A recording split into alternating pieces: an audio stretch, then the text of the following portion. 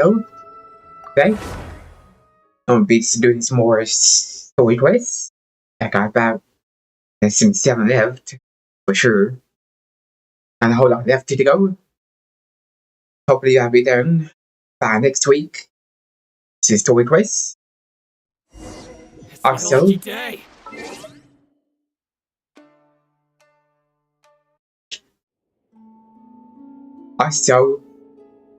going to be doing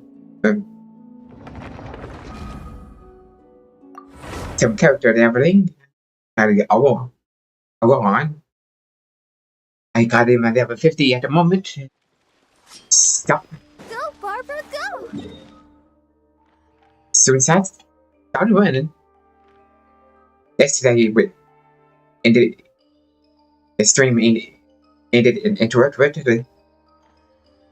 I said not in the stream because the electricity went off unknown. Like about 15 minutes before I actually got to end it. So sorry about that. It's not my wasn't my doing. So I'm gonna try it again today. I go for 47 hours as usual. Like I said, I'm gonna try to get some more story quests done. These two for sure.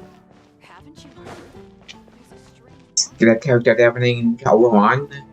Everything. More map explorations as well. On the first stuff, the usual.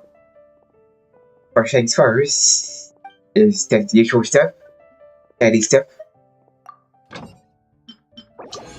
Like expeditions here. Is taken care of.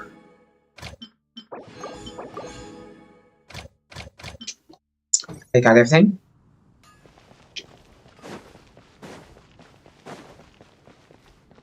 Let's get our food. There's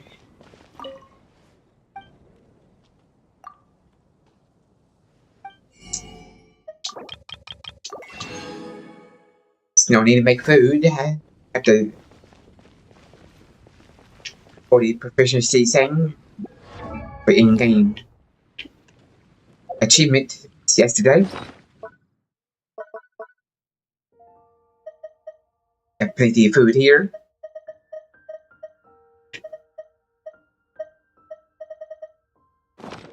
Okay. Let's go ahead and get started. Doing our daily stuff. First mission. See? Got about 5 left to do here. Let's go and do that daily mission first.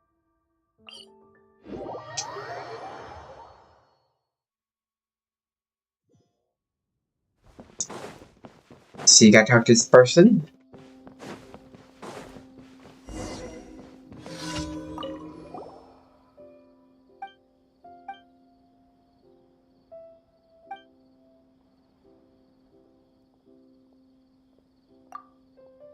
Keep on going.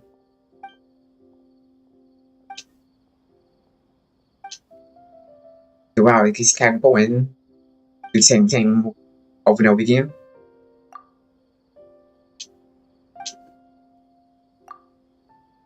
So just keep on going.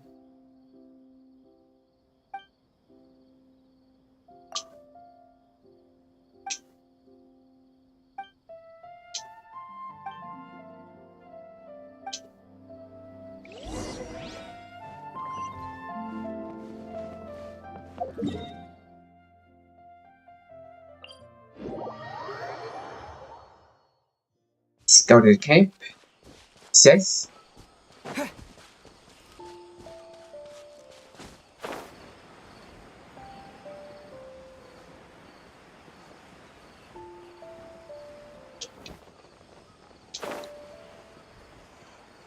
Down here.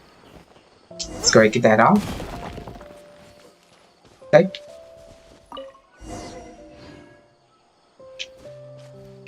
Go back.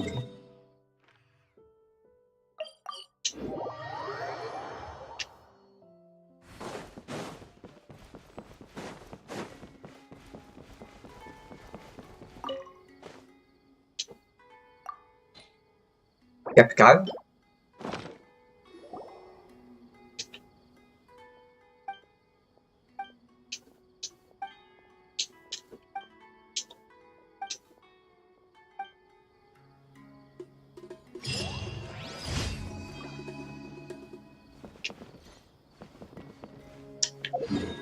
Next one.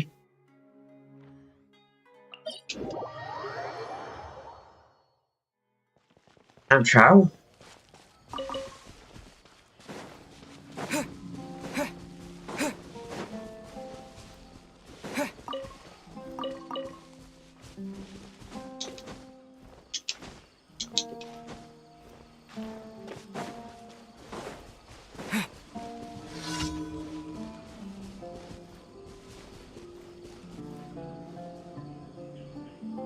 Let's go. I'm defeating enemies. Gotta be some enemies to have a chase for.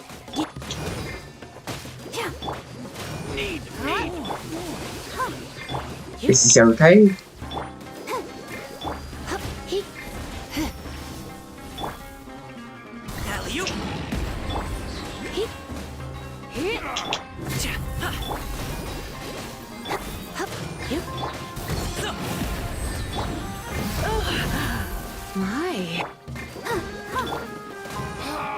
Already got him. Come a little closer. This is one that charges its own auto aiming at it.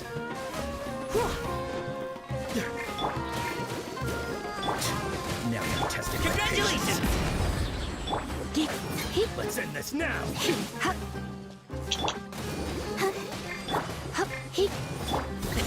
Sorry, pal. We'll meet again. Mushroom Rocket Challenge.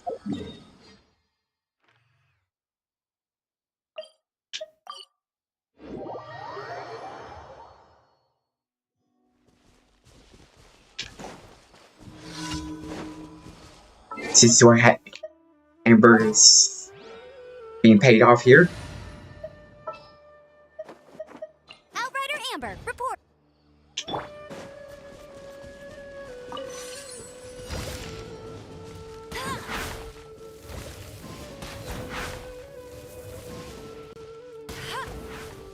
With this guy with the bow.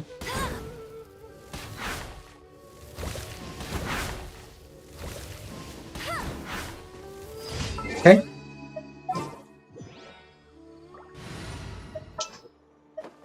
Is there time to See one more.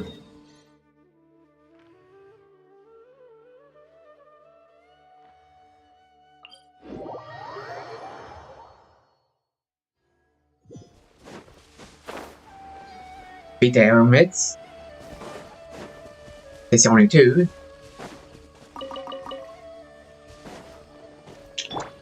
Sure you should beat the match. You are not welcome here.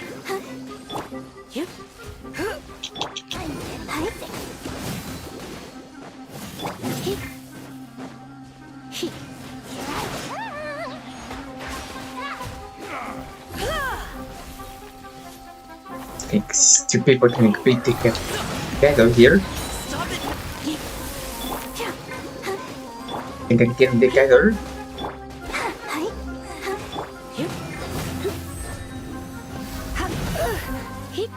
Let the show Okay. begin. Oh, it's gotta be these, yeah. Of course.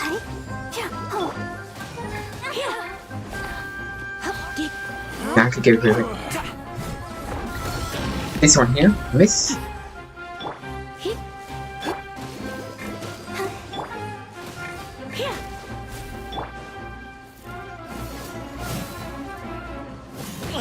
Hey, what give, alley-oop?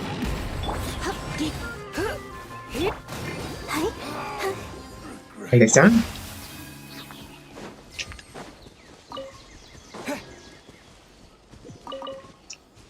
Not bad. Let's get a reward.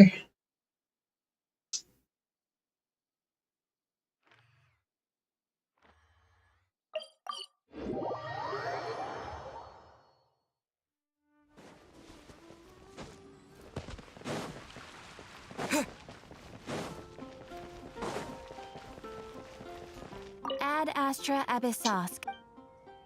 Thank you for completing to.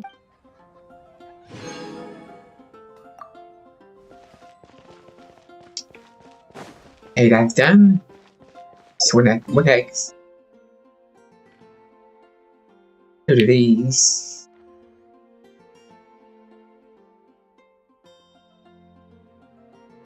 Should be easy to do. If you got opponents.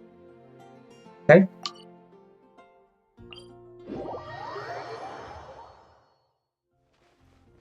This won't be an easy bit. This is in the toad.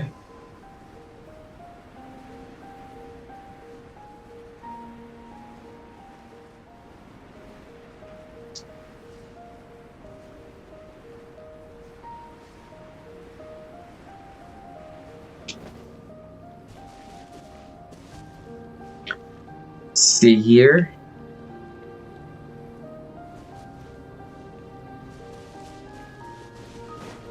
See the guys right here? Yep. Looks like it. Okay.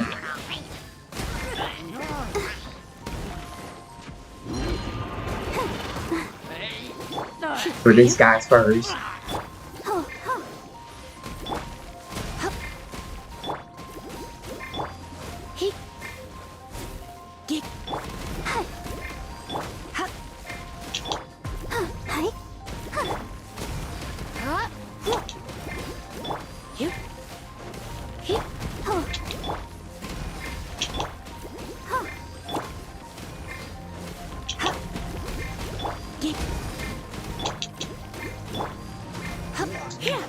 Hey, that's done.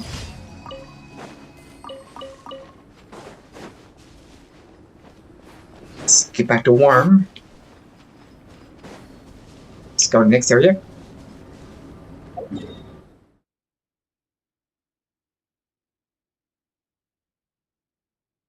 See, do this one. Our opponent is 4. Go here. Go this way.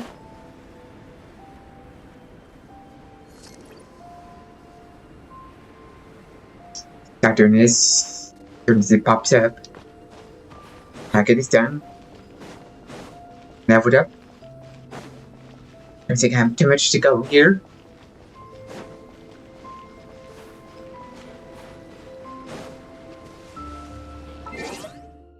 See here.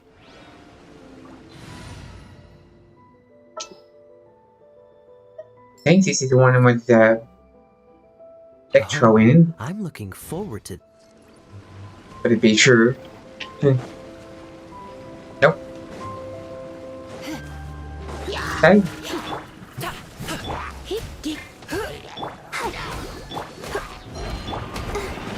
Come on.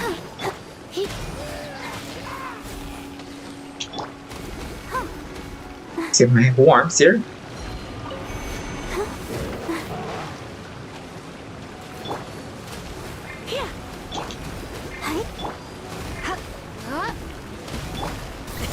Sorry, pal.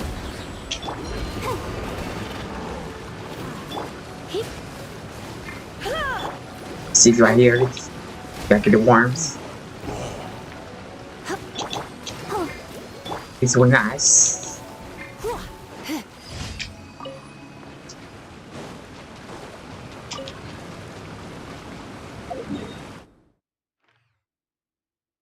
Okay. See what's next one. Right there.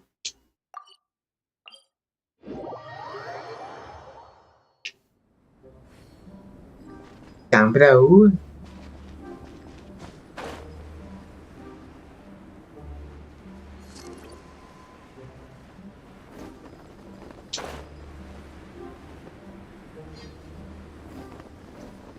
Good thing I got KO this time.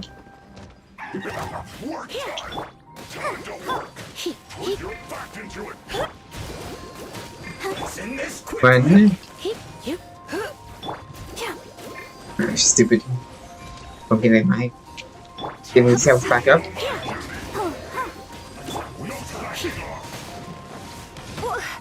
Somebody still got me.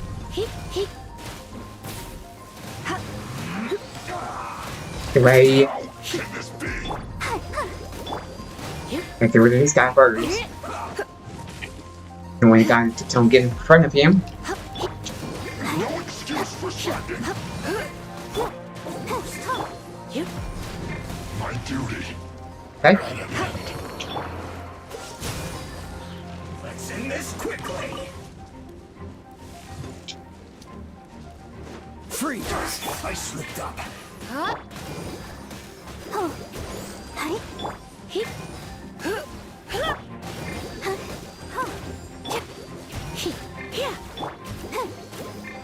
Let's not waste time.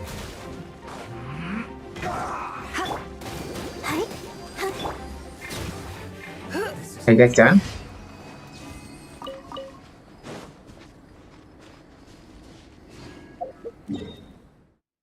See a couple more here.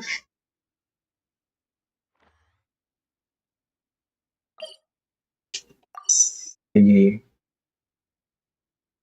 Looks like it's right up there.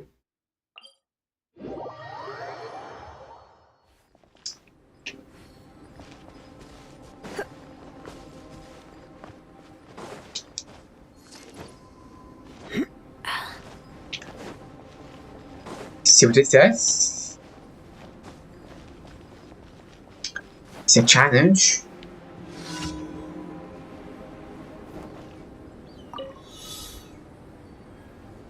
And collect our particles.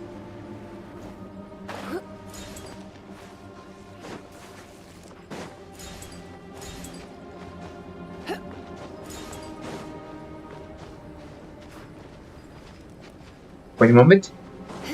Left.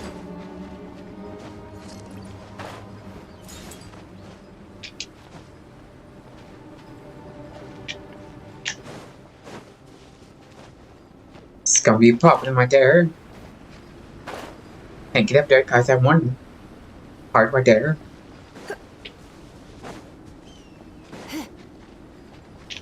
Let's try to get that first. This time.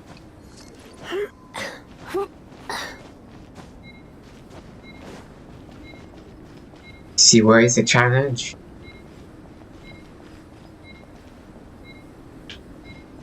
Right there.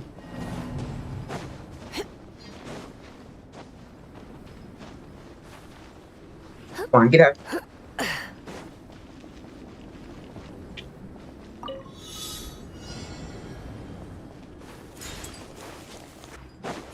Oop.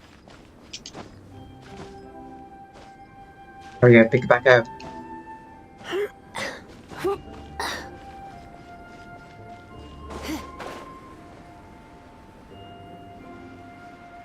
Let's get these first. See if I can make it up there. Get over this hump, that'd be fine. Okay.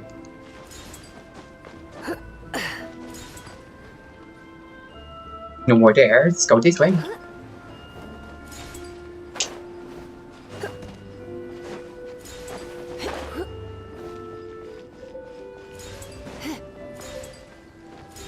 Okay, that's done. We gotta go around backwards on that one.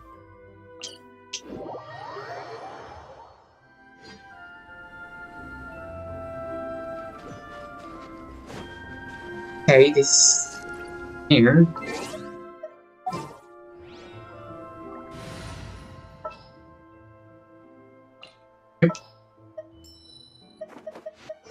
This world is... Okay. 3.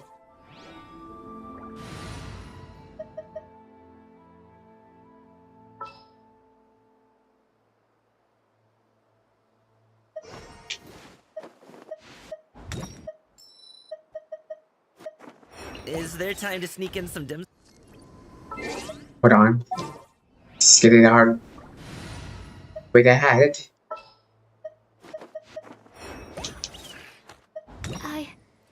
I can do it. Just change around here. Got it. It's wait, I had it. Warm-up routine. Pretty much. Wish me luck. Okay. Now we're looking good.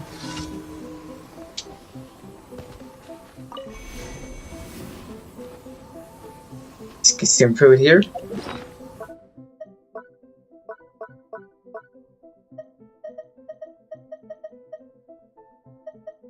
Let's get some attack.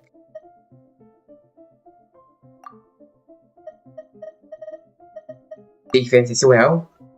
Okay. Let's go get this one already. Let's go.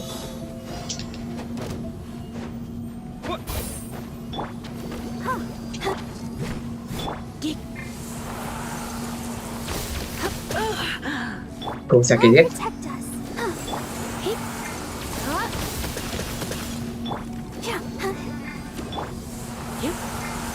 There's that one.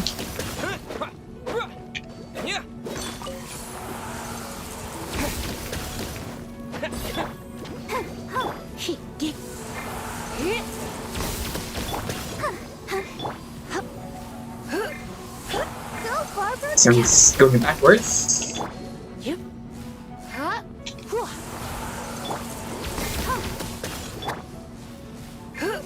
Okay, got that one.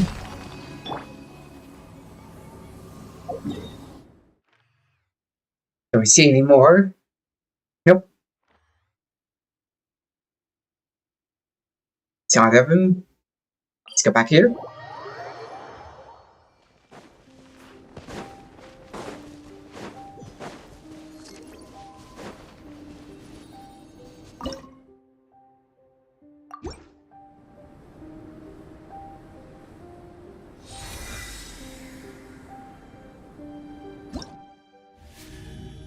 Take everything in. Good. Remember we have Frost Baron. I got that now. No more levels to go.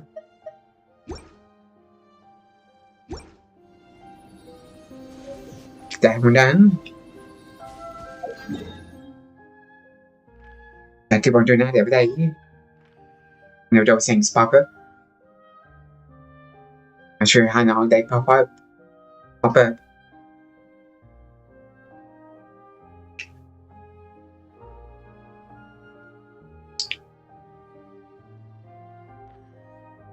yeah. See what else.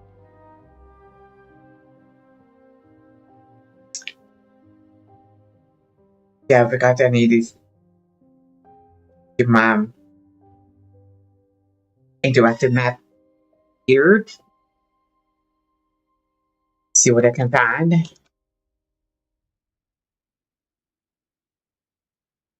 This area right here. Can find a chest around. So some of the puzzles is left here.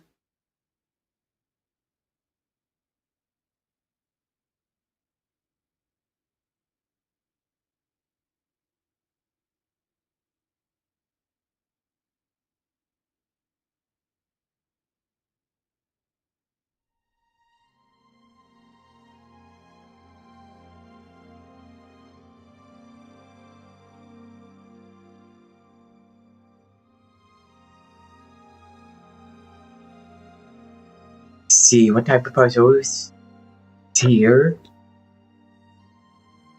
I have a pressure place. Several of them here.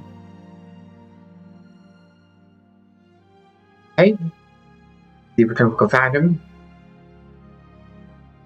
This next one on my list. Somewhere in this area.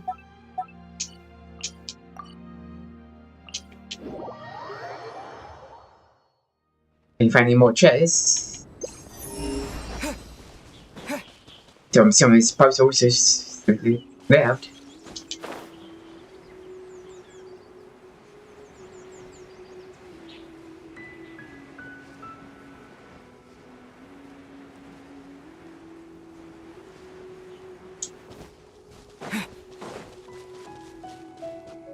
I got this one.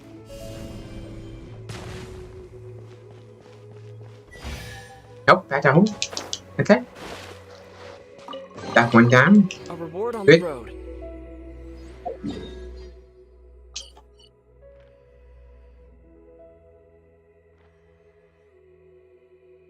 See next one.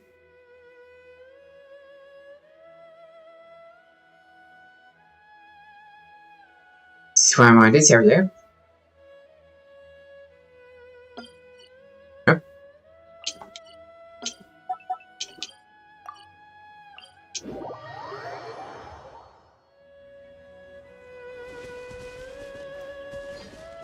Should have it. This is series responded. Check for chase as well.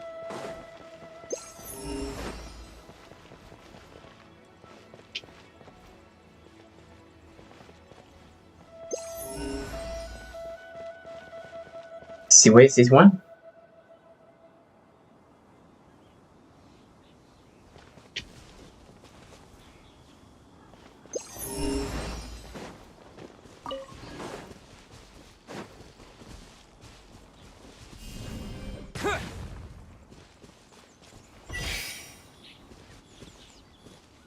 You're in for a little shock.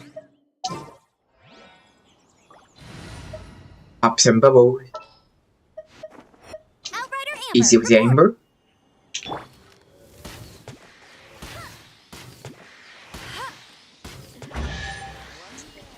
Hey, that's it. Wow. Good. That one.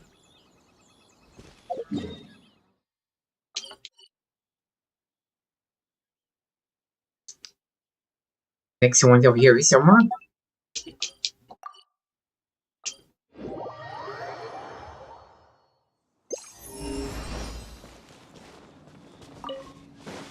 Got this one.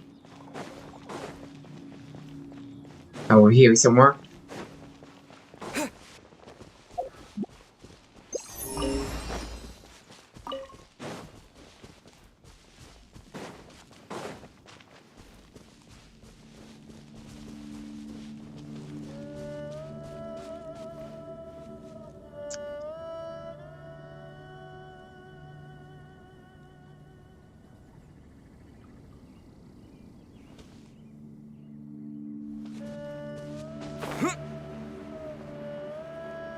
Right there it is.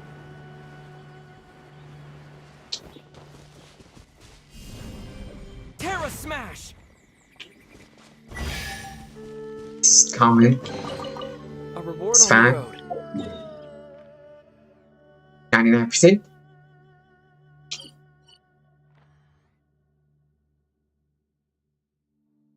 Okay. Next area. Should be right here somewhere.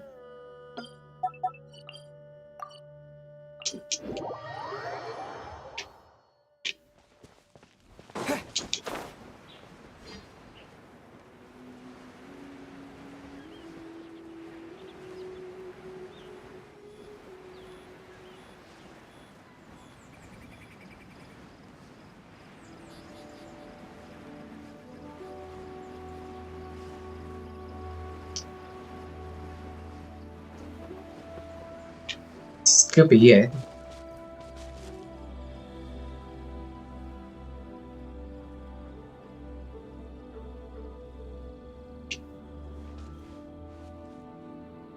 I think I already got it. It's supposed to be right here.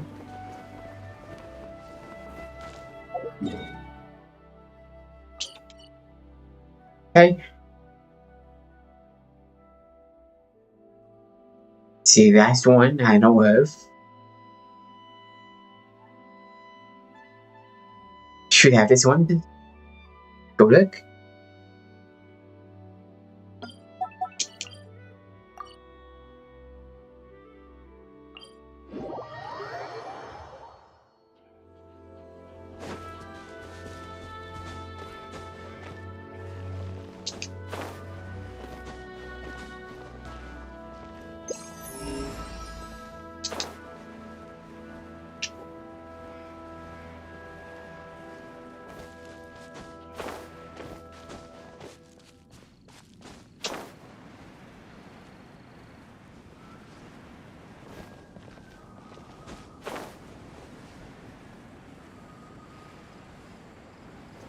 See it?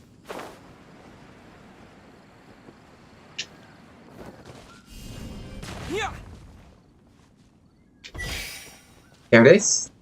Almond. I'll keep this close.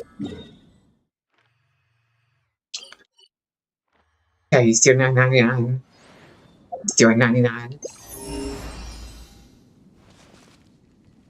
What else?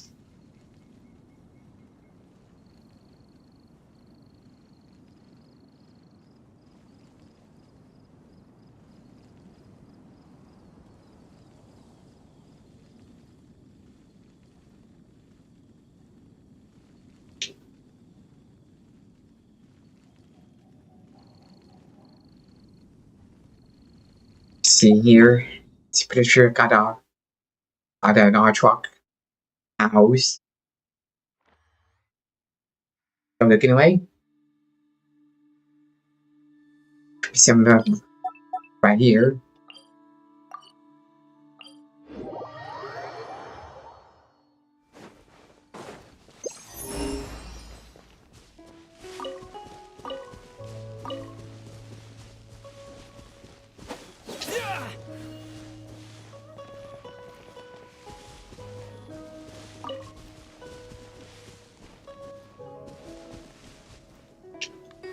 And make sure there's no more chests right there.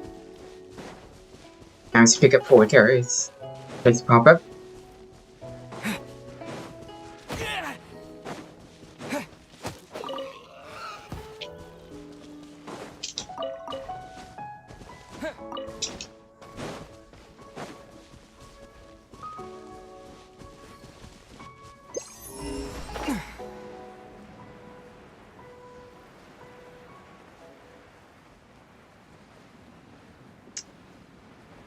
Should be around here somewhere.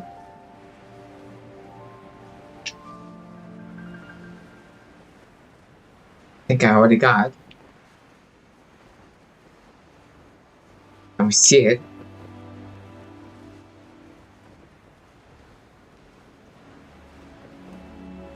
Yeah, I already got it. It's right there.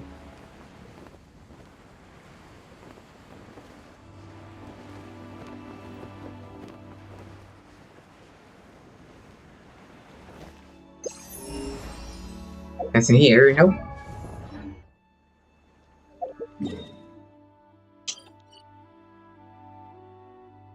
See next area.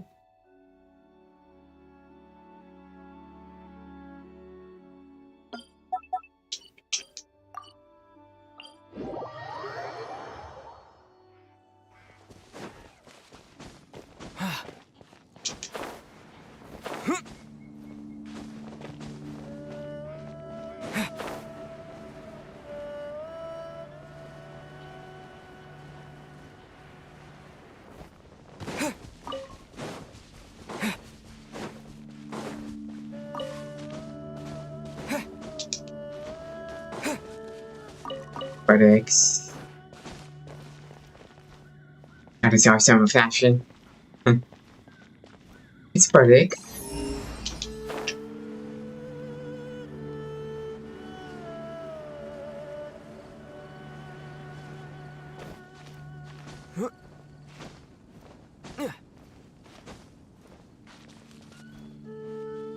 Things right there. Yep, I already got it. Okay. Let's see.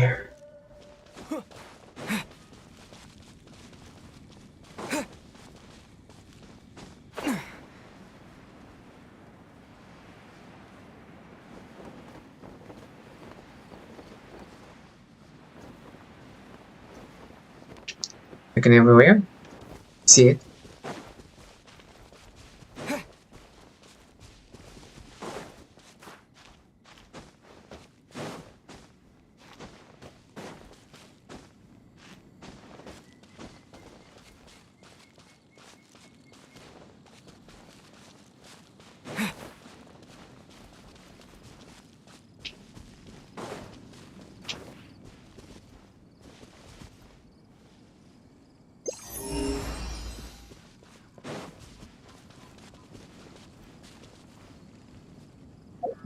Okay. Next one.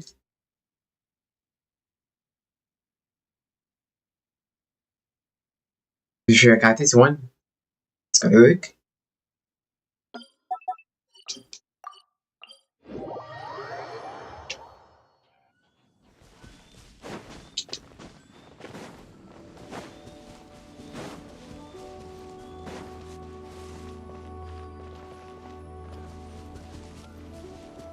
Someone there.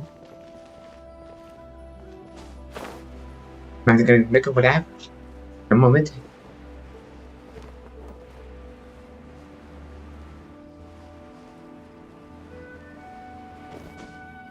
Okay, don't see it. Let's get this thing over here. See what it says.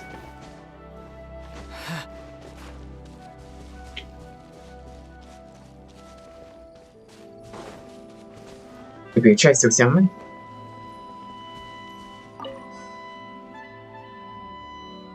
I want the paintbrushes.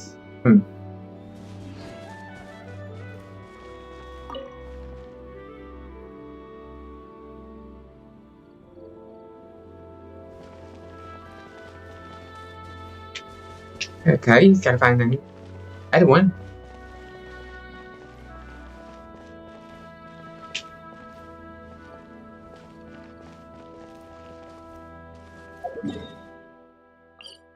Down there.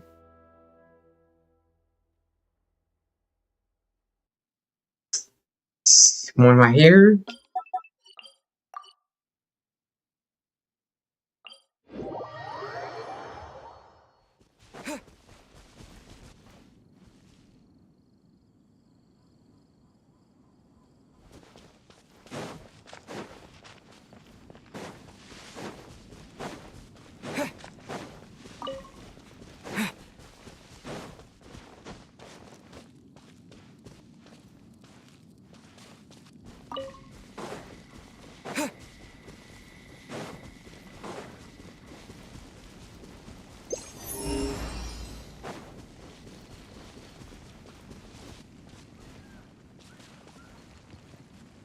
Should have this one.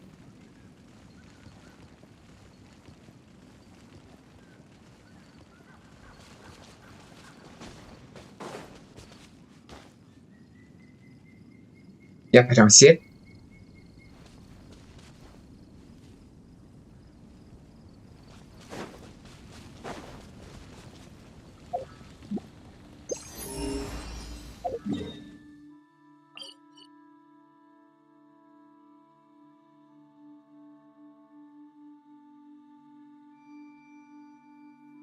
Okay, that's how it goes. Our truck thing.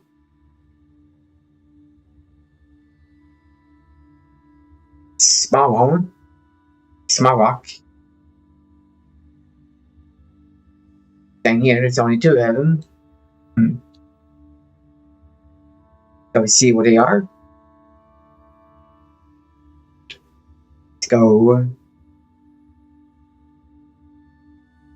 Swim right here somewhere.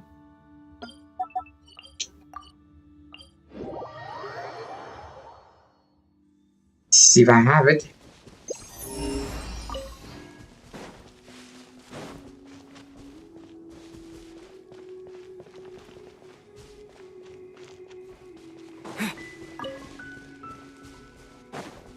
Pretty sure I do.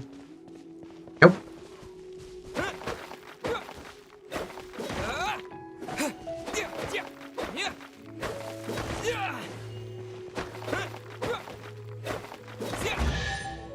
Chest. A reward on the road. Chest to the chest. Got that one. Another one over here.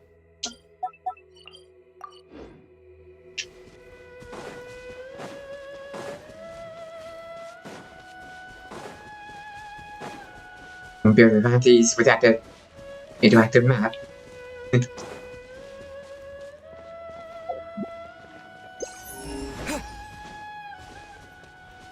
I do some right there. See him?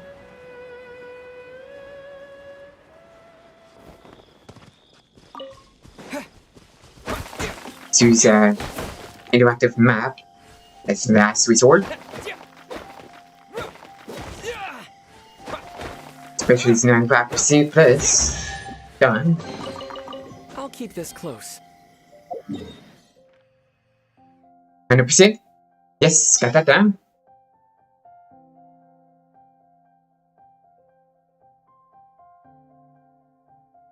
So now I got 1, 2, 3, 4, 5, 6.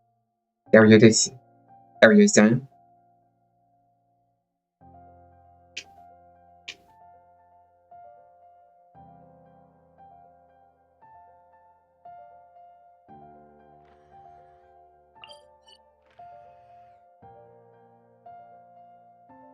Getting there, making good progress.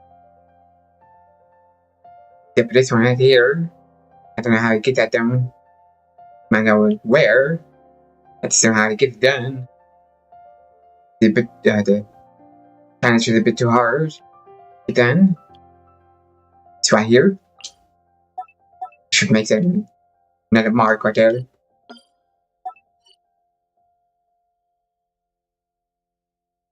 Someone saying I have need from that area.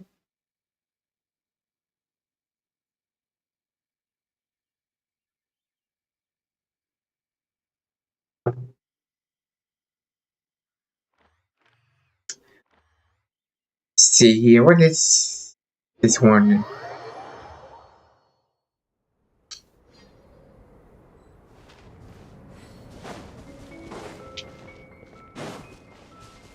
Oh yeah, this is one already done. Down here. Then we need is marked. It's got it done.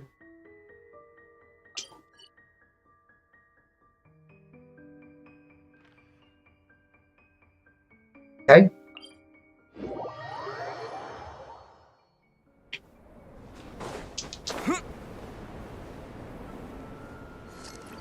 Something down here I forgot to do.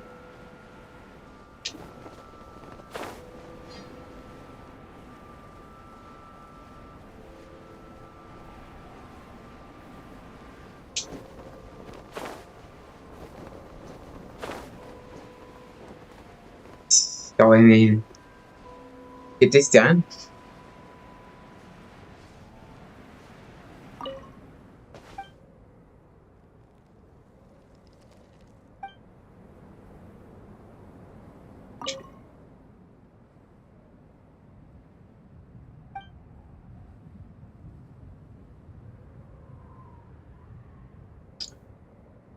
See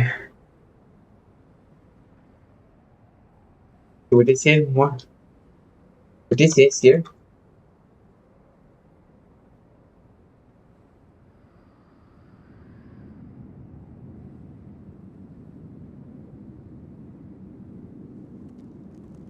Alright, so weaponsmith. Gotcha. See, got back up here.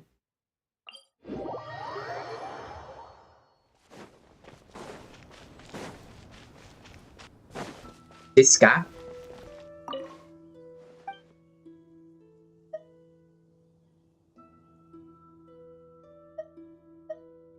Nothing.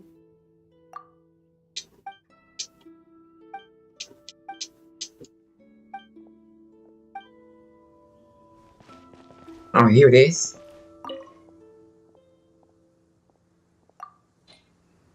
I got Dragon Deuce. Only one.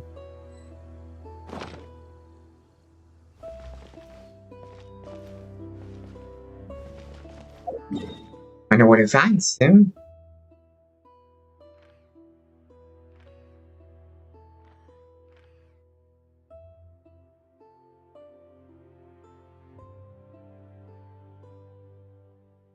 Is this area yet? Yep. This one over here somewhere. Let's get in and go.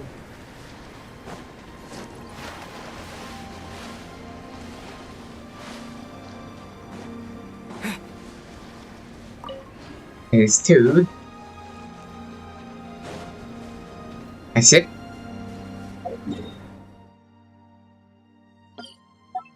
Actually, back there.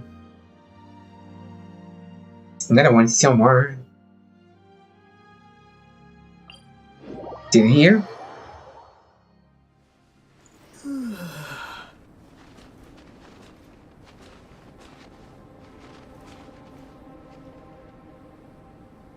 Nope. Wait a minute.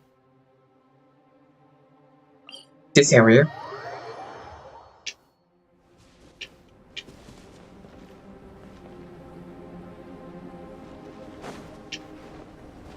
Let's go this way.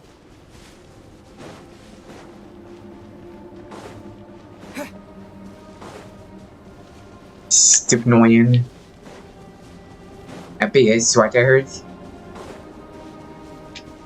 Gotta find a way to get up there. Get it.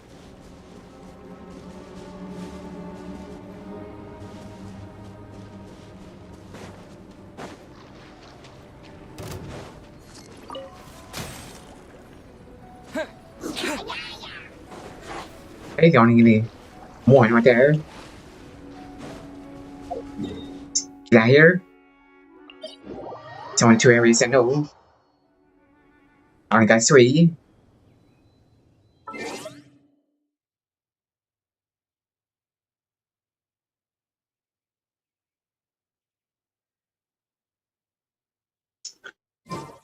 See here. Strange to those locations here. There's one more.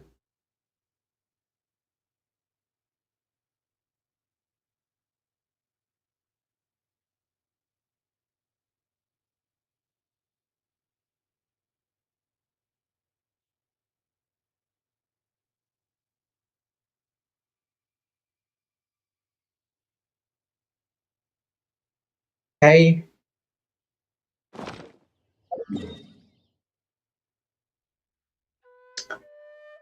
This one up beside this barns somewhere.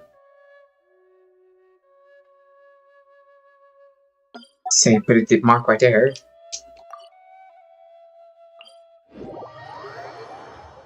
See one more. Found it.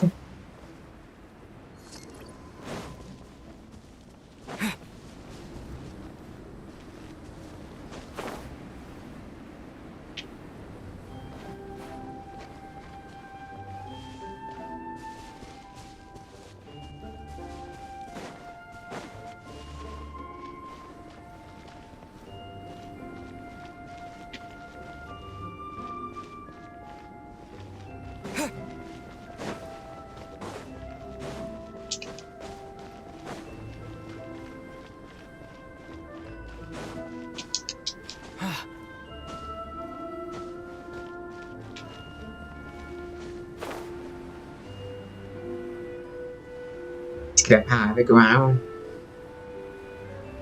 Can know exactly where to go location. It's around here somewhere.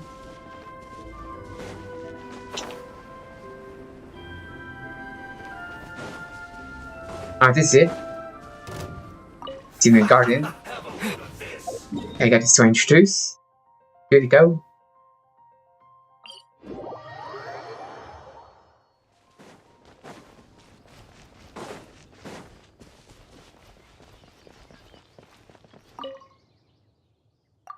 This place.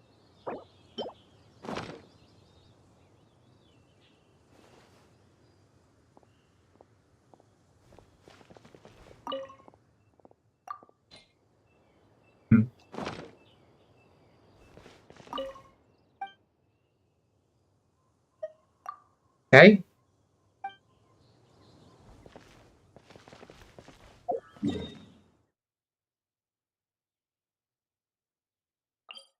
Let's put it back here.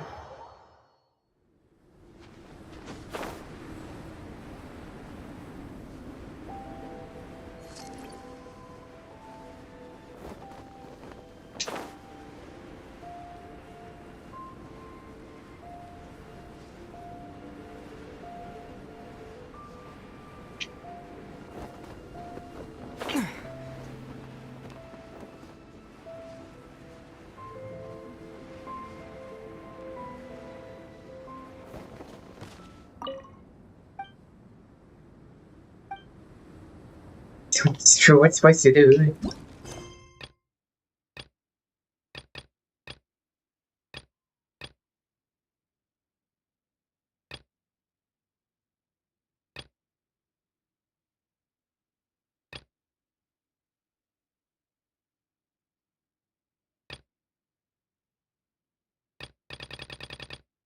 Never seen that. Nothing here.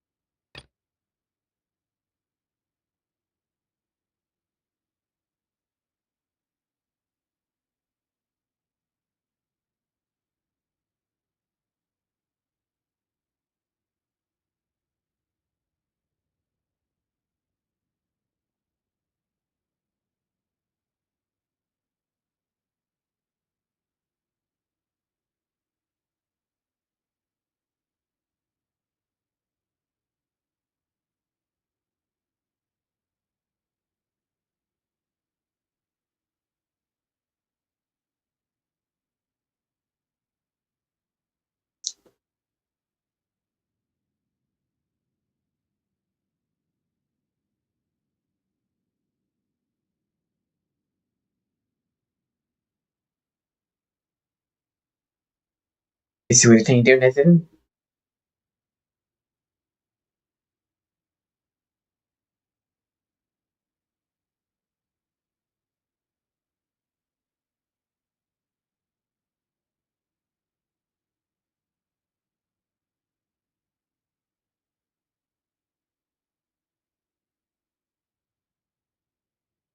Really good ways. Never seen anything else I can do. Okay. Don't really all these tools with nothing. I'm going mad.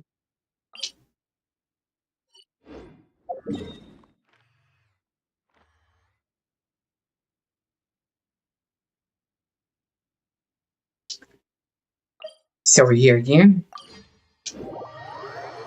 That's what how much I need.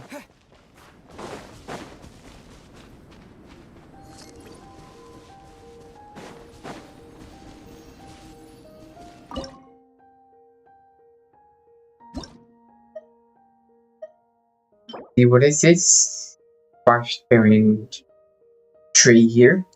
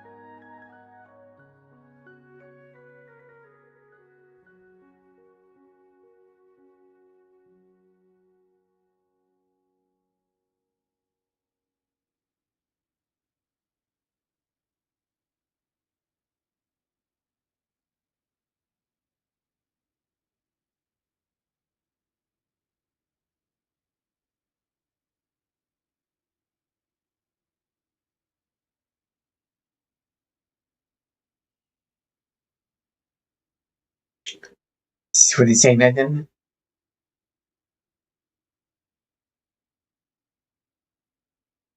It's a memory of.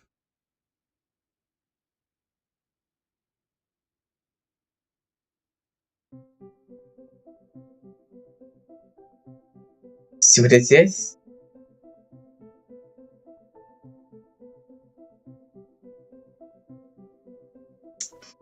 Hey, nothing important. Think I'm down for now.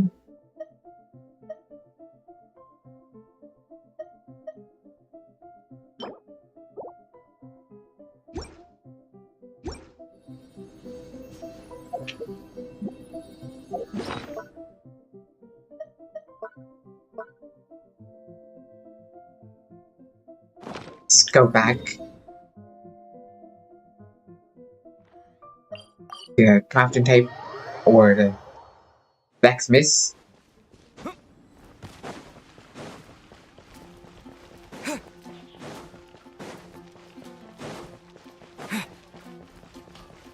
See, I'm just looking right here.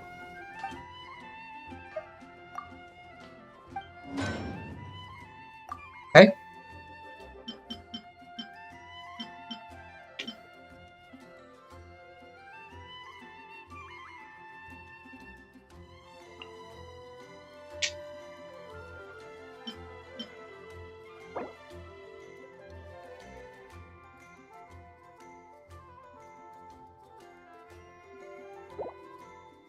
Okay, that is done.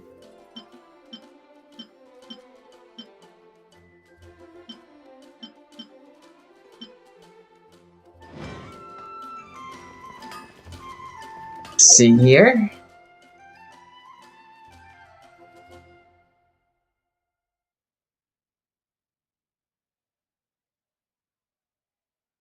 So, try to get this done here.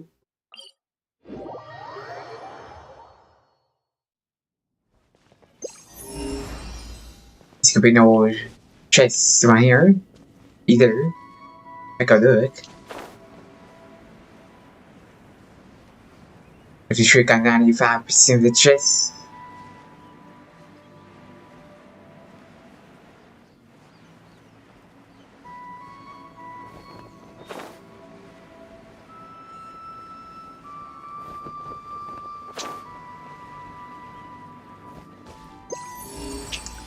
Here it is. One.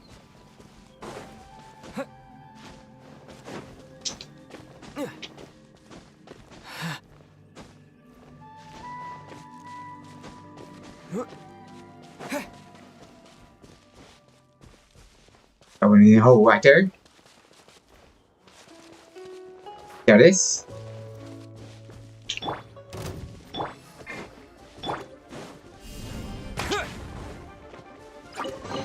Common I'll keep this base. close. Get out here. Horse.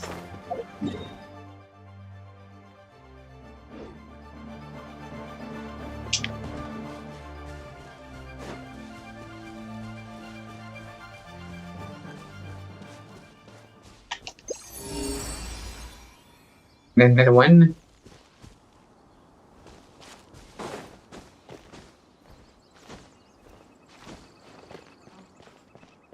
I find a way up there.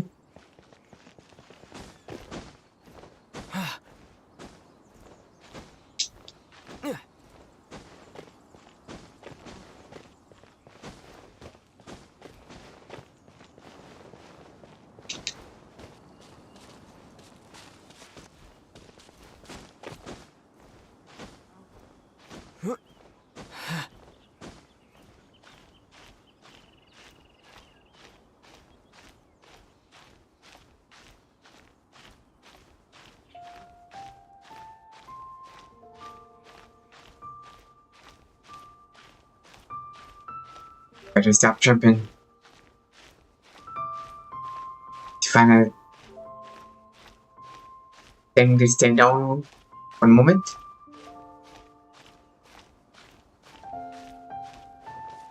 Okay.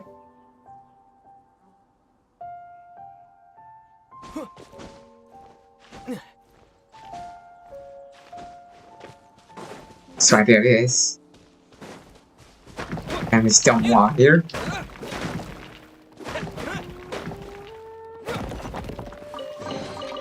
Is this an answer from this world?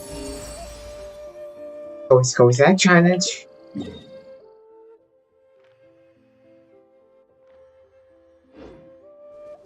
So annoying.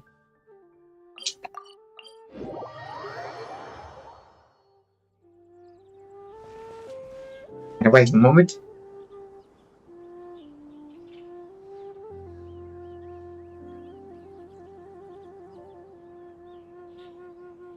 I'll get it eventually.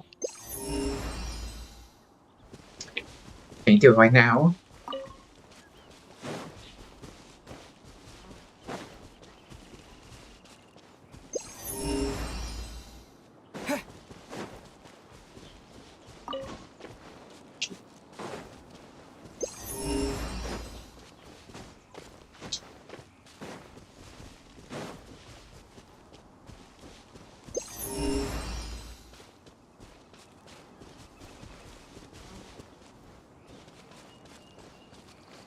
Them down there?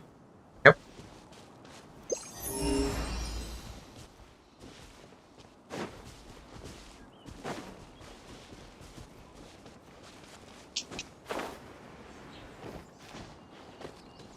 See that enemy there? That one right there. Got jumping. Is that it?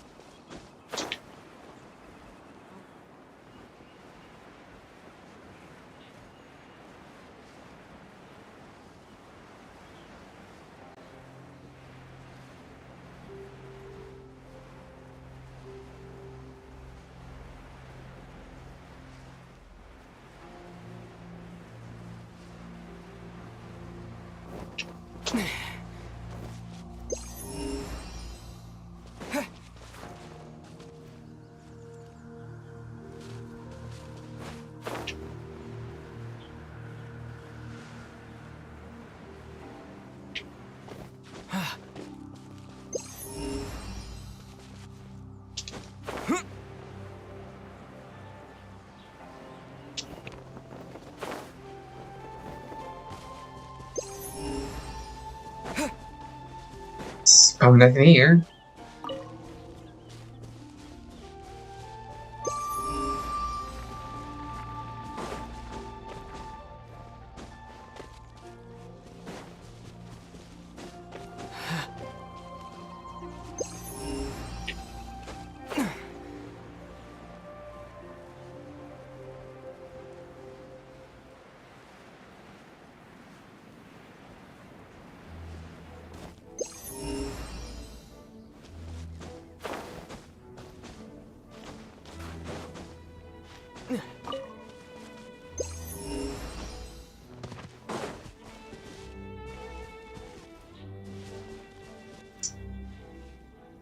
It's probably nothing but puzzles left in this area. Challenges.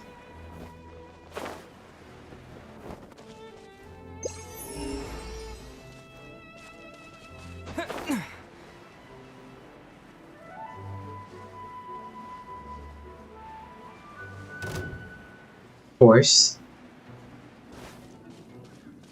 Still no way will walk with flowers.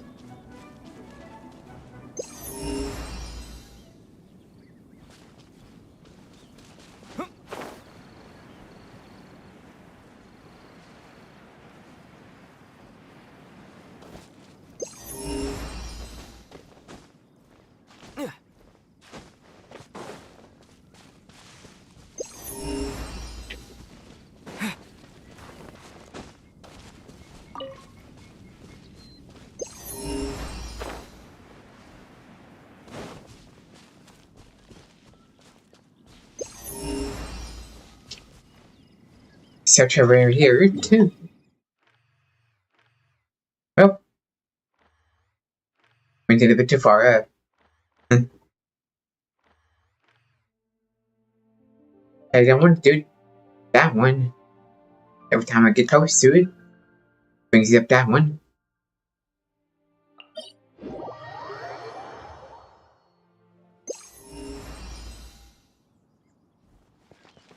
This challenge is a bit too hard. Moment.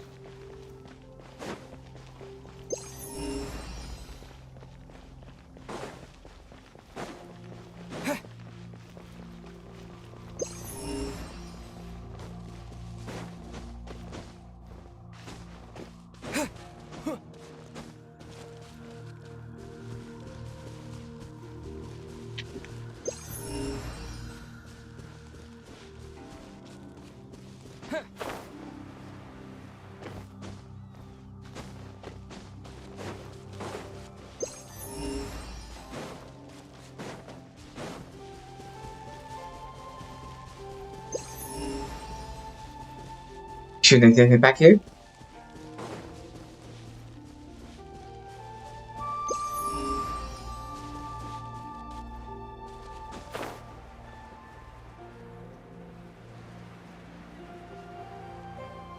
It's probably not.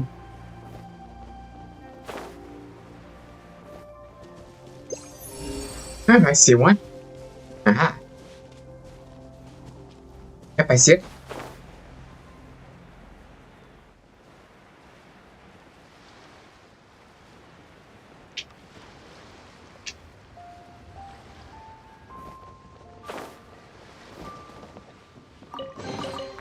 Is this an answer from this world? Sound like I got on the chest. Right here. It's not.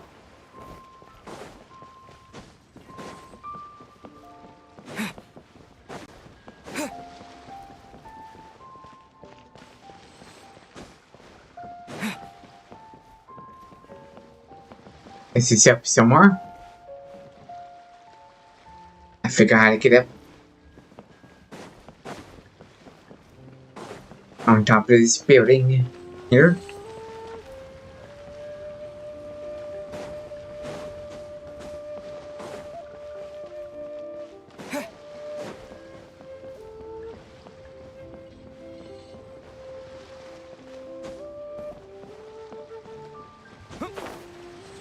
Step here.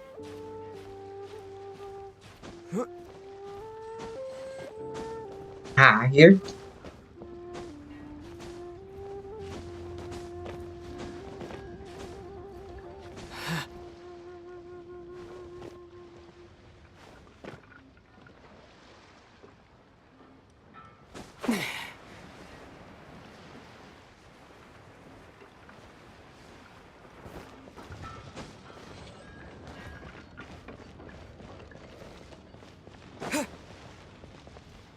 Don't see it.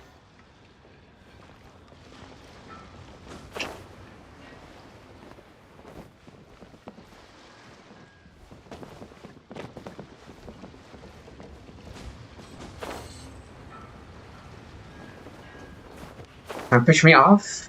Just pushing up. It's the way it was. Just trying to push up. Go in. But he's bringing me. Might bring me out of the side. I go get in here.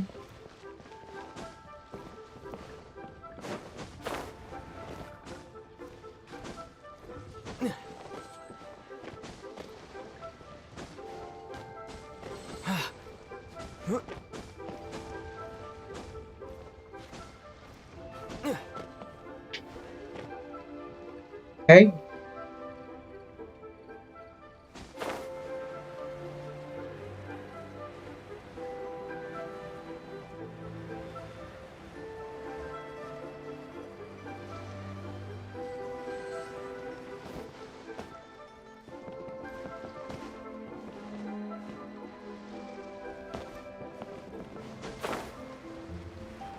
Somebody's gonna confirm that.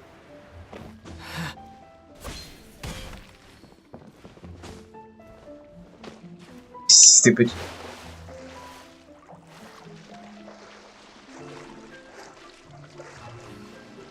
Got his respawn.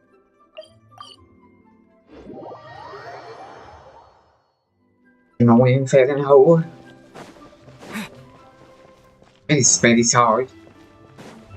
Get this chest right here.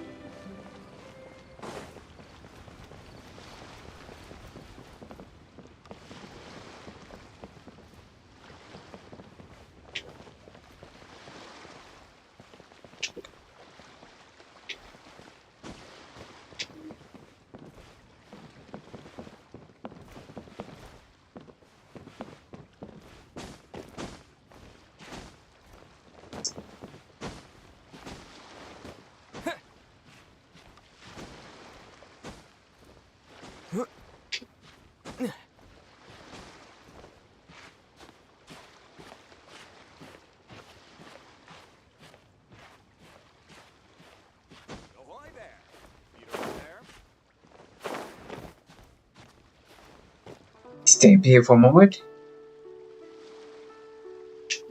Where's his chest?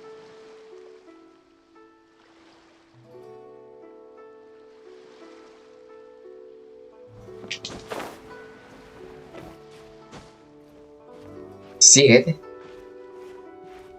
And I have to get to it.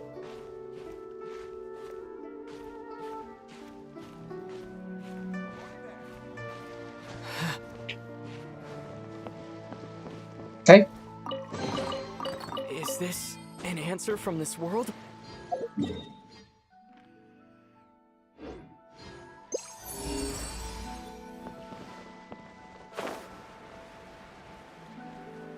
This one right there.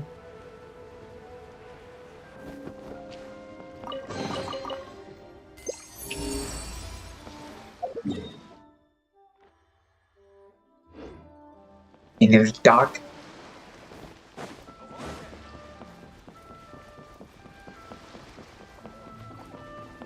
You see the guys on a boat.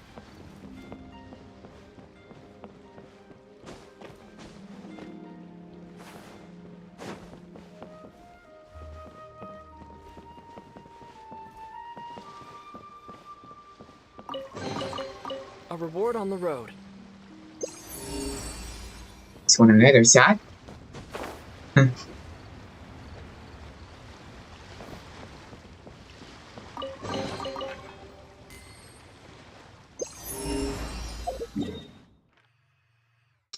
Hey, got that 90?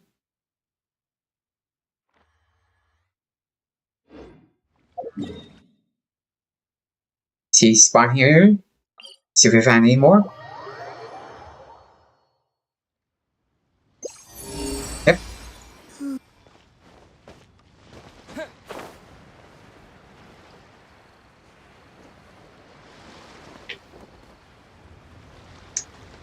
It's down here, maybe. Okay.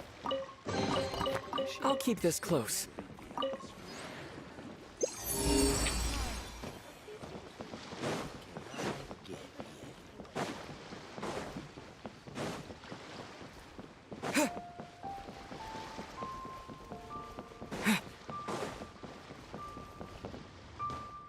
See, it could be on top of that thing.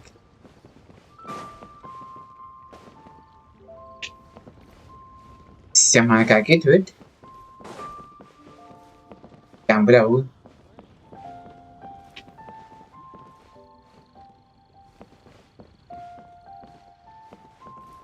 That's it.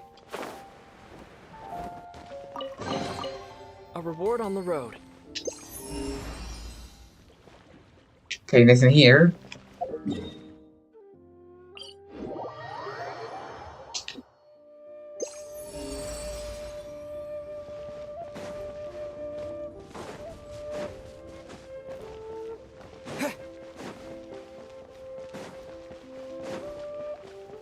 Oop.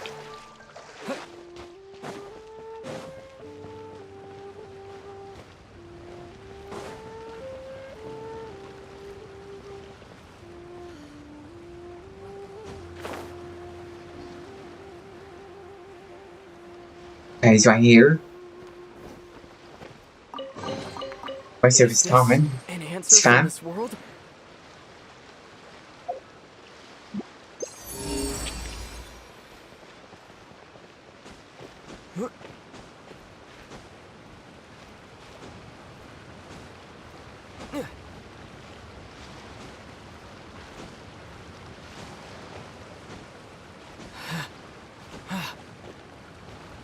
Okay.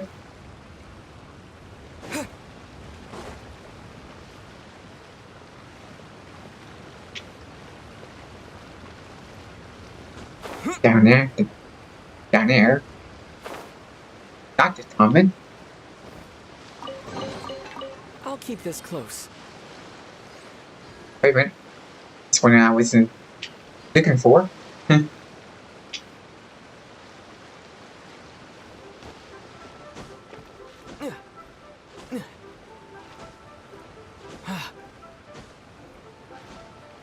Get on his wall.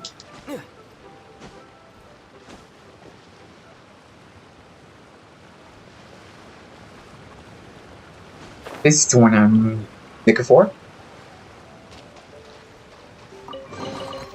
A reward on the road.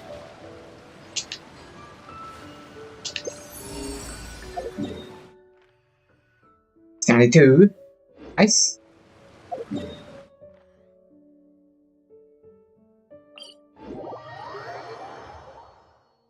Could get this one done. This one done as well.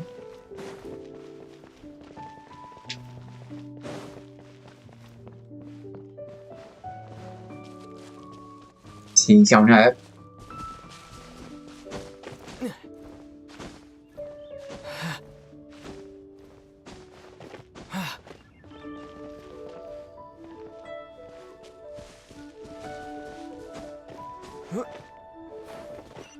Sắp ra lên. Hey, another Pikachu. Pikachu. A reward on the road.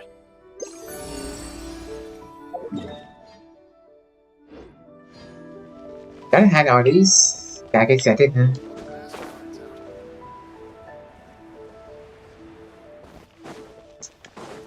I wasn't ready to an ace until now.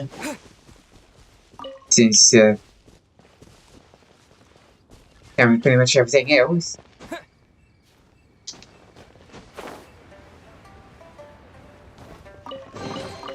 I'll keep this close.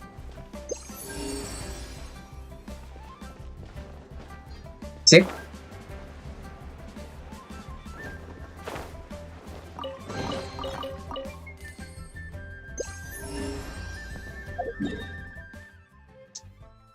We got it sweet.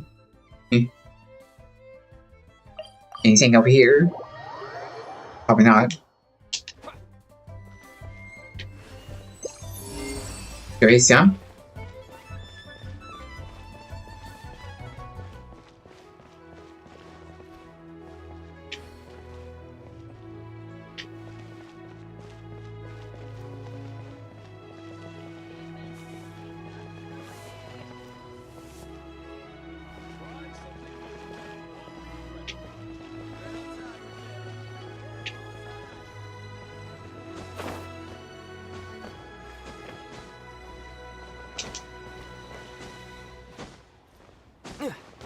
Get on up.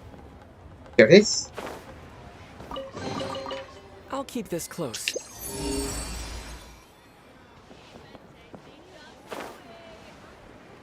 Listen, let me tell you how. Oh there.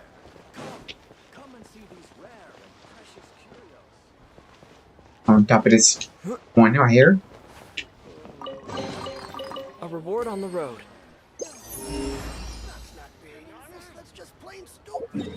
Hey.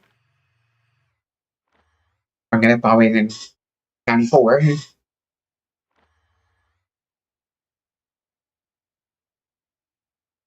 You think I got everything in town here? For stress.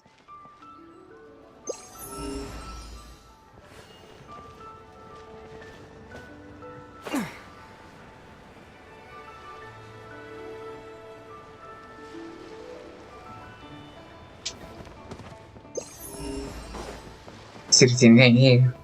On here. It's probably not.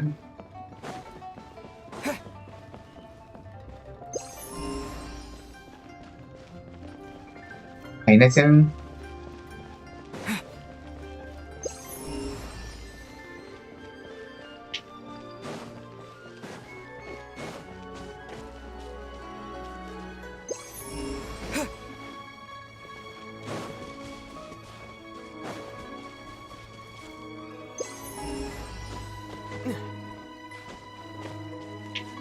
So say, I'm more likely to puzzles. Stuff. For now.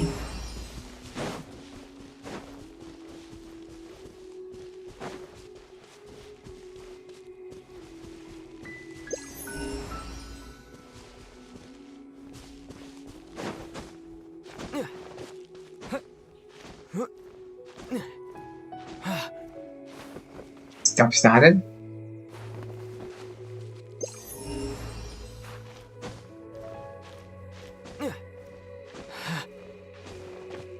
few more minutes here.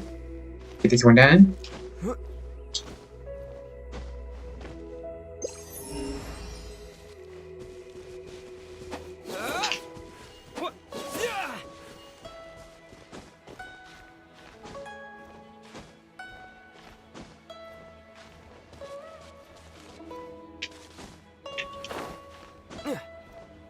Some story twists down here.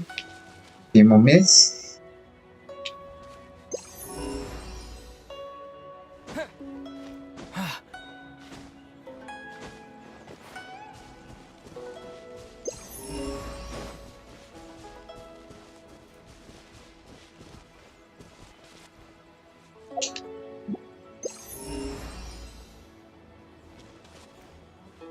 I will say, I can propose yourselves.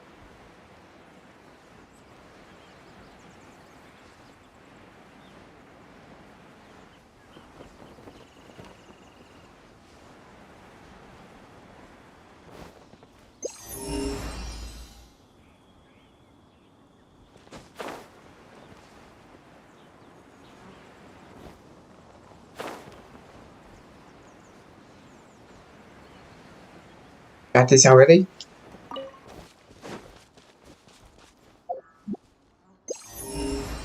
Yep. There's no anyone knows, saying things again.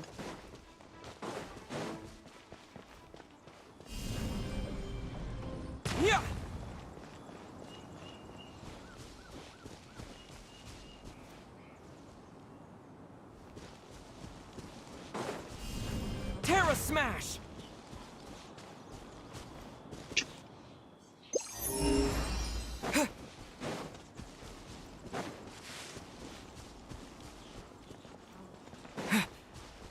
Featuring after the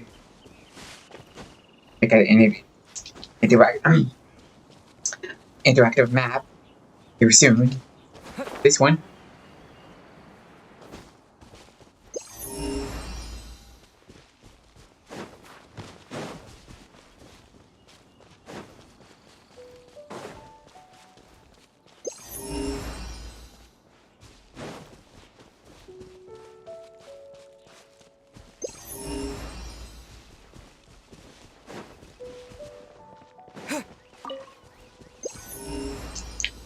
Conversing finances. Now.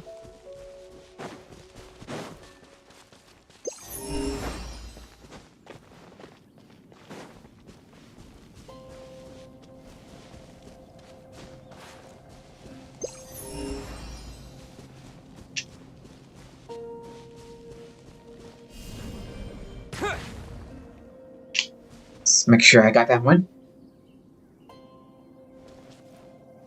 Okay.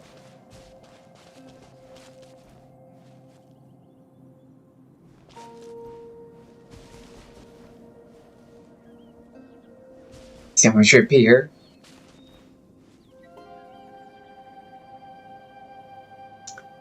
Don't see nothing. I already got it.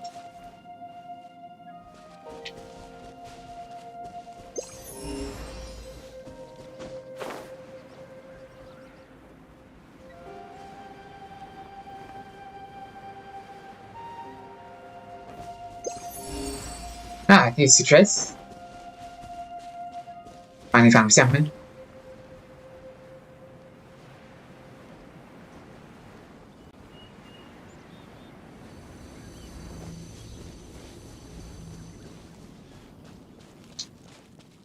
See here.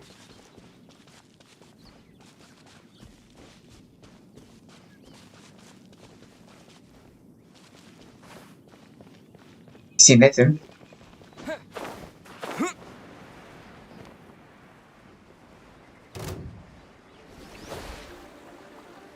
Stupid annoying for that.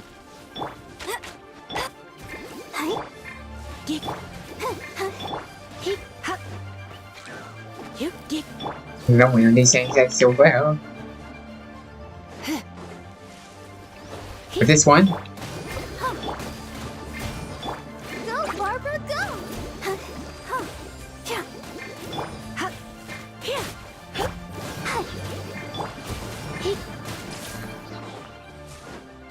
Somebody shooting at me.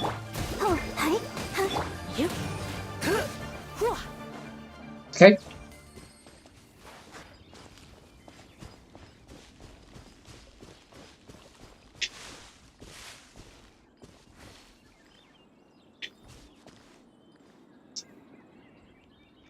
Step in the tree.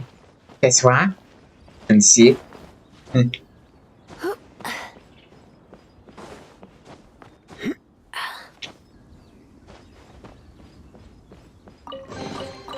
I've been up here before. Been up here before. And I see nothing.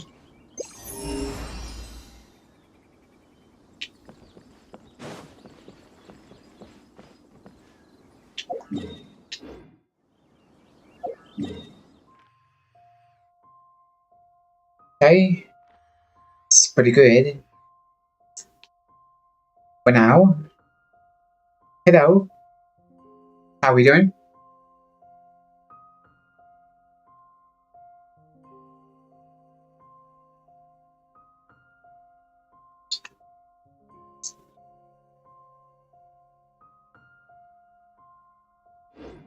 Okay, time to get some story quests done.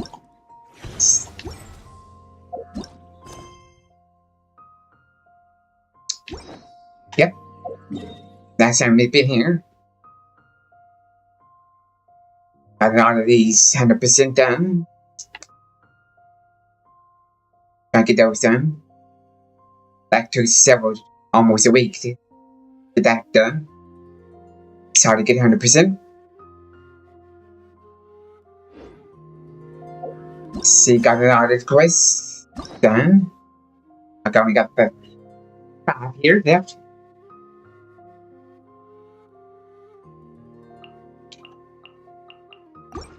Also been ranking my character. Got 7 characters.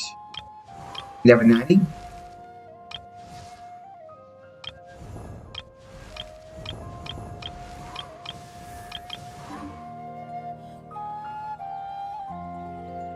That's been going on.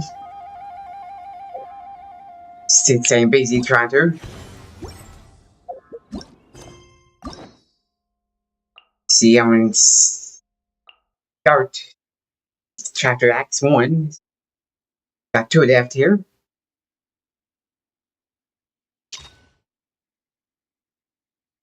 Okay.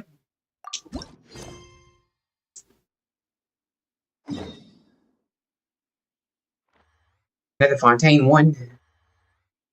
Now I just can't get out of Fontaine.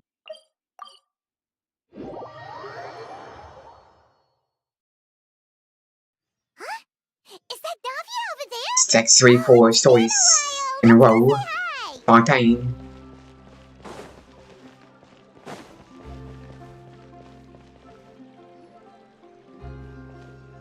Hey, Navia! What you up to? Shh!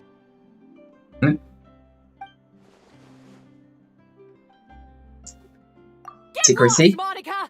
I don't want to see you back here until you're ready to wake up and start doing things properly! Right now, you're a disgrace to my kitchen and to the Hotel de Boer name! It was an accident. I'm sorry, did you hear me asking for excuses? Angry person.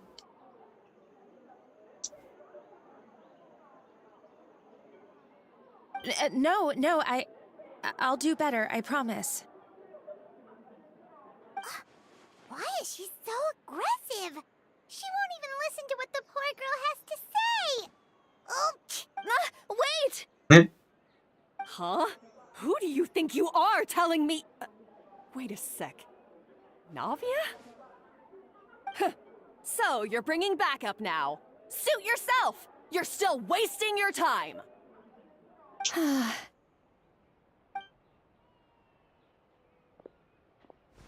Savannah, is this how you always treat your staff?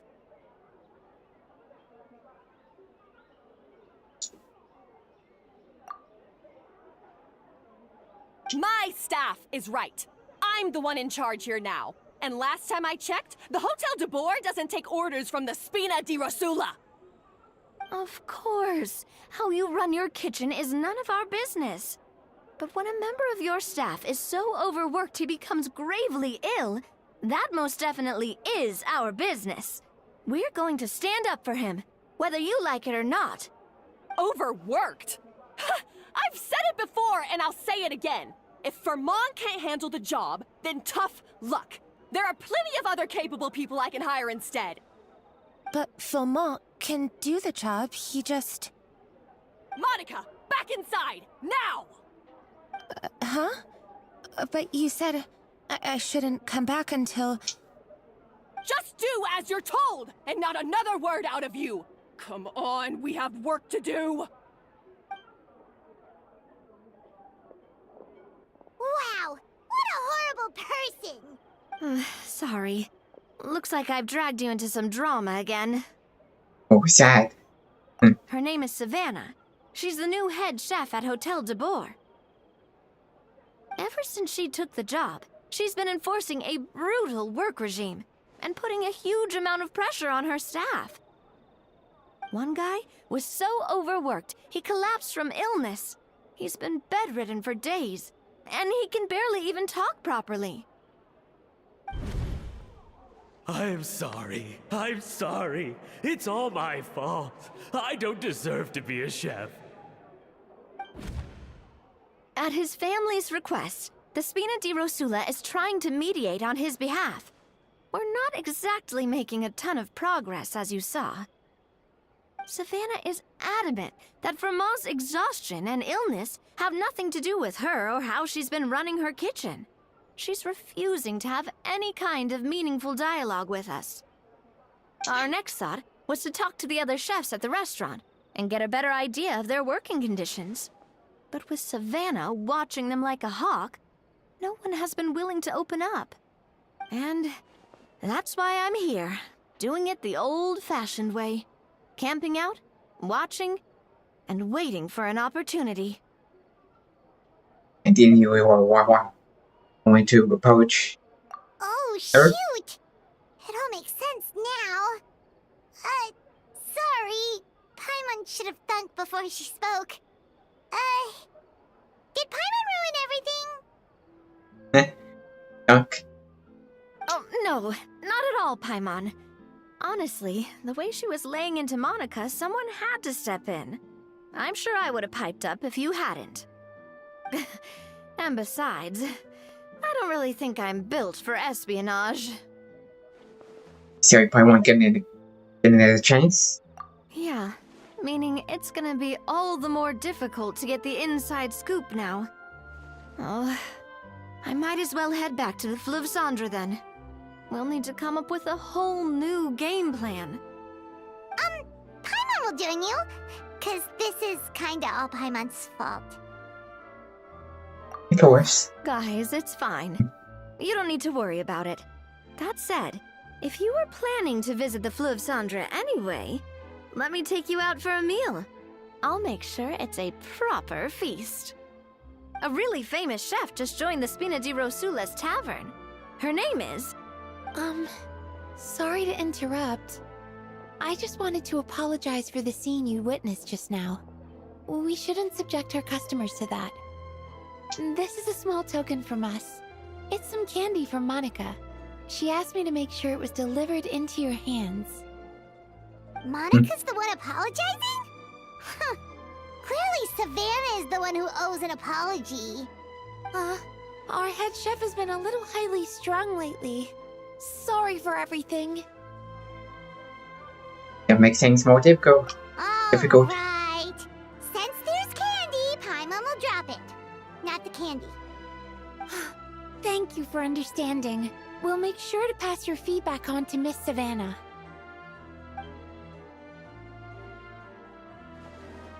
a little highly strung, huh? Big sexy Fanny in the kitchen. Even the waiting staff on edge. Paimon doesn't get it. How did someone like her even become head chef?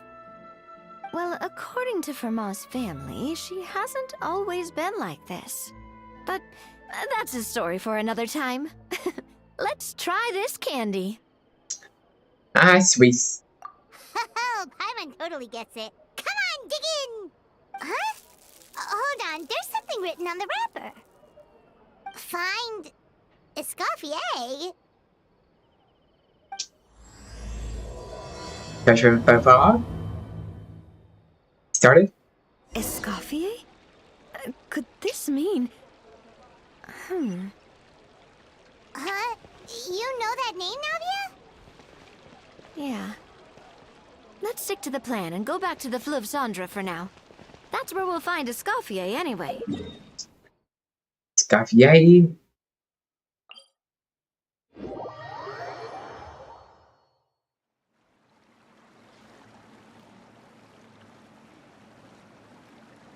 So, who is this Escoffier, anyway? Well, for starters, she used to be the head chef at the Hotel de Bourg, before Savannah. She recreated the legendary Gâteau de Bourg and restored the restaurant back to its former glory. Safe to say, she's the most renowned head chef in the Hotel de Bourg's history, after the culinary genius Modeste himself. Gâteau de Bourg? That's the super exclusive cake that they only sell a few slices a day, right?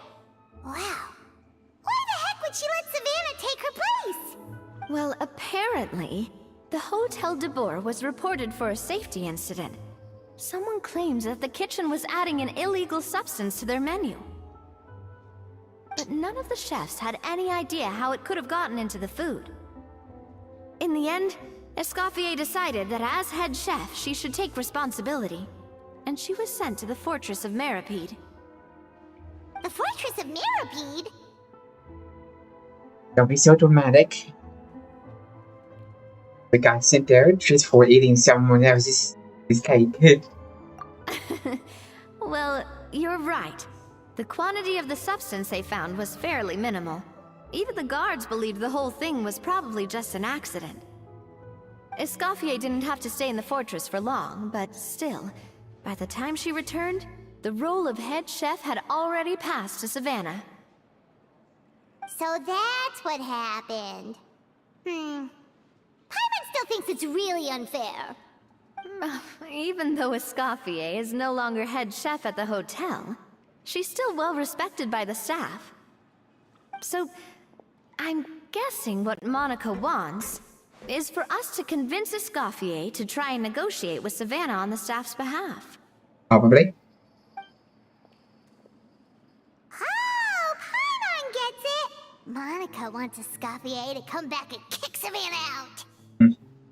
It's simple. If the new head chef is stressing everyone out, then the solution is just get the old one back. Well, about that...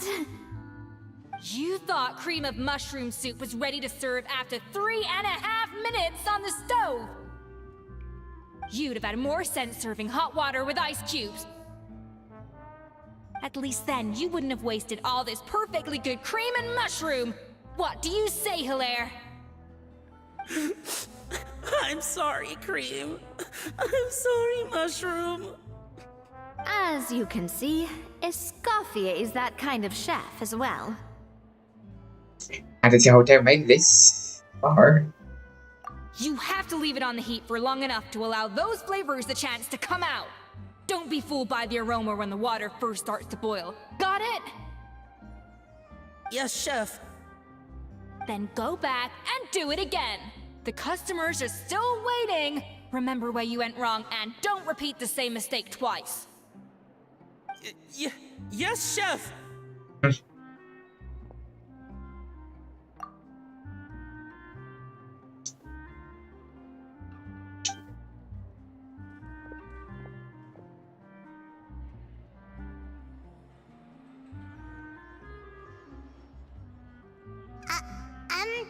Excuse us, we're... Waiting to be served? Sorry, we're pretty busy. I'm afraid you have to join the line. Oh, no, we're not here to eat. So you're not paying customers? Then I'm afraid the wait will be even longer. It It's hard to talk to Escoffier when she's in the zone. Let's take a seat. We can catch up while we wait.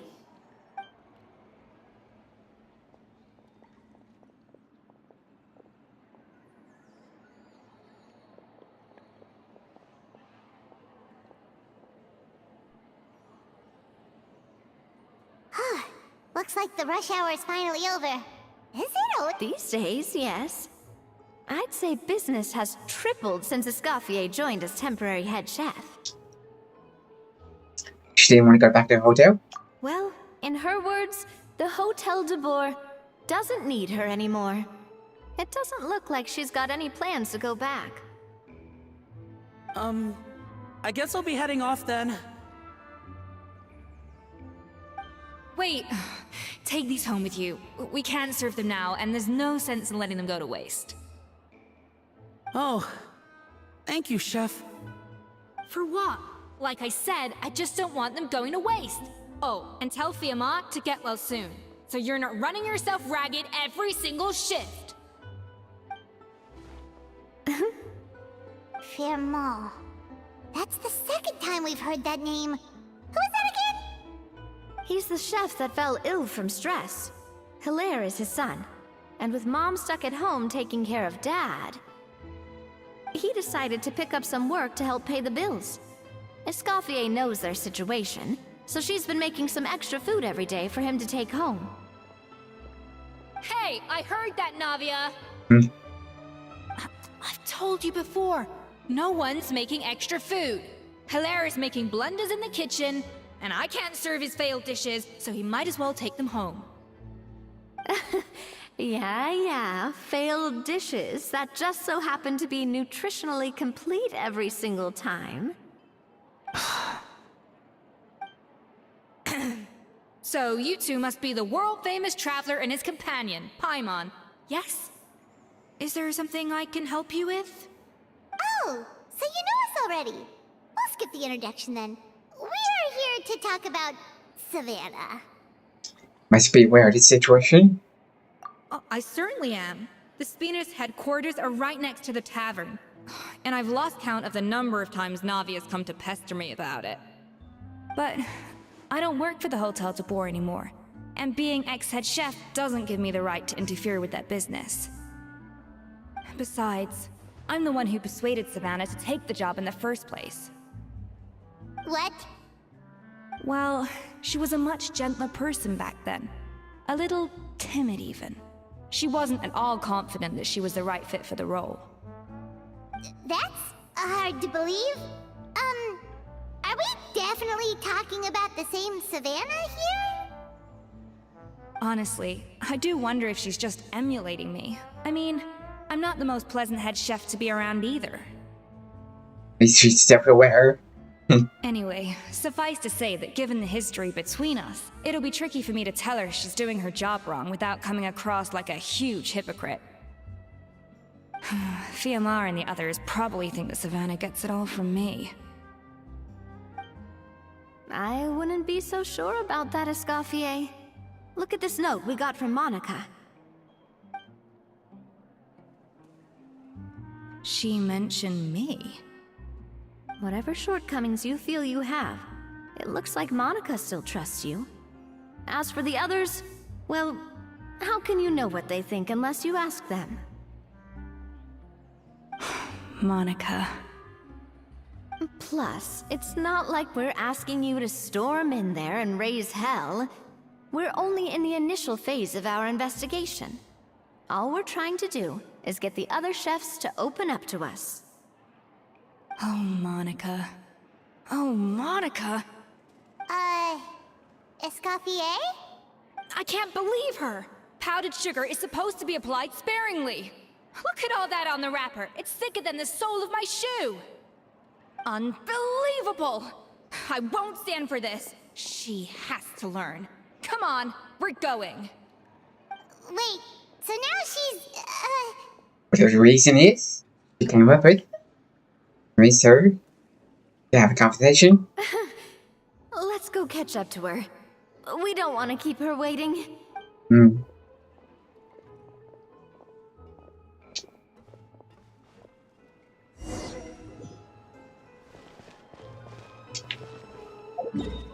Okay.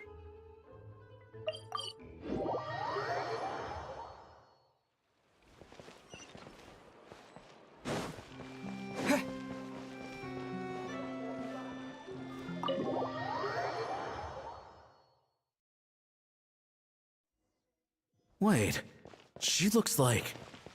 Is that a... I'm sorry. I'm so sorry.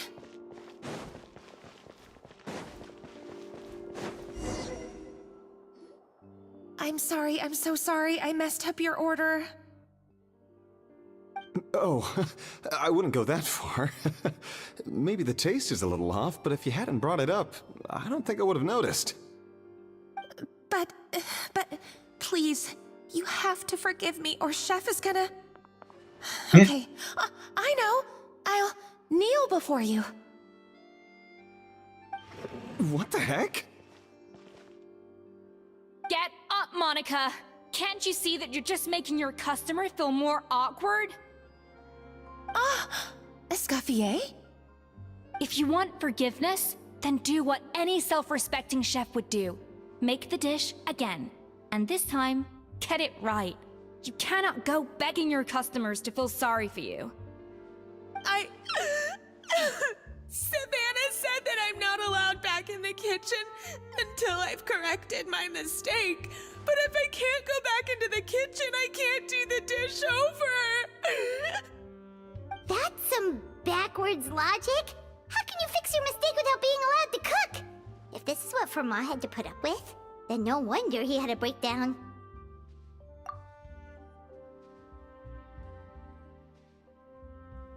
We apologize for interrupting your meal, sir. It's fine. With my layman's palate, it's not like I can tell the difference anyway.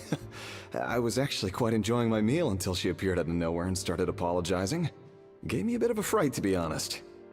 Oh, well, it's because Chef Savannah tasted a bit of the leftover soup from my pot and then threw me out of the kitchen.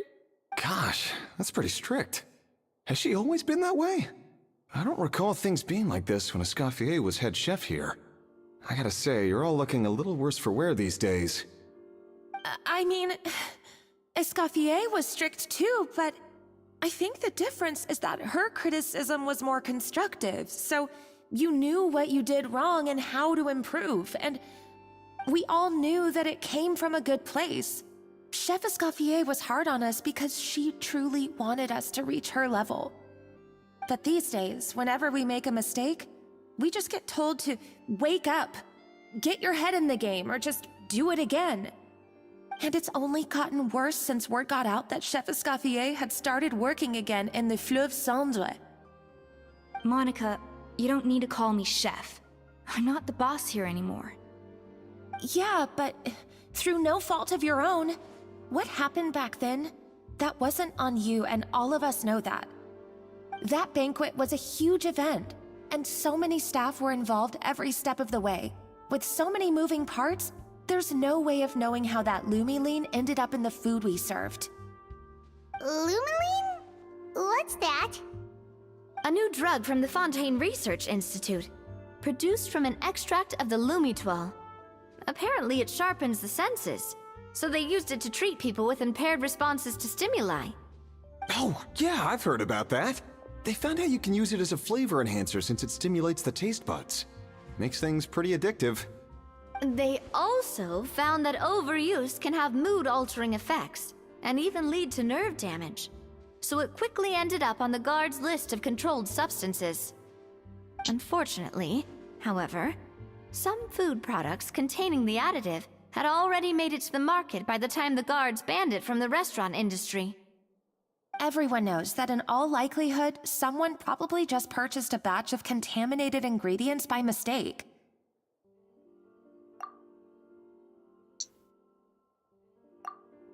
But you took all the blame. We all know why. You just didn't want to see this turn into a place where tensions are constantly running high, because everyone's suspicious of each other all the time. And now look at you, a fry chef in the LVL50. What are you trying to say? Sure, the Spina's Tavern is no Hotel de Boer, but come on. It's not that bad, is it? Oh, the Fleuve Sandra, you say? Great. That's where I'm downing from now on. Okay. Monica, I'm very happy with my current job. And there's no changing the past. We just have to let bygones be bygones. Besides, at the end of the day, I was the head chef, regardless of whose mistake it was. Ultimately, the responsibility lay with me. If only Savannah was half the boss you were. I'm sorry? Do you have a problem with my conduct as head chef? No, chef. So, you do remember who's boss? Escoffier? I thought you'd left this place for good. What are you doing back here? What happened to you, Savannah? Why are you acting like this? When I turned this place over to you, You made me the head chef and gave up your right to tell me how to do my job. You're not the boss here anymore, so stop acting like you own the place. Whoa. Sounds like someone has a chip on her shoulder. If it's in space. Yep. Oh, Savannah! My God, have you grown a temper since I last saw you? Have you put even half the amount of energy into improving your cooking skills, or are you still using the Pluie Lotus as an off-brand marcotte, thinking no one can tell the difference? That's none of your business! What happened to not storming in and raising hell? Ho ho! I was not expecting to see something this spicy as soon as Escoffier returned. Huh? Fan Asian?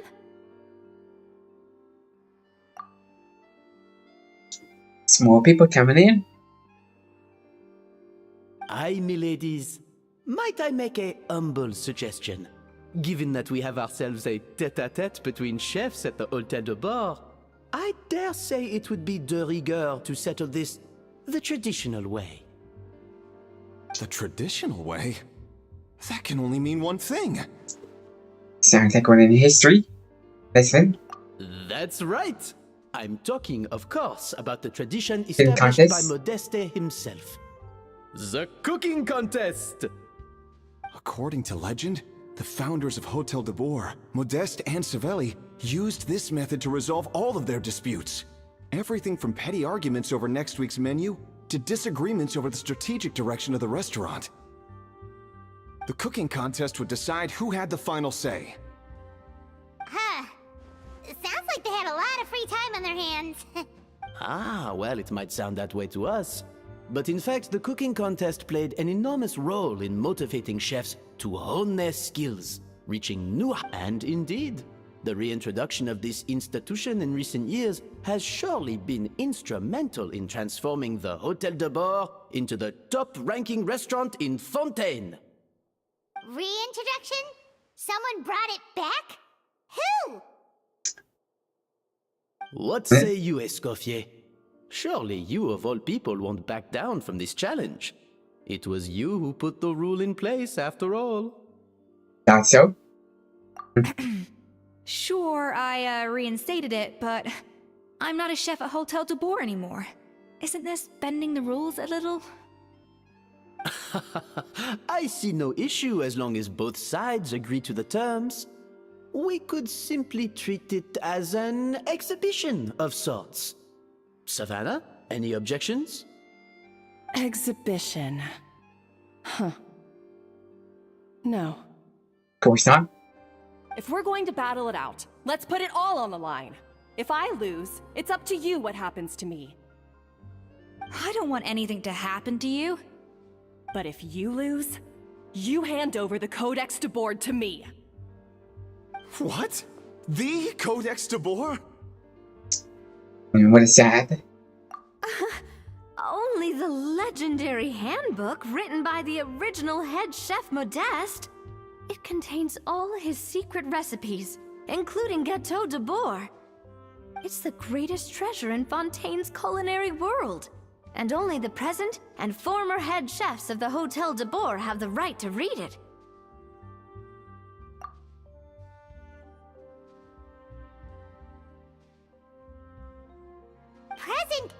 performer. Wait, but that already includes Savannah, though. What do you want that old thing for? You have your own copy, don't you? Don't take me for a fool. You know perfectly well what I mean. I want your copy, the original version, the one you took with you when you left us. I'm sorry, I must be missing something. You know, there's no difference between the original and the copy, right? They contain the exact same recipes. Stop trying to change the topic. What's wrong, Escoffier? Scared you're gonna lose to me? Or are you scared of me getting my hands on the original codex? Savannah, you may remember that we gave her the original as a parting gift, to thank Escoffier for her years of service. Asking for it back feels a little, Oh, I'm sure it won't be an issue, as long as both sides agree to the terms. Those were your words, weren't they? And as for the contest itself, let's make it a bake-off. Gâteau de Bourg, per the recipe in the codex. Well, Escoffier, you against me. Are you in or out? You sound surprisingly confident. Alright then, let's see how much you've actually grown. I hope you surprise me, Savannah. I'd hate to find out that all you've learned after this long is how to chew people's heads off. Believe me, I'll show you. Escoffier, are you sure this is a good idea? You accepted her terms a little hastily. Oh, it'll be fine. Let's head back to the Fleuve Cendres so I can get prepping. Prepping.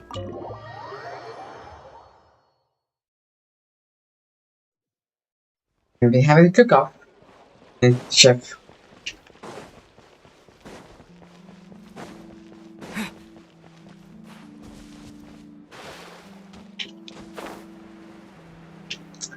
See, where is it?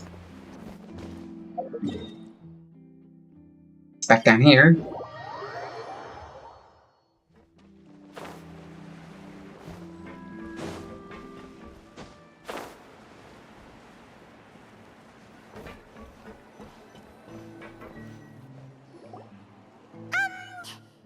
So, this whole bake-off thing kind of came out of nowhere. Was it really sensible to just go along with it?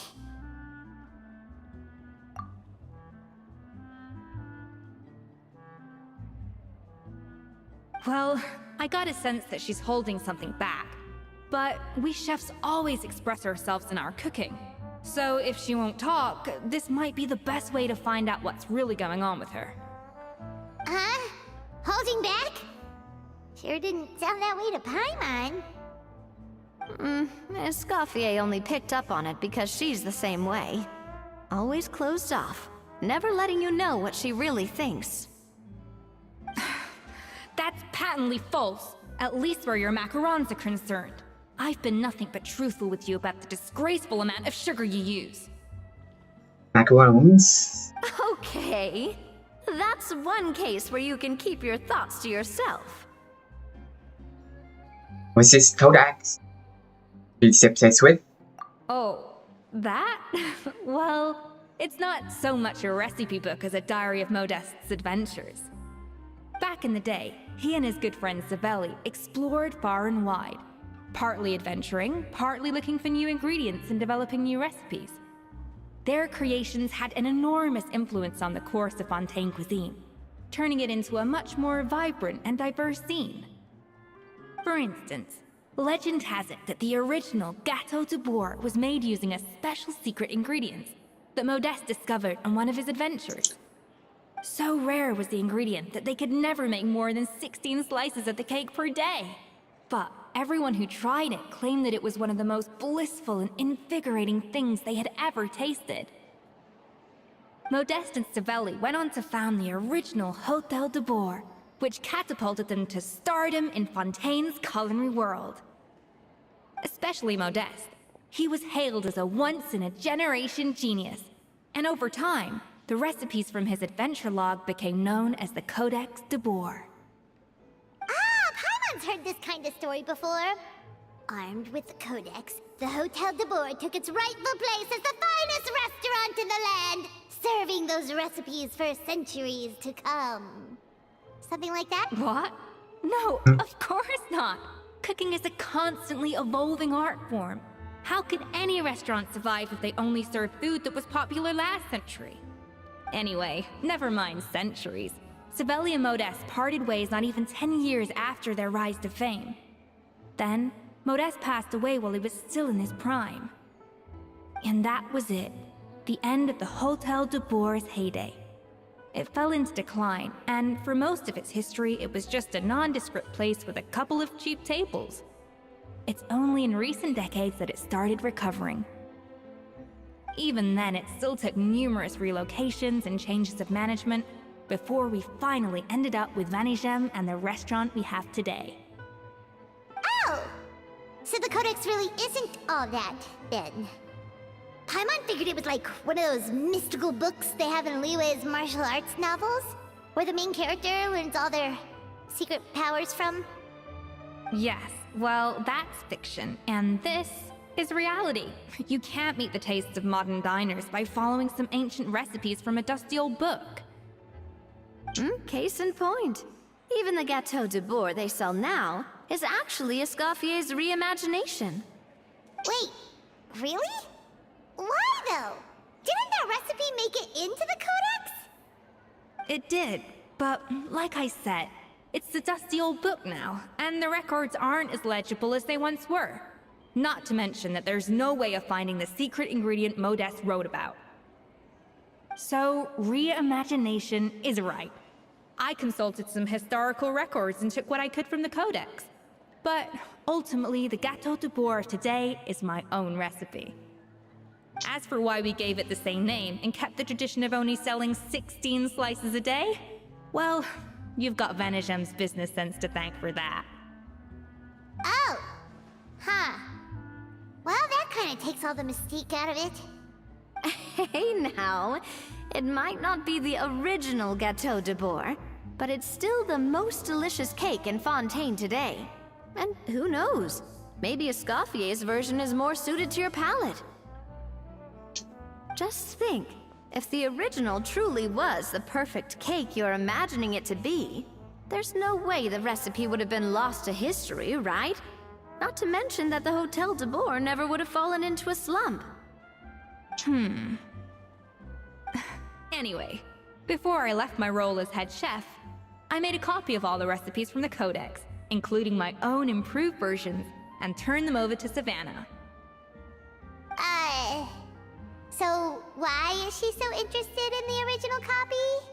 Could it be a symbolic thing? Like, whoever holds the original Codex de Boer is the true head chef?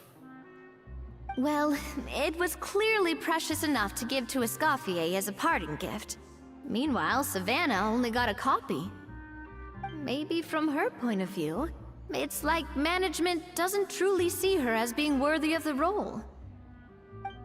You think so? The only thing is, it was her suggestion to gift me the original in the first place. Well, a joint decision by her and Vanigem. But still. What? Huh. Guess she's had a major change of heart since she became head chef. Yeesh. Who knows? We could speculate forever. Better to just let our Gâteau do the talking. What's that mean? It means besting her in this bake-off, and then getting her to explain herself, even if I have to beat it out of her with a spatula. Don't mince words. However much she's changed since we worked together, I believe that she still has her chef's pride. And if she respects the art, she'll respect the outcome of our contest. Well, I'm confident that you and your spatula can get justice for Froment.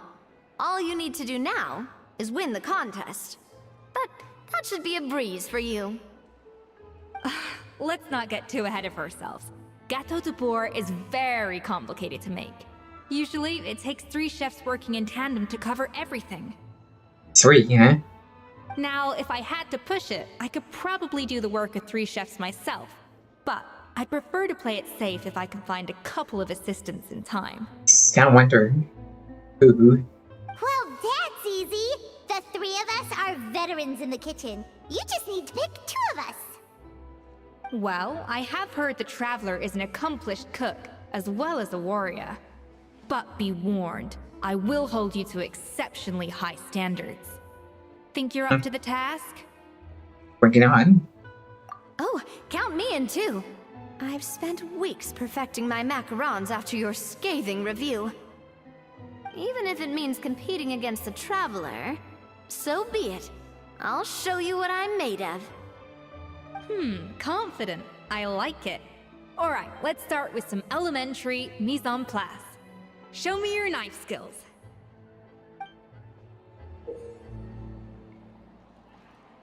It's not actually knife skills. I've always called it chopping stuff up, not mise en place. But it's basically the same thing, right? Oh, Navia. The difference in your case is that mise en place is chopping stuff up without sending juices flying all over the kitchen. Steal his sword. Looks like you found that easier than I expected. Yeah, thankfully it was pretty straightforward in the end. You made it sound like we'd be carving statues out of fruits or something. I think we could play my horror knife.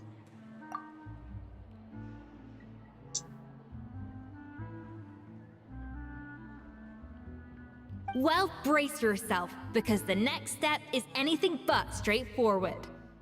I'll be using this cold press to extract flavor compounds from the ingredients. What's it called, Chris? A kind of special food processor I got the Fontaine Research Institute to make for me. It uses cold temperature extraction to isolate the essence of cooking ingredients, which can then be used to flavor dishes more precisely. But this isn't exactly standard kitchen equipment, so that probably didn't make a whole lot of sense. Let me give you a demonstration instead.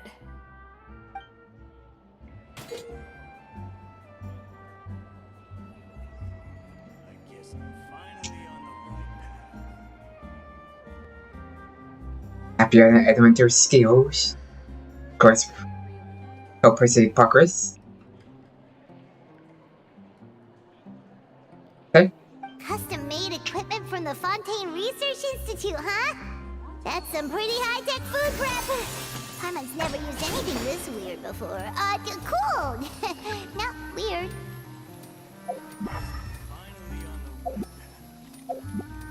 An inspired melange.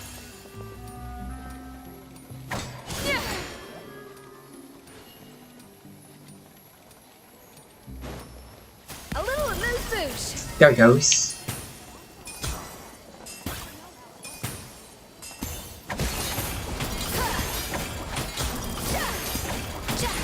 Hey. And done. These are the flavor compounds extracted from our ingredients. I processed all the fruit you chopped up earlier.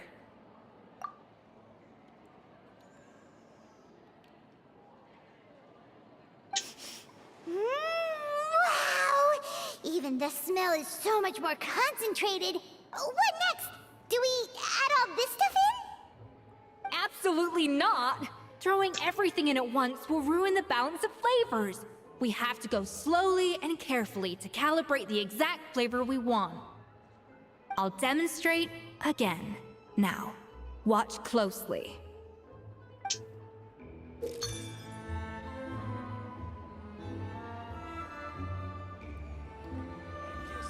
Strike a balance between fruity and floral flavors.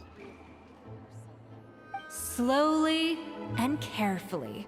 Not a drop too much, and...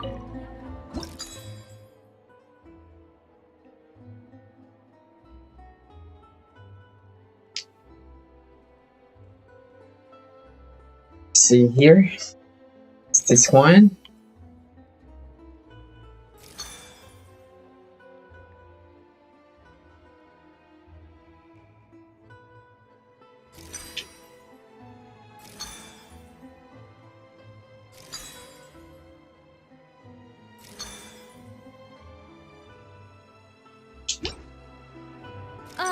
That didn't count.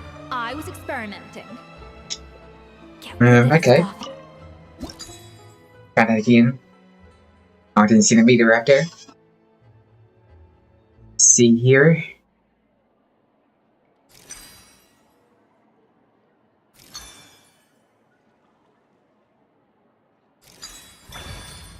Okay.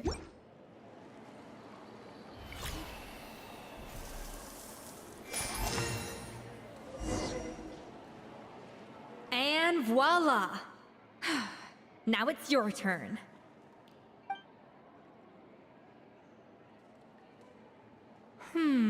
Not terrible. Considering this was everyone's first time blending flavor extracts, it could have been worse. But the Traveler's work was surprisingly good. Are you sure you've never done this before? You got Is that almost true? perfect results on your first try. Is that true? This says adventures or puzzle. Oh, well, they do say adventurers are multi-talented folks. Now I've seen it firsthand. Alright, now for the part I've been looking forward to. I want each of you to cook something from the Hotel de Boer's current menu. I'll judge your submissions and give you a final score. Final score. That's right. The true test of your cooking skills is the finished product. It'll be good practice for the contest itself. Now get to it. Chop chop! Choppity chop.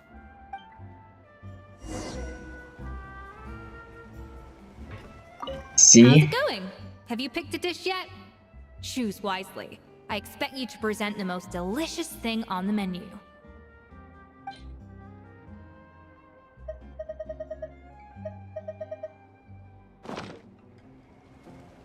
See, what am I supposed to get?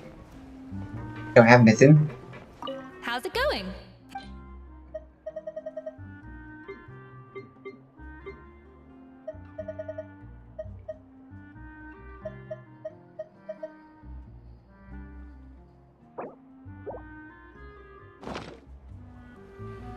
How's it going?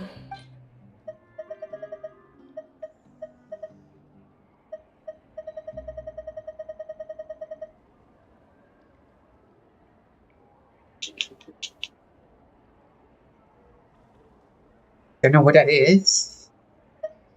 Ain't got it.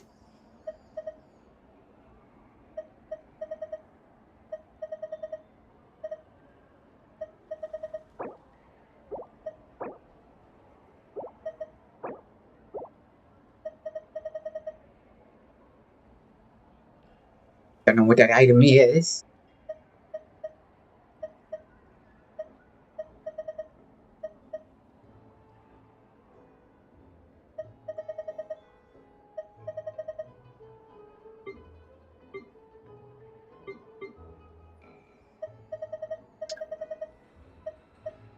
See, what am I supposed to do here? Ain't got it. Ain't gonna eat it. Finally on the right trail.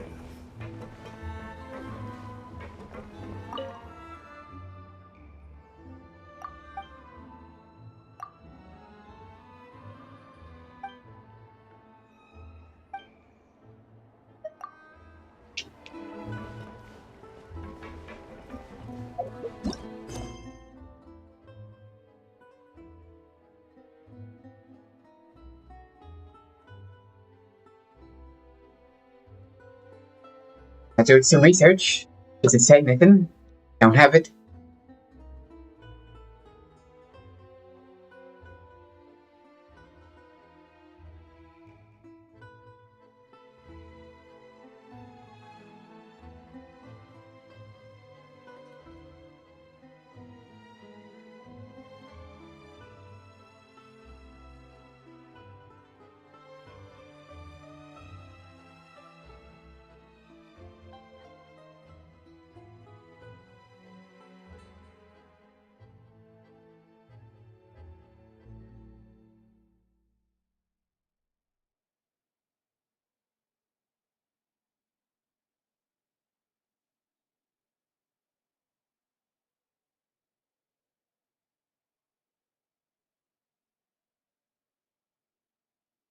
See, I may have to purchase something.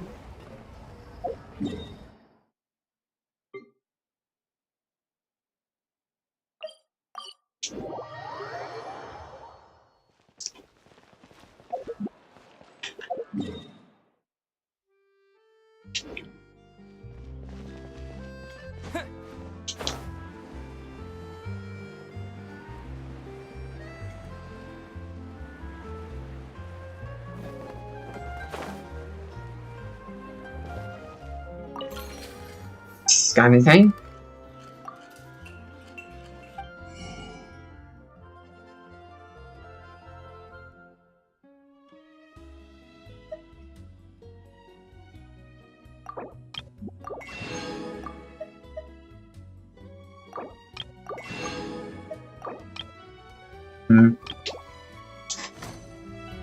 Okay. I think I got the right one. Let's go back over here.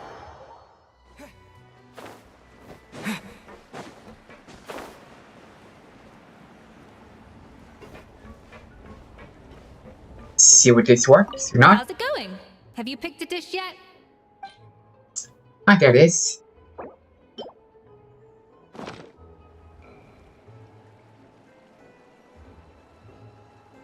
Huh.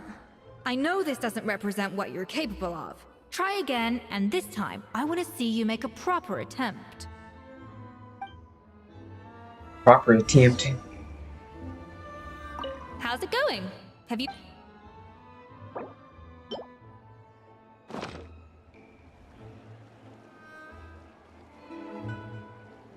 Huh. I know this doesn't represent what you're capable of. Try again, and this time,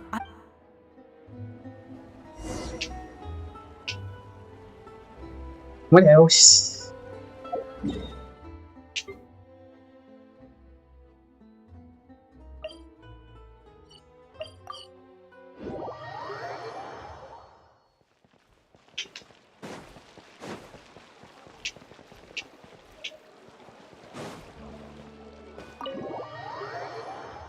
We buy some food here.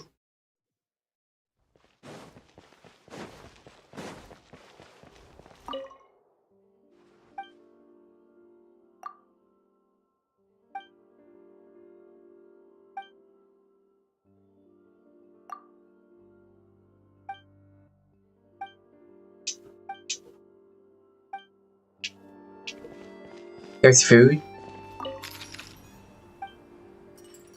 See what we got here. Swiss recipes here.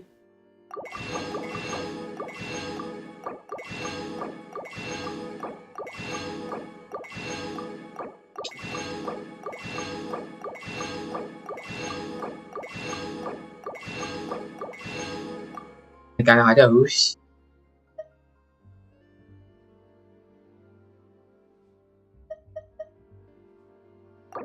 That one.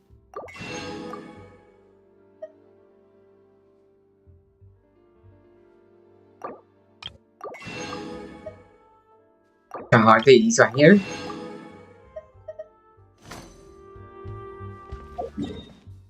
Wasted all that money, but got our recipes now.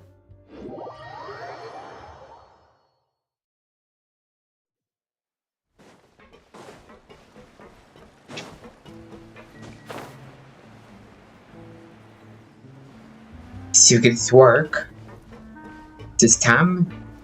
how's it going? Have you picked it? Let's do a 3-star one first.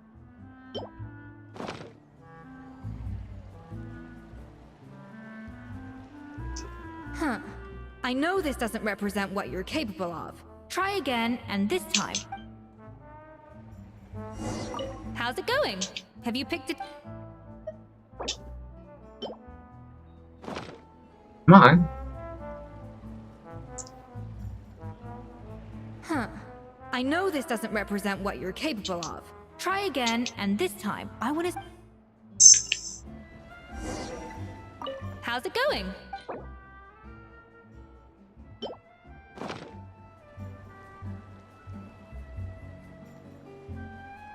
Huh. I know this doesn't represent what you're capable of. Try again, and this time, I would...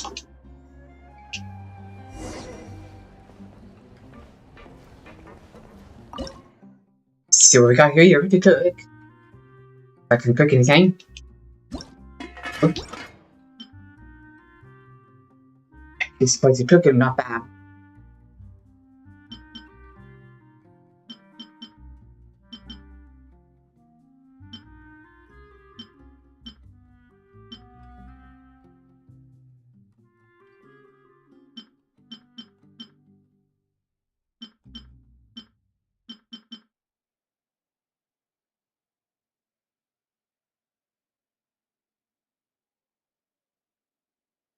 Let's try this one.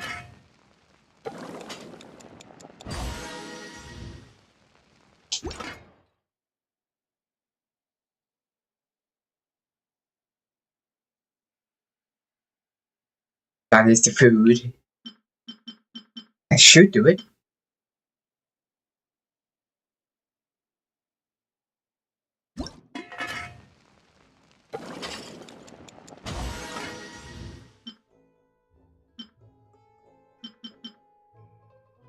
Some more chicken. A cream. Let's see. Let's try these two first. How's it going? Have you picked a dish?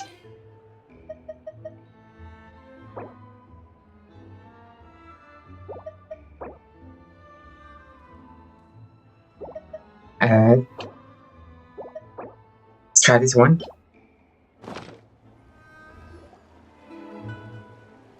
Yep. Fine. Look at that! With the grace of a Gotta snowy make it. goose, as I like to say. Now, let the grating commence. Ain't bad. Gotta make it. Pretty good, right? Not to brag or anything, but Paimon's a bit of a connoisseur when it comes to la food. 6 points. What? Oh, well, fair enough. Paimon doesn't cook all that often, so as long as it's a pass. That's 6 out of 100. What?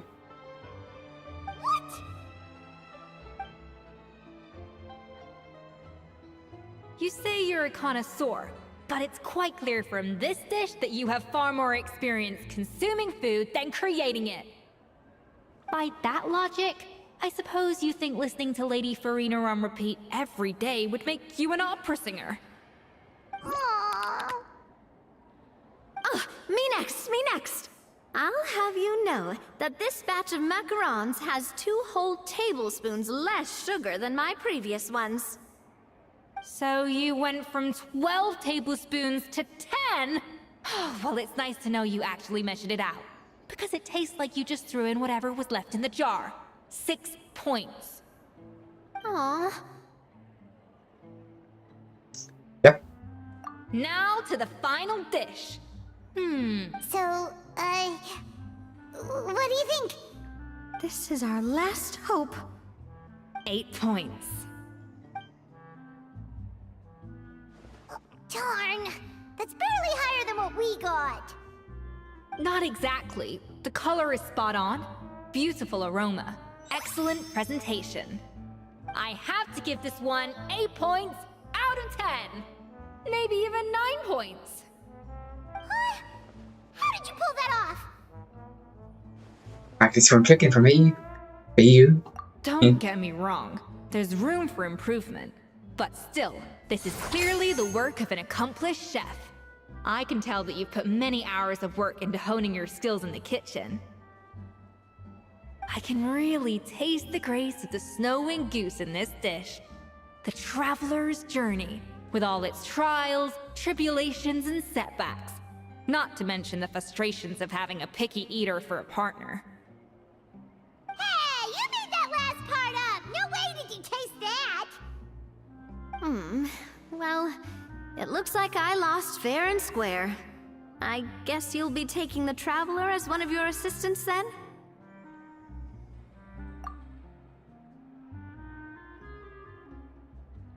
But if it takes 3 chefs, that still leaves 1 slot remaining.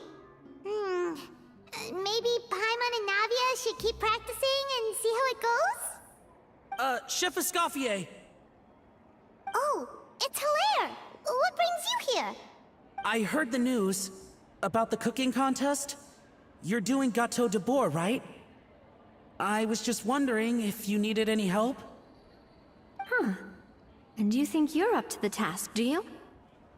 Oh, no, I know I'm not there yet. It's actually my dad who wanted to help.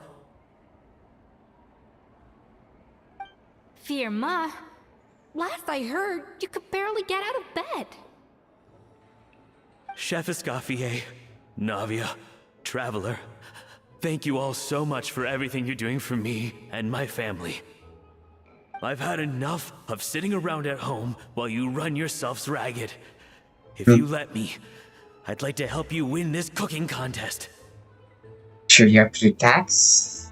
Yeah, I was gonna say the same thing. Don't you worry. I'll be fine. I'm feeling much better now. I'm sorry. I know I've been rather useless these past few days, but not anymore. The fact is, I'm a fine chef, despite recent events. I've proven myself in the Hotel de Bourg kitchen, so if anyone's qualified to work under Chef Escoffier, it's me. I think. I mean, I hope so. Firma, have you even set foot in a kitchen since leaving Hotel de Bourg? I have not, but I'm fully rested now. I know I can handle it. I'll prove it. Let me whip something up for you right now. Okay. See what we got.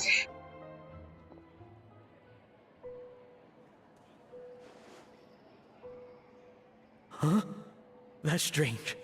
Why are my hands shaking? What do you call this, Firma? I can't seem to grip my knife. Do it again! Again! Again! I... Hopeless. Get out of my kitchen yesterday. Dad, what's wrong?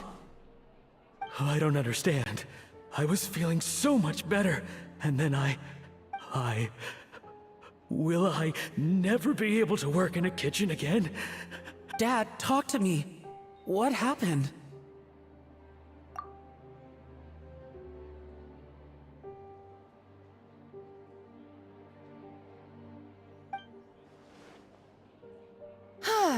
I think the real issue here is not physical exhaustion, but psychological trauma.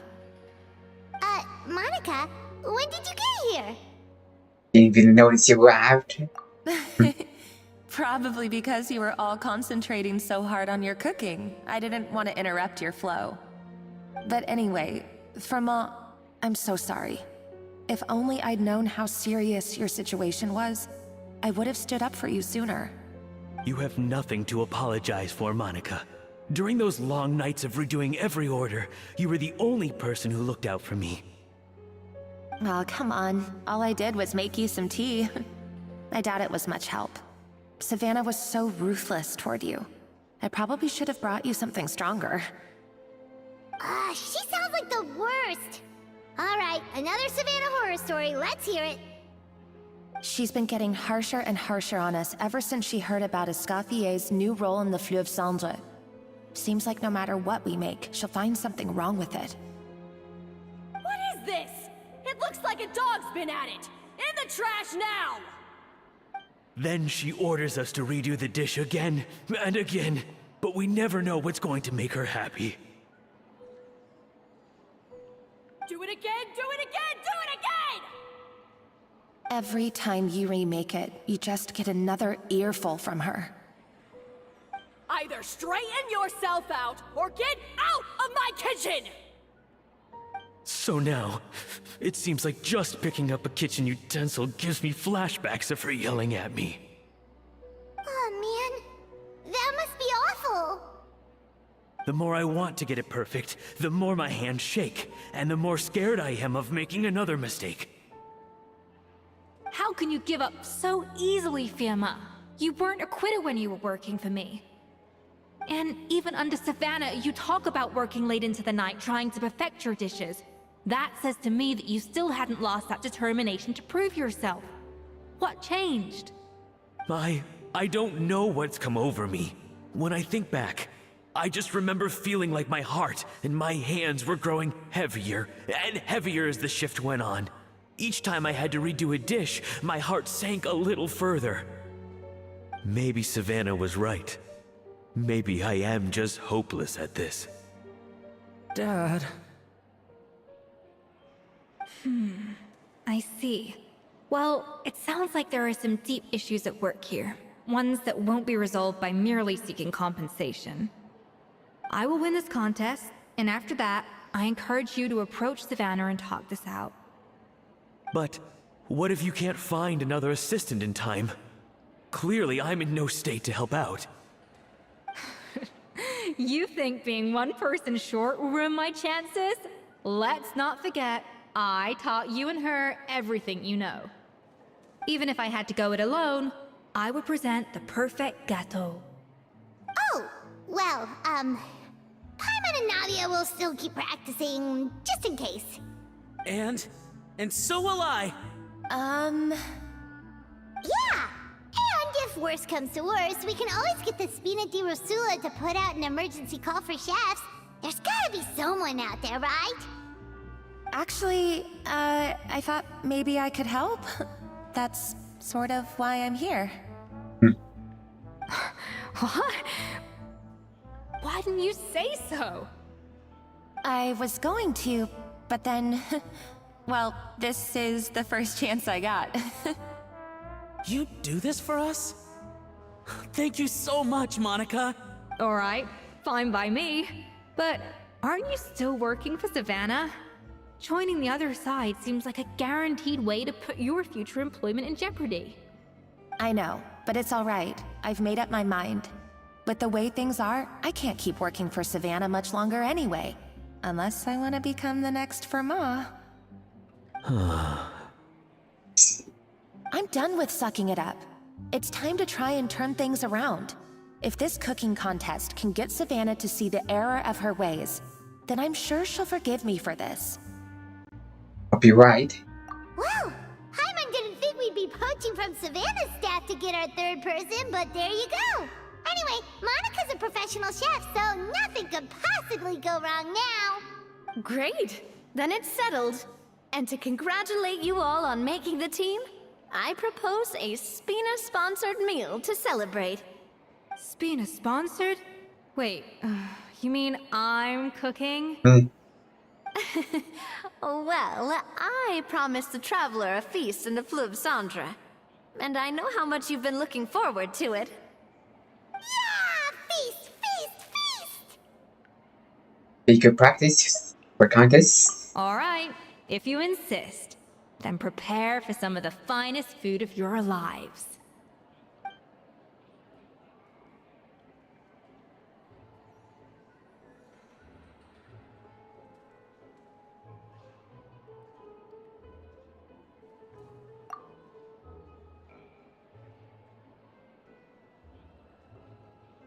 That's not a bad idea, actually.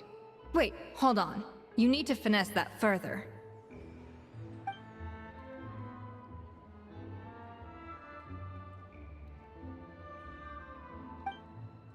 That was a dream come true. Paimon never knew Fontanian cuisine could be this good.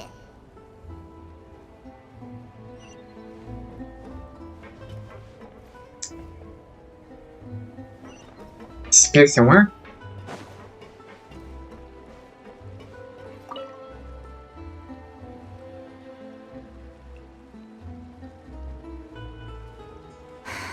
Why, Savannah? Why? What you up to? Oh, nothing. I was just flicking through the original Codex de Boer. I wanted to see if there was anything I'm missing. Something I hadn't noticed before. That might explain why Savannah's so desperate to get her hands on it. But I can't find anything. It's just some hastily scribbled recipes in between diary entries from Modeste's adventuring phase. And most of it's not even legible anymore. The copy I gave her not only has all the recipes in full, but even includes my own private tips and notes from years of experience. Surely that's infinitely more useful than this old thing. Spelling on how what's useful with this? Yeah, maybe. Still, it's just hard for me to imagine that the Savannah I knew would go to all this effort just to make a point. Want you two friends? We were. At least I always thought we were. She was a little shy, but meticulous with everything and everyone she dealt with. She made a few mistakes here and there, but she was quick to correct them whenever they were pointed out. And she was always striving to improve as a chef. Those qualities are why I recommended her to replace me as head chef. I never imagined for 1 second that she'd cause Fiamma and the other staff so much grief. Sounds like you're partially responsible. Well, I mean to an extent, of course. I pushed hard for her to get the role. And the idea that she turned out like this because of me is difficult to come to terms with. I wonder if this is how Modeste felt back when he was writing the Codex. Speaking of... Yes, with his good friend and co-founder of the Hotel de Boer, Savelli. The story goes that after Modeste unveiled his Gâteau de Boer and was hailed as a culinary genius, he was admired and adored by all. But unlike Modeste, whose every new creation was an instant hit, Savelli seemed to face setbacks at every turn. Doors that would swing wide open for Modeste would shut in Savelli's face.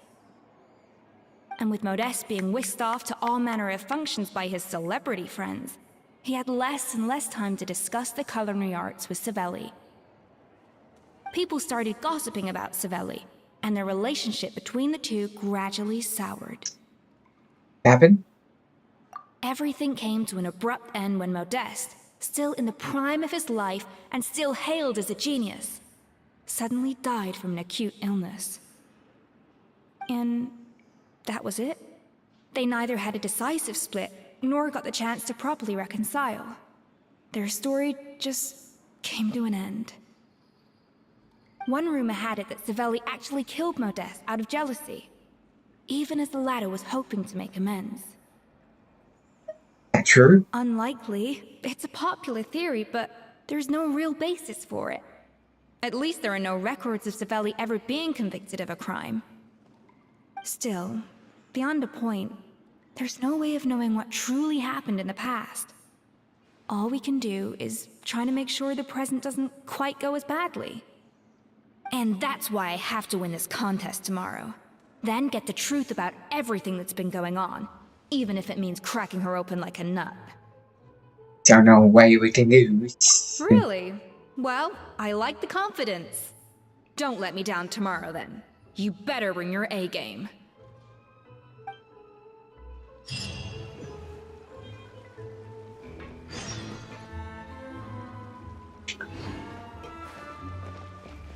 This more right here.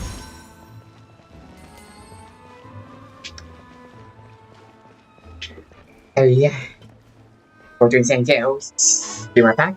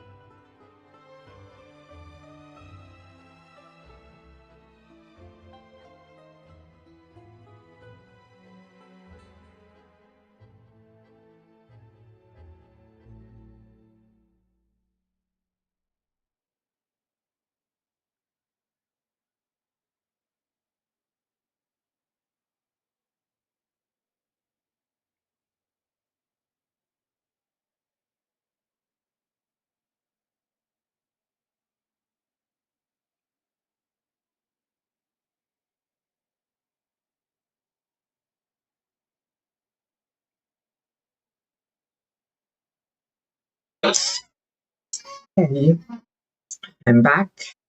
See, tomorrow noon.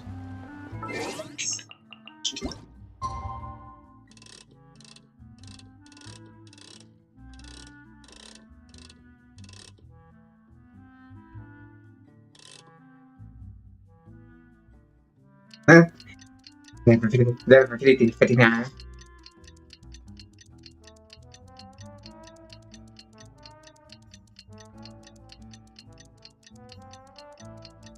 It's cooking contest day! To the Hotel de Boer! Toot sweet! Above.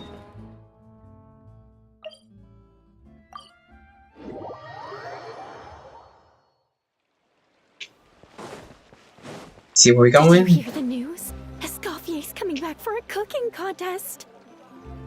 Wait, seriously? Escoffier in a cooking contest? Now that I've got to see. I don't get it. Why would anyone in their right mind challenge her to a cooking contest?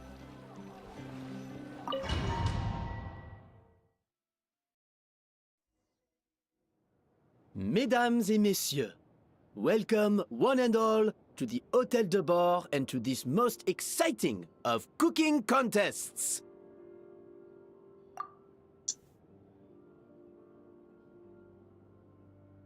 Savannah, I brought the original copy of the codex you asked for. Monica? Huh. Spy there. In the interests of fairness, this contest will be conducted in a double-blind format. Once the dishes are complete, they will be sent to the back of the kitchen where they'll each receive a label. The labels will be placed out of sight underneath the plates, only to be revealed after the judges have sampled them and reached a final verdict. This is to ensure that no one will know which dish is made by which contestant. As one of the judges, I promise to be fair and impartial. When my meal got interrupted yesterday, I never thought this is how they'd make it up to me. Getting a seat on the judging panel is a pretty sweet deal. Both contestants have taken their positions. Then, without further ado, let the Hotel de Boer cooking contest commence!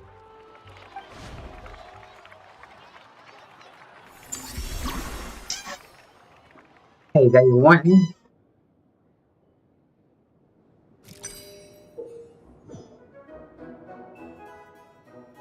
Hey, you gotta do this meter again.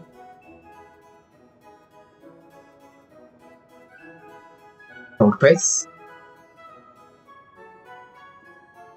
Hey. Monica, Traveler, it's go time. Let's do this. Even the best chef in the world can't flavor their food without prepping the flavoring, right? Alphonse, Gaspar, get to work! Do not disappoint me. Looks like our two head chefs are raring to go. Hey, that's done. Even on full blast, this competition is quickly heated. See, beef.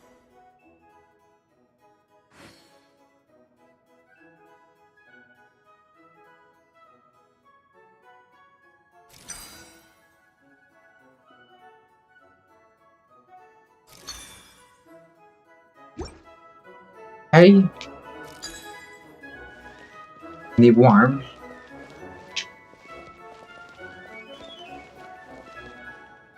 Gotta get warm now.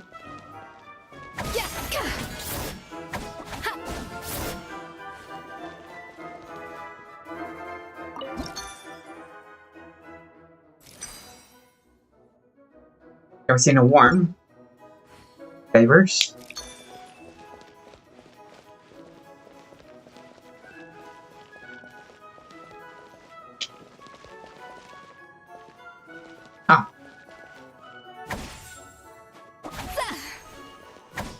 That should be enough flavoring. Now hurry up and balance the flavor. And here we go. Perfect. Stay calm, Escoffier. There has to be a way to balance the flavors. And see what warm Just think. pretty flavors or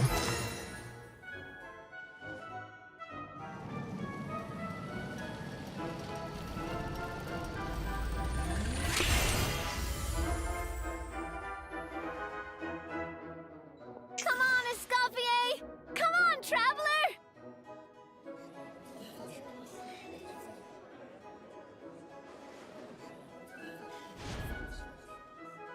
see round two. Yep.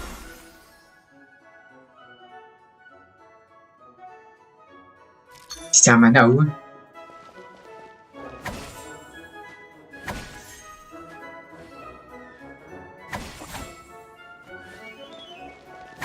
Should be enough of that. A little amuse-bouche.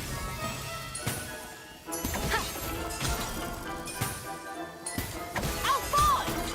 What are you playing at? CV4. The balance of flavors Perfect. is about right.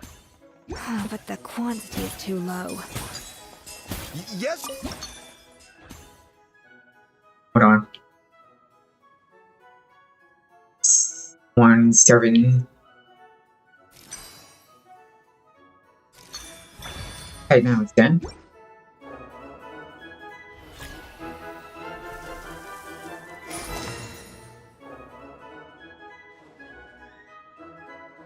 So, what do you think?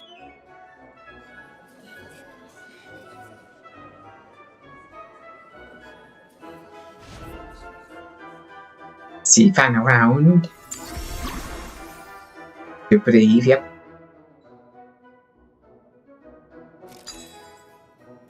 Who's got a well faster than one? Get a whole bunch of pretty ones here. Escoffier is already on the final step of the recipe. Let's check on Savannah's progress.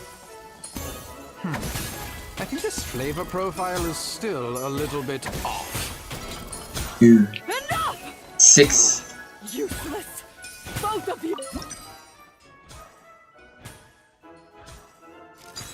See here.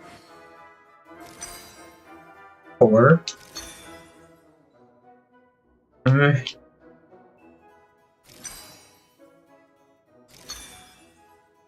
Just one off.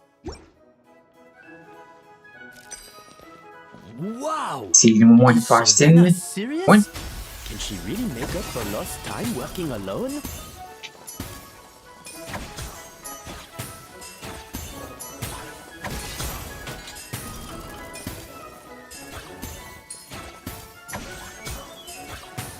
I don't need that much. Let's try that.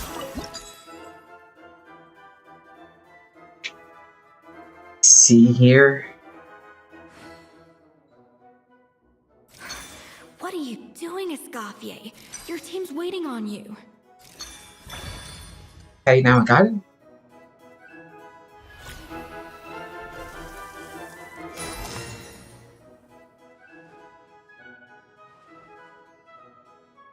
You can't match Escoffier's talent.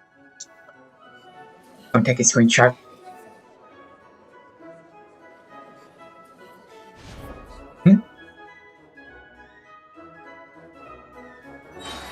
I present to you Gâteau de Bourg. See, now I can.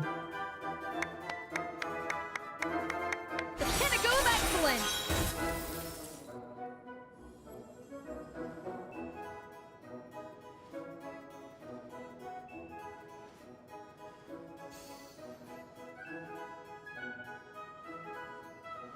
Looks good. I was just exercising caution. I had to make sure everything was perfect. See.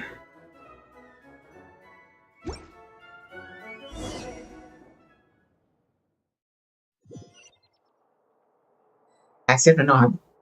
Time's up! Contestants, please take your dishes to the back.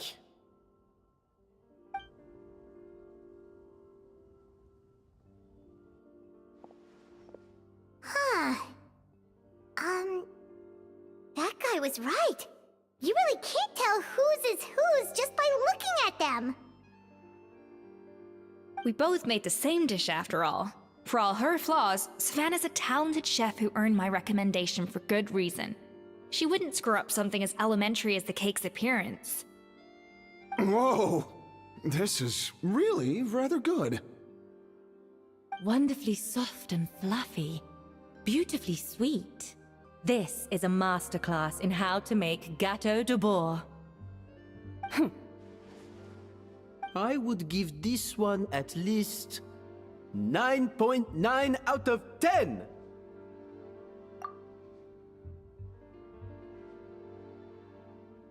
Only because there's something about the flavor of the base. It's just a little different from the recipe I'm used to. Huh? Really? I couldn't tell. All right, on to gâteau number 2. I haven't had a single bite and already this aroma is a delight to the senses. I have a feeling that this gâteau will be a gâteau for the ages. How exciting! I'm gonna dig in.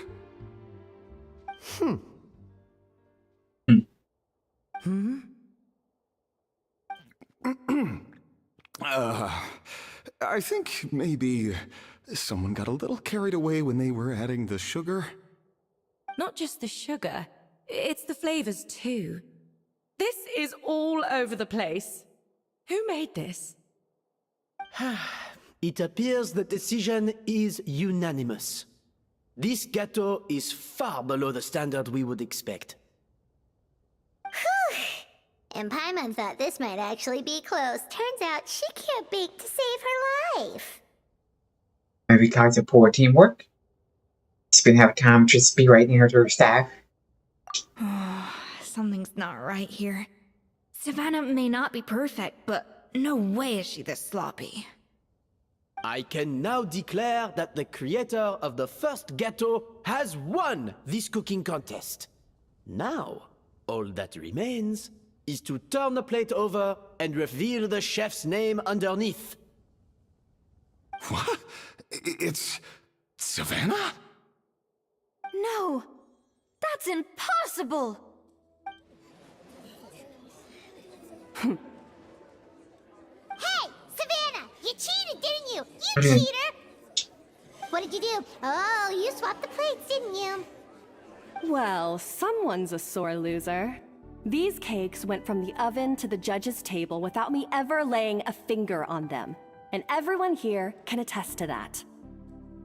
It was Vanishem's staff who labeled them in the kitchen. If you're looking to accuse someone, why don't you start with them? Isn't it more likely that Escoffier's lost her edge? Oh, or maybe her assistants let the team down. You take that back! Judges, we demand a rematch. That's enough! What's done is done. As head chef, or rather as team lead, I take responsibility for the dish I served. Whatever went wrong and however it happened, I should have spotted it. Savannah, I didn't think you'd stoop this low just to beat me in a bake-off. What happened to your chef's pride? I don't know what you're talking about. If you want the Codex de Boer that much, you can have it. Scoffier, no! But you must promise me that you'll apologize to Firma and compensate him for everything you put him through. It's a little late to be negotiating terms. The contest is over and I won. That means you owe me the Codex, and I owe you nothing. Look, Savannah, you may have fooled everyone else, but can you really fool yourself? What I'm offering is to accept defeat without looking to expose what you've done. But only on the condition that you promise to stop putting so much pressure on your staff. Fine. I'll treat this as your final handover of duties from one head chef to the next. So, will that be all, ex-head chef? Or is there any other unfinished business you'd like to leave in my hands? I didn't mean that to be a scolding from your former boss, just a word of advice from a fellow chef and a friend. But I don't know if you're even open to input from other people anymore. I know what I'm doing. I don't need your advice. All right, fine. I'm glad to hear it.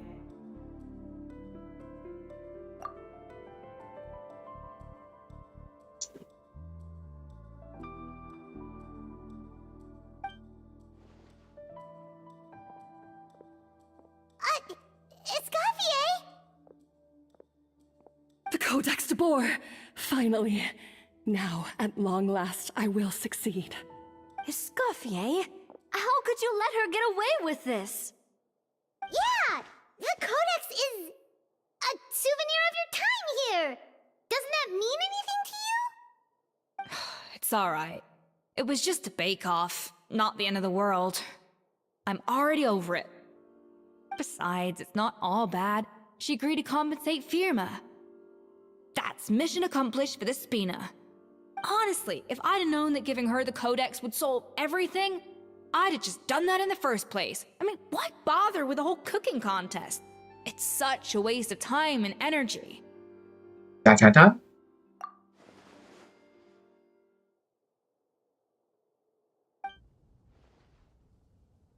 No. No! This doesn't make any sense! Huh? That's it? No secrets, no nothing? I don't believe it! This can't be happening. Oh, Chef Savannah! Savannah?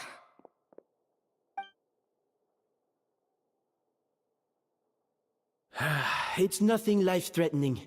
Just a lot of pent-up stress and exhaustion.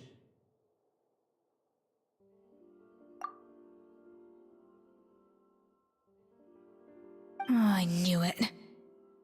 Pent-up stress? The truth is, however hard she might be on the rest of us, the person she puts the most pressure on is herself.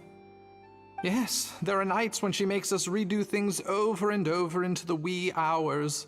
But for her, it's every night. She'll hide herself away in the kitchen, working on new techniques and recipes, and only realize how long she's been at it when we come to work the following morning. But why?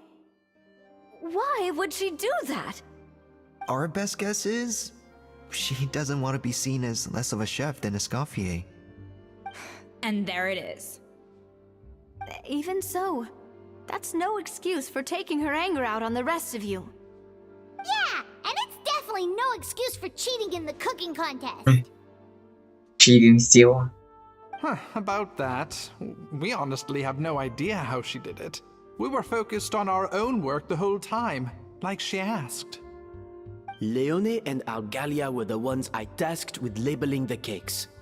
I've already spoken to them both. They're at a loss to explain it too. Not to worry. Come on, join me downstairs. I'll interrogate the guilty gâteau myself.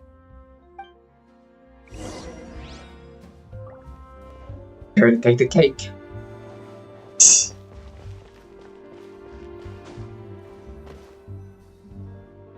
Well, how is it? Have you figured out what it was?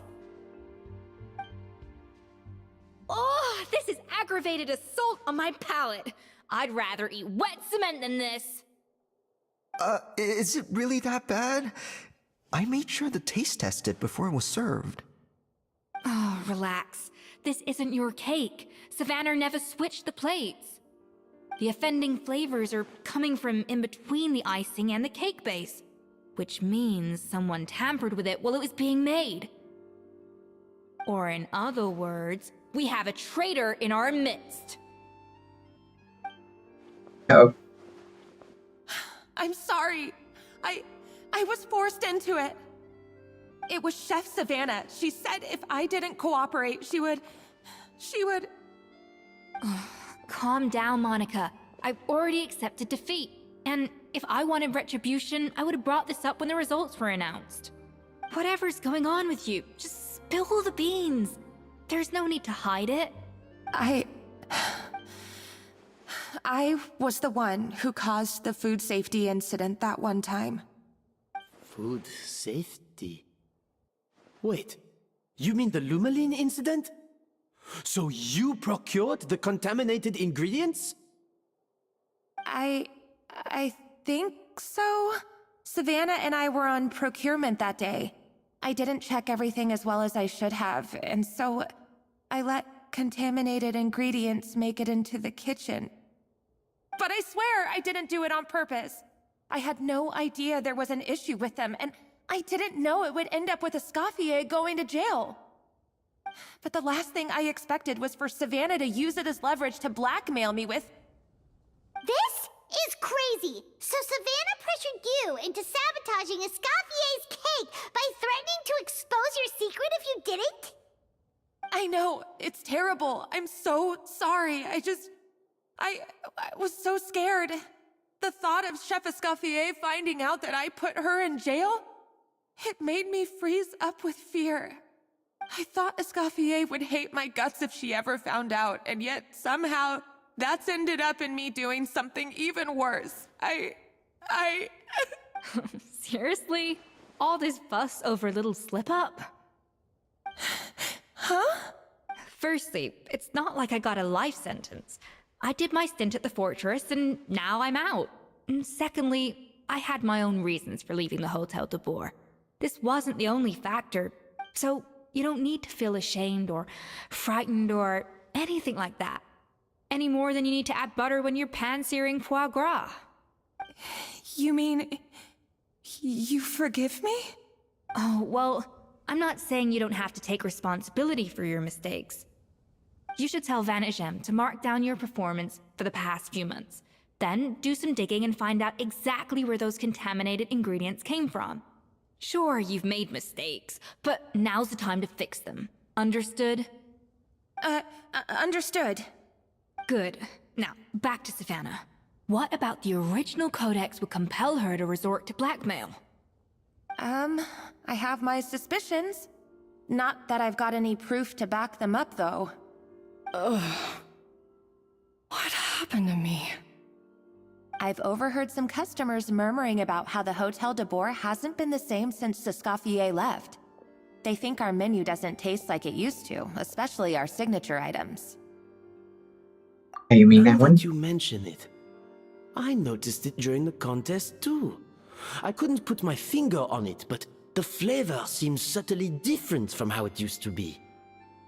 But the difference was so small, I'm sure no one would notice it besides our most loyal customers and true dessert connoisseurs. Still, as head chef, it's easy to see why Savannah would get so hung up on it. So many times I've seen her make the cake base over and over again, late into the night, determined to match Escoffier's version. But something's always slightly off every time. Yeah, I've noticed that too. Never really gave it much thought, though. Thinking back on it now, it's clear that Savannah's been in a downward spiral ever since Escoffier left. She wants to prove that she can fill Escoffier's shoes. That's gotta be the reason. But after countless setbacks, she's getting more and more unhinged. And at some point along the way, she switched from doubting herself to doubting Escoffier. Doubting Escoffier? For what? Oh, it's fake. Yeah, it would explain why she was bent on getting the original at any cost. She must have thought Escoffier purposely omitted key details from her recipes when she copied them out. Also, she could retain her place as the #1 chef in Fontaine, the only one privy to all the secrets of the trade. Oh, for goodness sake. What a stupid idea. Of course. Then she finally got the codex only to discover that the secret recipes she's been pining for don't exist at all. Seeing how utterly wrong she was must have been a real shock to the system. It probably brought up everything at once. It overwhelmed her, and she passed out. There's still one thing that doesn't make sense, though. If Savannah had the real recipe all along, how come it tasted different? She might not be on the same level as Escoffier, but surely after like 50 attempts, she'd get it right one of those times. You'd think so, but geniuses like Escoffier are in a league of their own.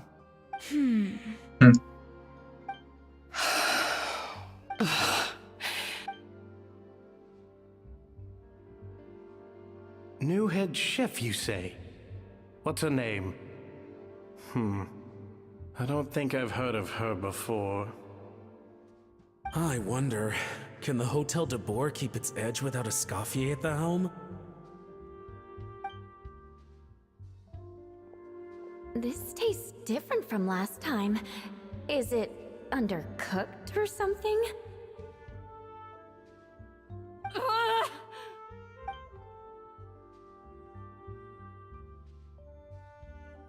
Take this. It's a copy of the Codex de Boer.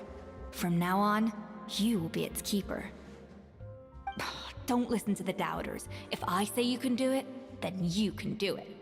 Even if you don't believe in yourself, at least believe in me. Hey, did you hear me? Once I'm gone, the restaurant is all yours.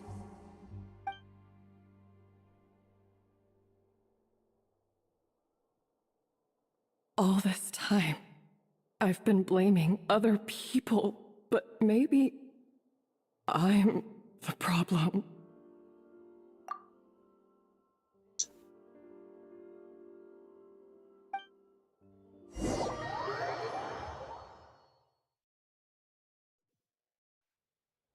I sincerely apologize for putting everyone out. Savannah's awake now, but I don't think she's ready to speak to anyone yet. Let's give her the day to calm down. I'm sure you'll have the chance to talk everything out tomorrow. In that case, I'll go and update for Ma and his family. I wonder what he'll make of all this. So, we'll come back tomorrow then. Okay. That was a long day. I think I've earned myself a sweet treat when I get back home. Oh, nice! Macarons? Or are you gonna switch it up this time?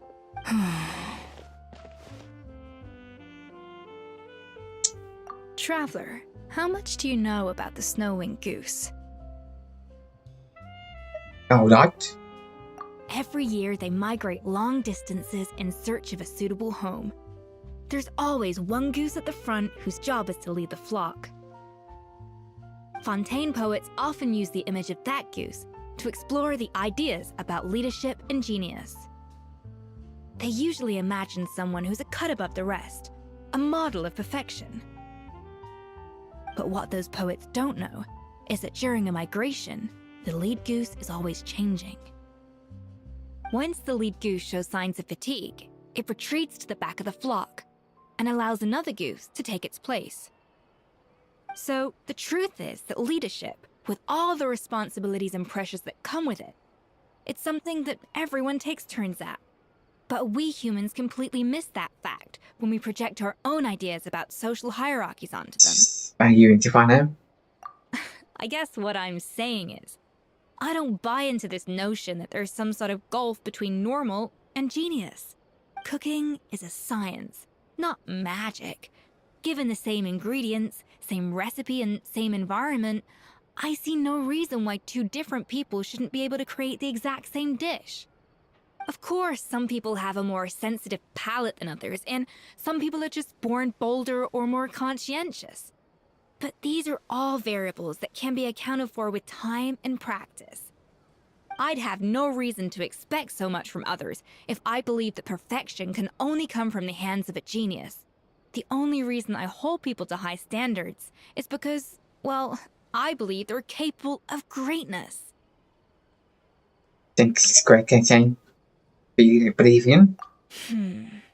Okay, I've made up my mind. I'm gonna get to the bottom of why Savannah failed. And come tomorrow, I'll give her the scolding of her life, pointing out all the mistakes she's made along the way.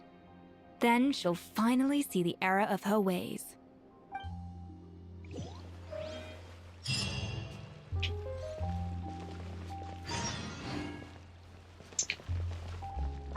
Alright. And again. Goes on the merge.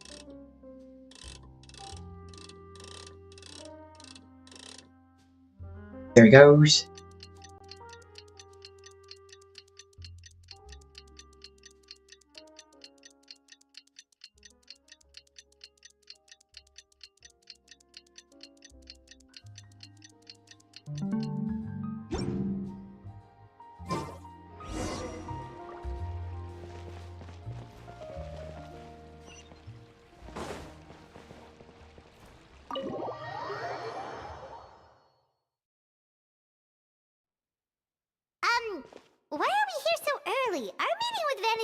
isn't for a while.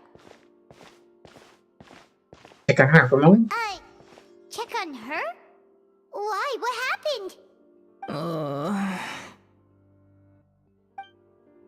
no. Escoffier, are you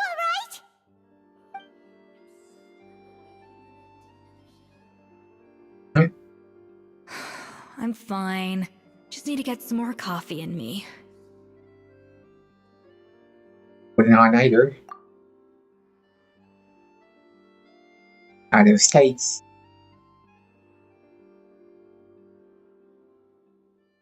Huh? What happened to my coffee? Did I really drink it all? Get some rest. Alright. Thanks. I appreciate it. Well, there's cooking facilities here. Or we could just grab a cup of coffee from Cafe Lutece, but either way, hurry!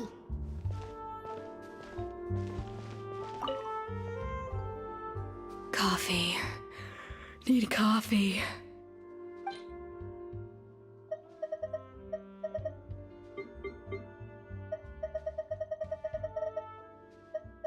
Boys, I don't have it.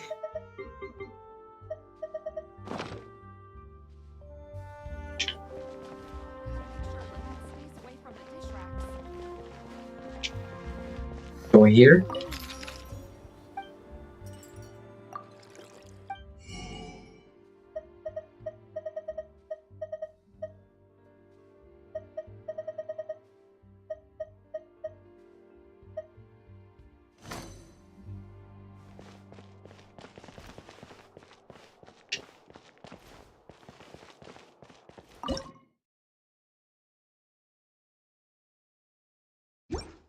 Forget about me. This is about what you want. What exactly? And there it is. Where I need to go. I'll go buy some more stuff.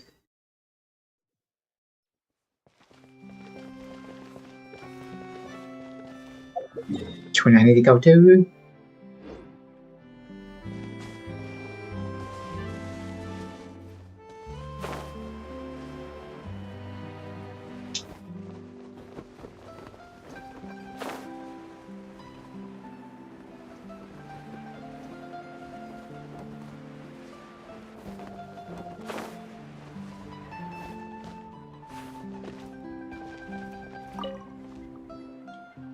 Hello, what can I get for you? Sure thing. Coffee? We're here to go. To go. Huh? Oh, I see. First cup of the season. Yeah, I get it.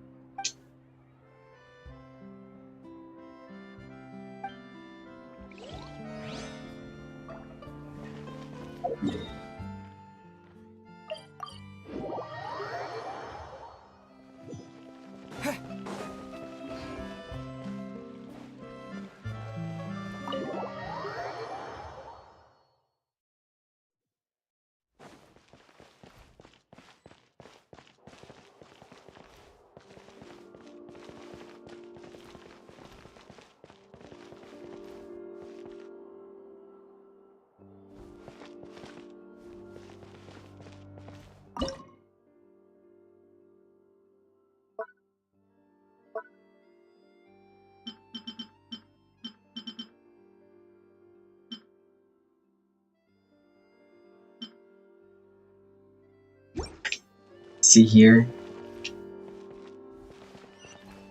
When will Lenny and Lynette do another show?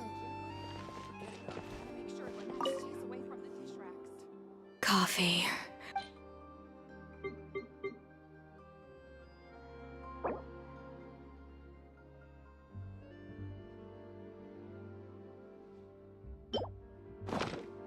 Hey. It's right. I smell coffee. I feel much better now. Thank you so much, Traveler and Paimon. Glad to hear it. But make sure to catch up in your sleep when you get the chance. How's the investigation? I think I figured out where the problem lies. Honestly, it's ridiculous. I don't know whether to laugh or cry. Wait, what investigation? guys talking about? I'll save it for when everyone else gets here. It's so stupidly small. I can't believe it's caused so much drama. Look at this kitchen. Yes, except my failures were stepping stones to success. Escoffier, have you seen Savannah? Huh? No, not since yesterday. Why? After seeing her home yesterday, we were all a little concerned about how she was doing. So, I dropped by her place early this morning to check on her. Only to find an empty house with the doors wide open. I left Alphonse and the others to keep watch at her home, while I checked the Hotel de Bord. I'm worried something bad might have happened. If she's not here, then where could she be? Boss, Escoffier, bad news. Alphonse? You're supposed to be keeping watch at Savannah's house. We were, but then, just after you left, we found this stuff in her house. Oh, looks like a map with a bunch of random places circled. What does it mean? Wait a second. This feels familiar. I'm sure these places are all connected somehow. Of course, from the Codex. They're all places that Modeste explored on his adventures. Modeste? Yeah, but I don't understand. The adventure logs in the Codex are too fragmented to be of any use. How come this map shows all the missing details? The Codex de Bord? Then, this place marked in red out at sea. Could that be the fabled birthplace of Gâteau de Bord? Seriously? So now she set her sights on finding the original recipe and beating Escoffier that way? Geez, Savannah. Anything to overcome a Gâteau plateau, huh? Ugh, idiot! Does she have a death wish? Those ruins are thousands of years old. Hold on, there's more. Besides the map, we also found these letters.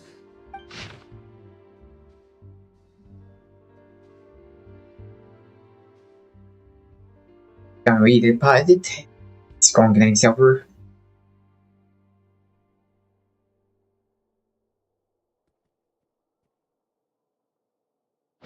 Still much It was read. you. You let the Lumaline through, didn't you? It sounds like a threat letter. Does this mean that Savannah was responsible for the safety incident? And not Monica after all? Retrieve the Codex by any means necessary. So the cooking contest and the cheating. Someone else was behind her pulling the strings? She's keeping the true recipe to herself. Ugh, this is all such a mess. Paimon needs a second to process this. First, we thought that Savannah forced Monica to cheat in the cooking contest. But now, it turns out that someone else forced Savannah to force Monica to cheat? Savannah blackmail? Or is it the other way around?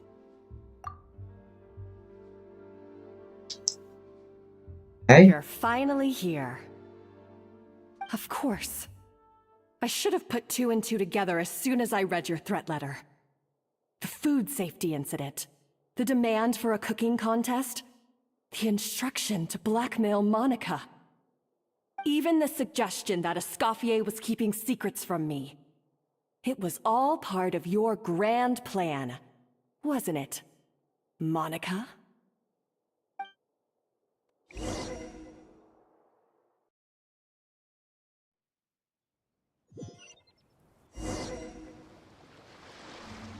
We should be getting close to the spot marked on the map.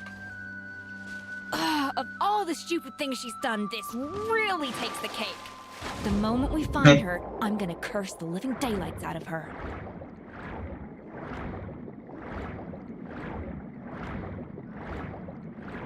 Or found this?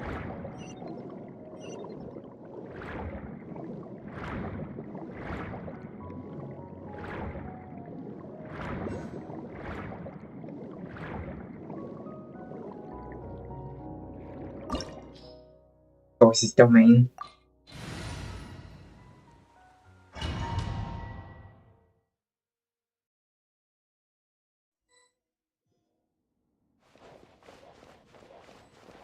can get play with her a little bit.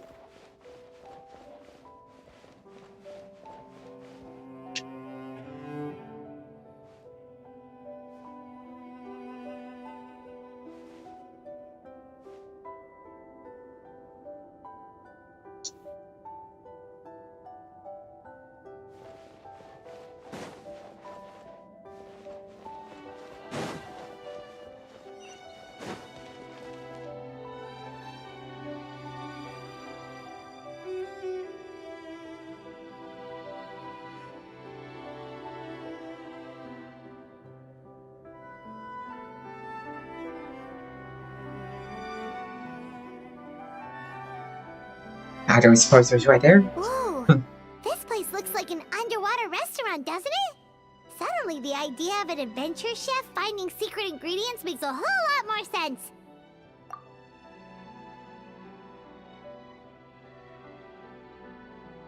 I think Modest's codex mentioned this place. A public bath from the time of Remoria. So yeah, definitely the kind of place that would have served food and drinks. Huh? Some blubber beasts have come to join the party? How did they get here?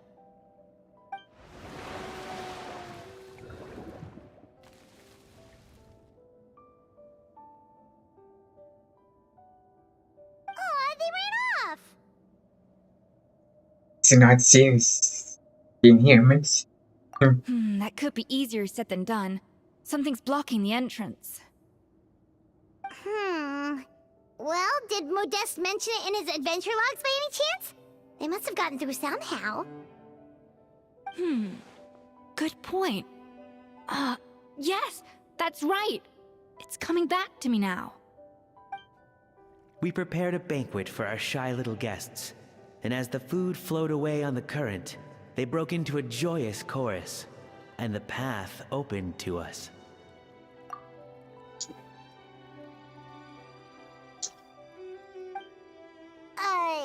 We have to feed the blubber beasts? With what? There's nothing here besides rocks, romaritime flowers, and lumitoile. See, this is why you should always bring snacks. You never know when you're gonna need them. Now we have to head all the way back to shore and grab some. There's no time for that. Romaritime flowers and lumitoile will have to do. They may not look appetizing to us, but who knows?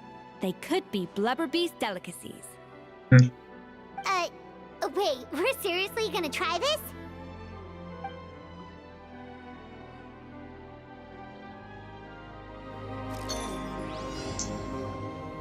Hey, now we gotta do this again. See here.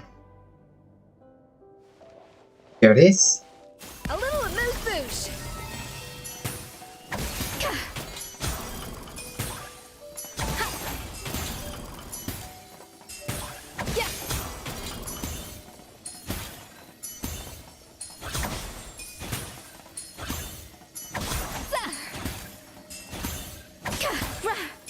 Should get it even.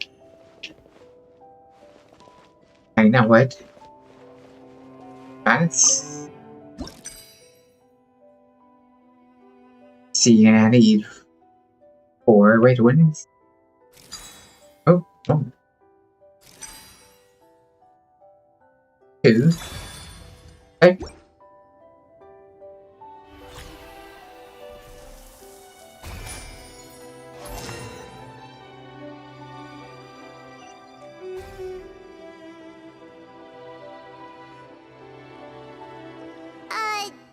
Beasts or not, are we sure this stuff is edible? Trust me, they'll love it. But I actually feed it to him. Oh, good question. If we try to put them in the pool, we'll probably just scare them off again, and who knows how long they'll be gone. Yes, we can't afford to wait for them to double back. Oh, what was it that Modeste said again? Something about the food flowing away on the current.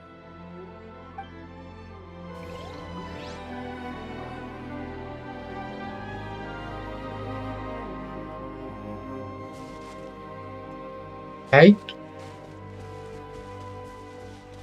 Thì giờ chồng here. Let's rotate.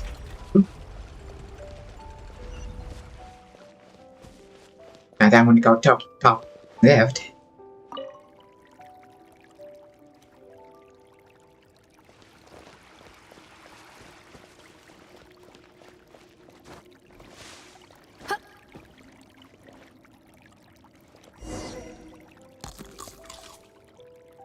See it?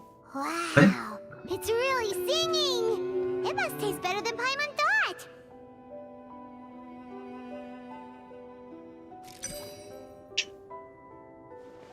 I gotta do another one.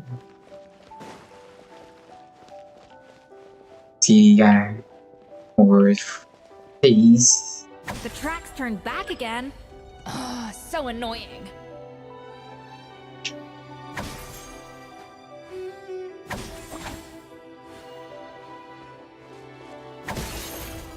Just in case I make a mistake. Off to the freezer.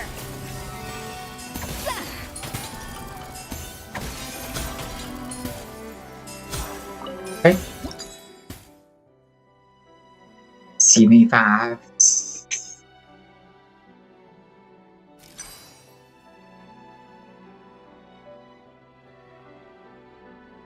3. 2 balloons right here. Good.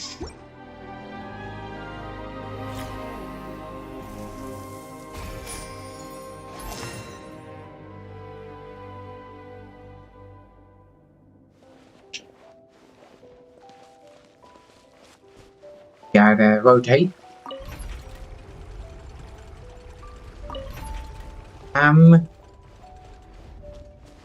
Deliver.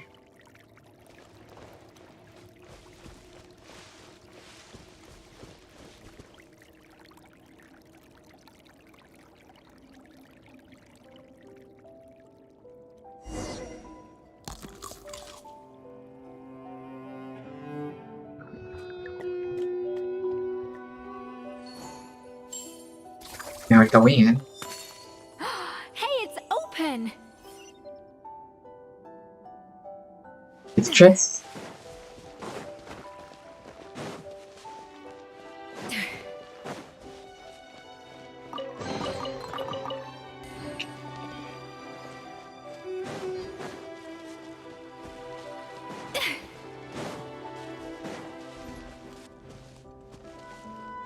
Good screenshot. Okay. And change domain.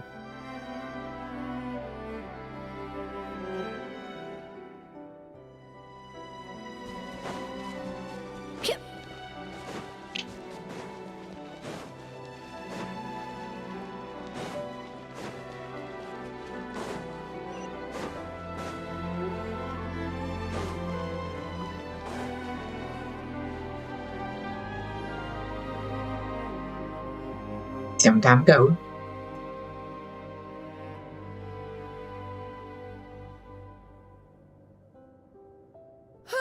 Hey, give me your water. Here. I said your water, the one you just drank out of? Sure.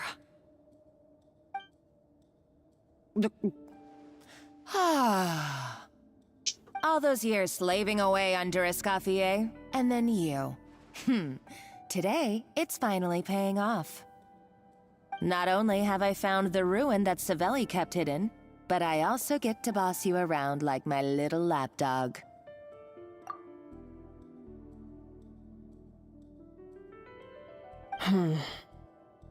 Hey, go scout ahead for me.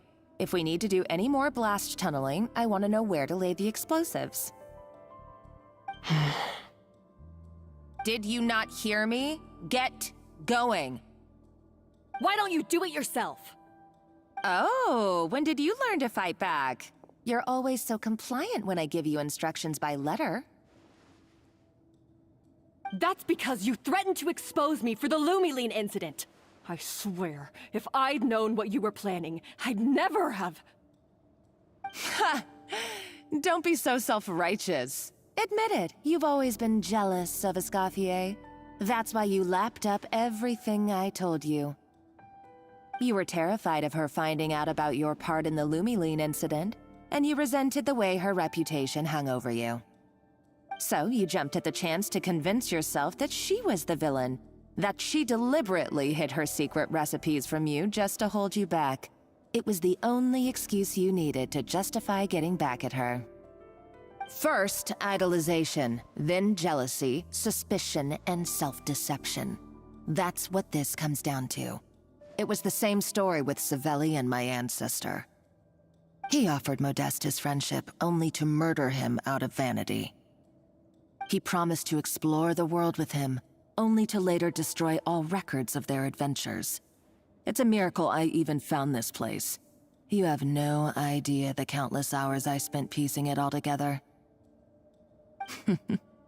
So you see, you're no better than Savelli. If you can't beat him, betray him, right? I am no Savelli, nor will I ever be. Oh, put a lid on it. You really think you can absolve yourself of your vindictive and jealous behavior now? Just because you finally realized that Escoffier never kept any secrets from you? You didn't show any remorse when she left, or in the cooking contest. Why start now? You have no right to redemption. You're right. I don't deserve her forgiveness. But I am done being bullied into submission by you! Ooh, feisty. But you should watch your tone. Talking to me like that could get you in big trouble. I somehow doubt that, since I poisoned both our water bottles. What? Ever since I learned the truth, I've been biding my time, waiting for this moment. You've played me like a fiddle for so long, and now this is payback! But you drank it too! It's what we both deserve. This is the price we must pay for betraying Escoffier. You'll die here with me, Monica! You.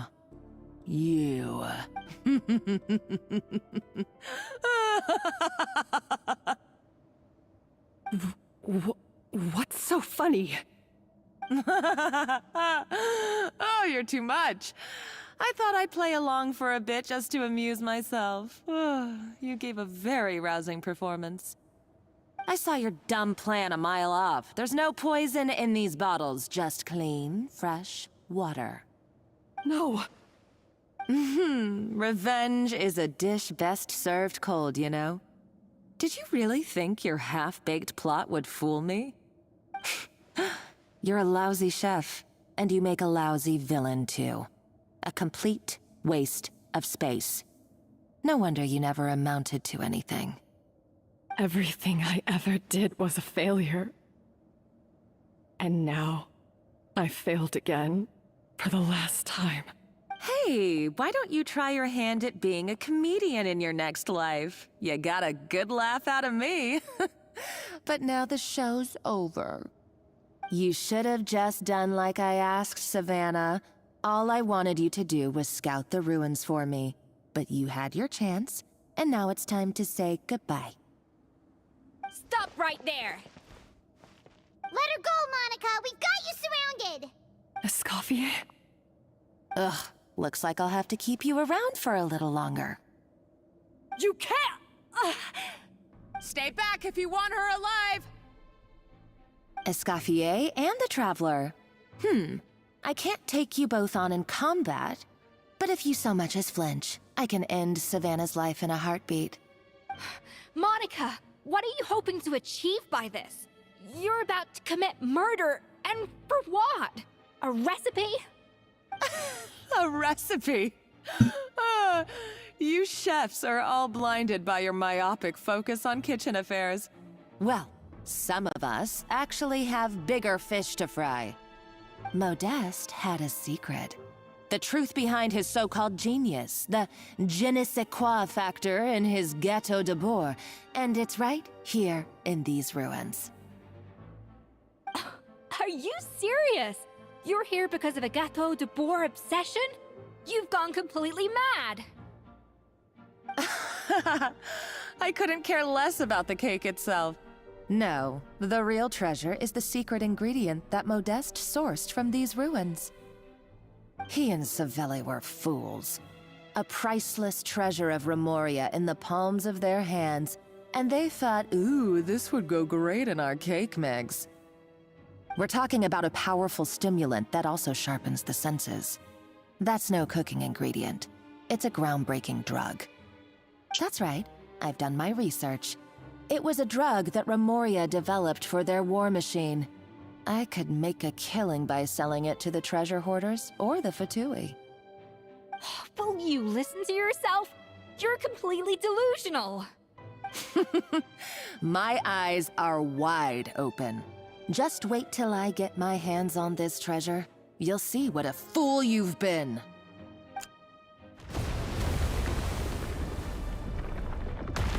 Wait, what's that sound? Just when I thought she couldn't get any crazier. She's lucky the whole place didn't collapse. Escaped. And found another route. Uh-oh, Savannah's gone too! Monica must have taken her. Oh, what a coward. She's only taken her hostage because she knows that she's no match for you. Safe for now. That's true. Even if she finds the treasure, she'll need Savannah alive if she wants to get out of here in one piece. Oh, well, our path's been blocked, so let's look for another route.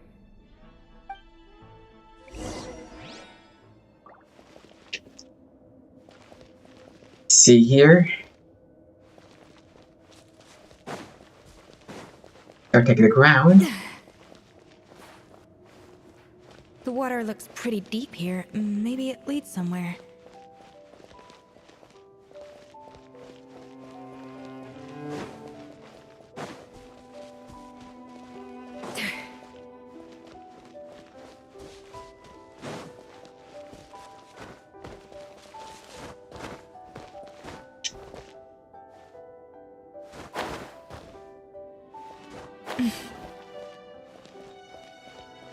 Okay. Actually good. Go in there, but it's blocked.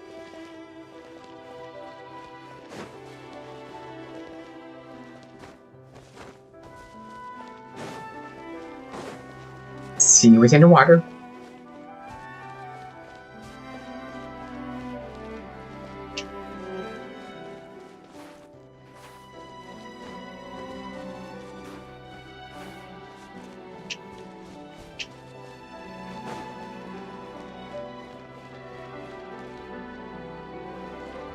Where we came. Actually going in water.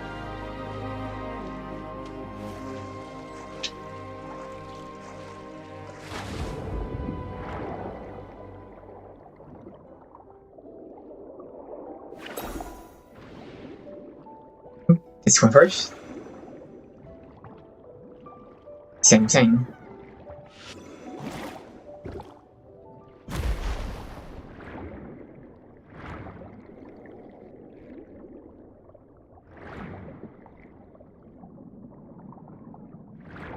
Trace down there. Take it on.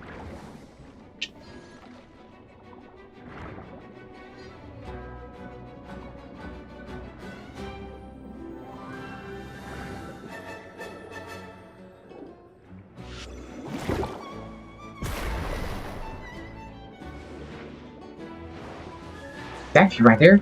Oh, he's coming after me. Down here.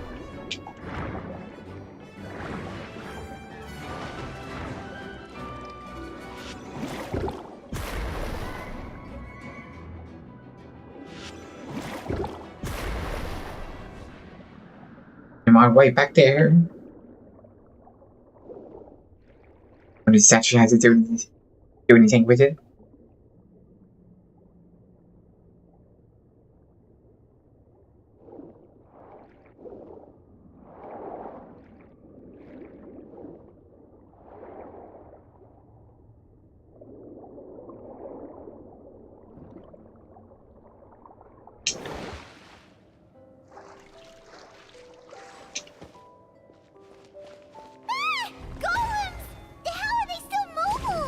They were probably awakened by the explosion just now.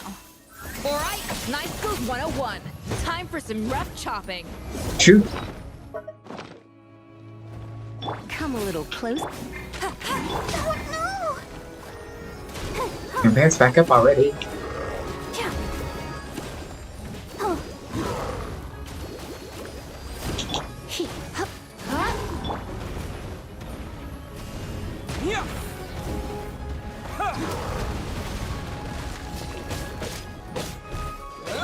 You're in for a little shock.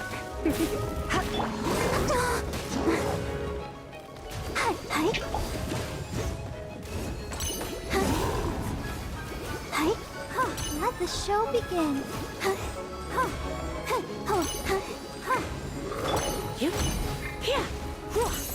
Fun. You're in for a little shock.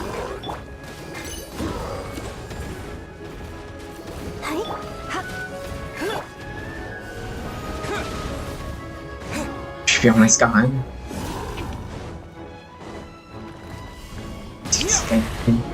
You're saying I got my Chia person here? Not so hard. Let's dance. Not enough time. Ready? Terra Smash!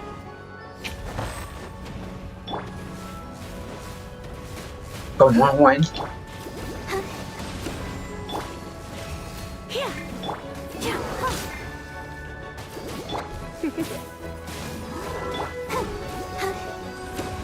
Run.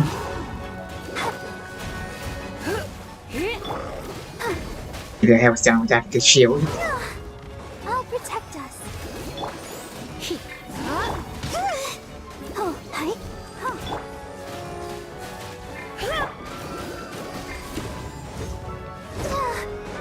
Stuck.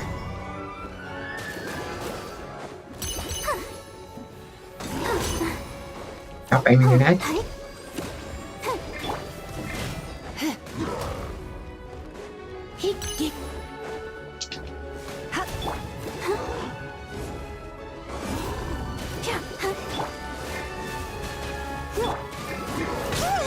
Let's dance.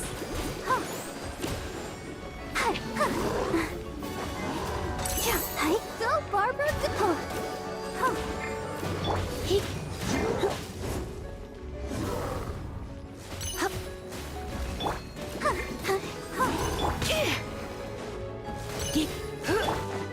A little amuse bouche.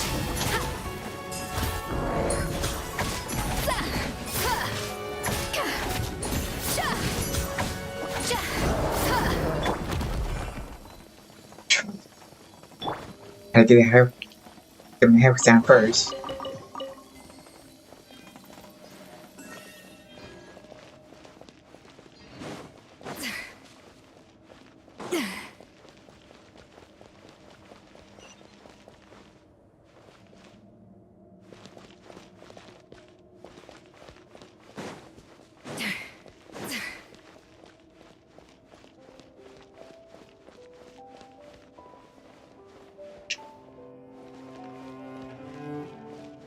Another door? Guess we need to prepare another feast for our guests. Another one day, thanks.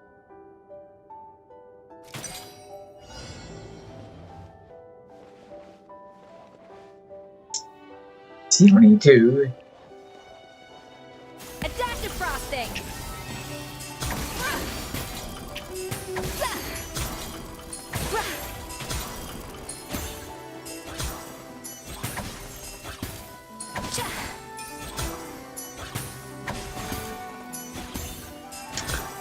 Okay.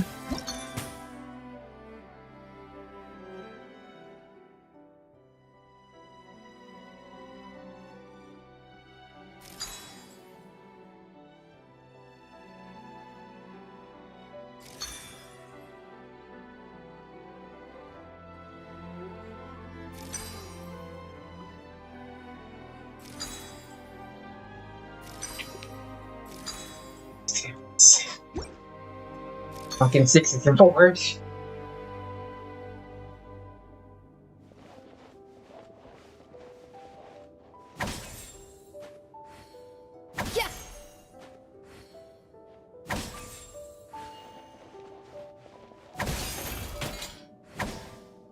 I'm getting no numbers.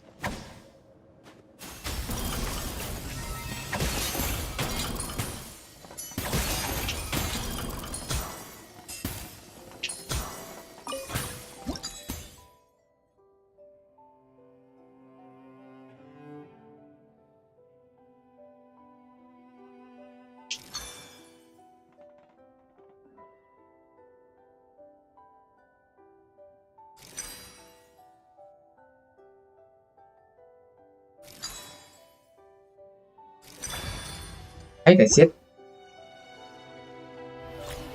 I got it.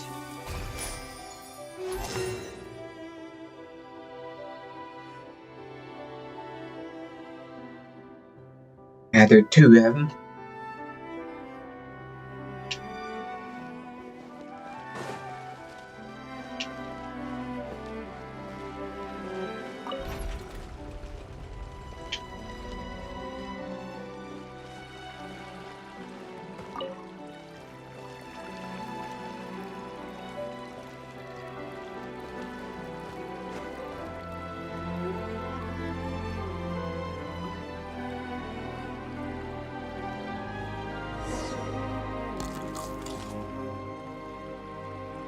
It seems to really like the texture of Rome Maritime flowers.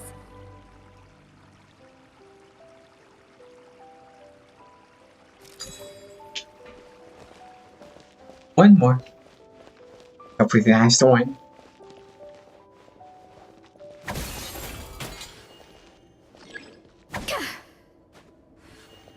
Off to the freezer!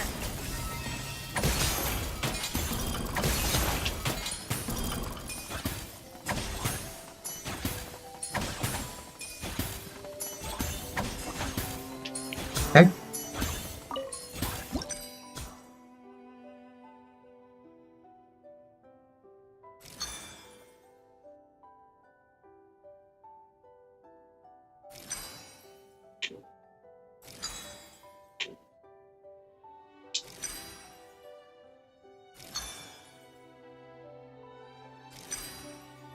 Do it again.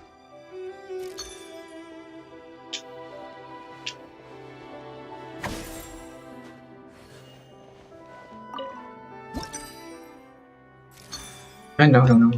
It's 1-1.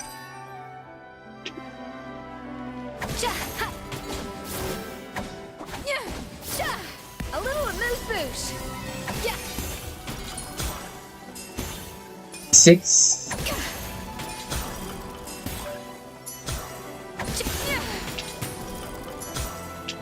Should be good enough. 3, 1, 4.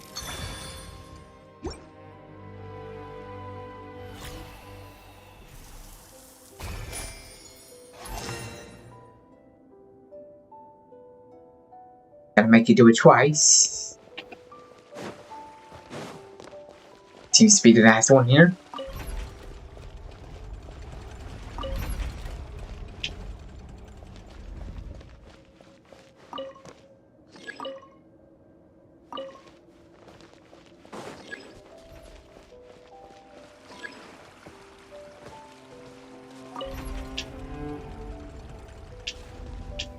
Hey, that work. Try it again.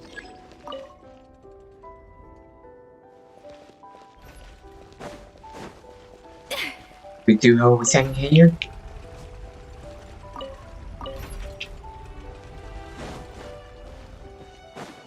Now we do that one.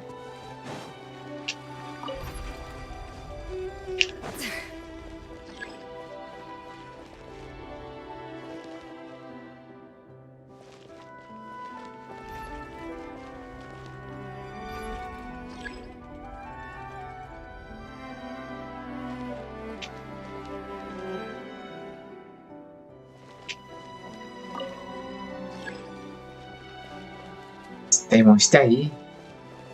Problem.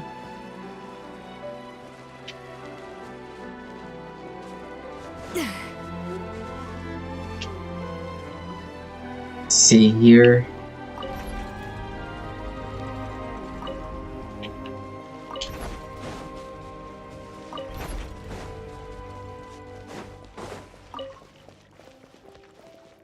Very fast.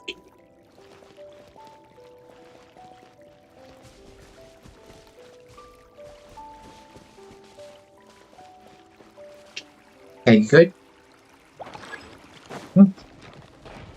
And when? The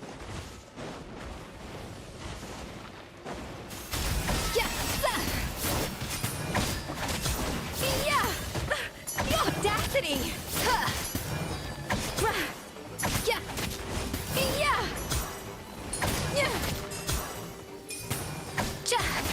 A dash of frosting!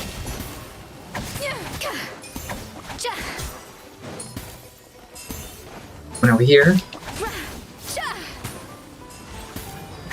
Okay, done.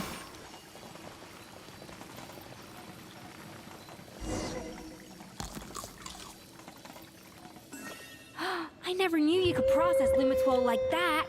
Alright, I've got to jot this down. Hopefully that's the Lumitwols one. and maritime flowers. This could open the door to a whole new world. Yep, that's literally the plan. Wait, hold on. Which door are you talking about?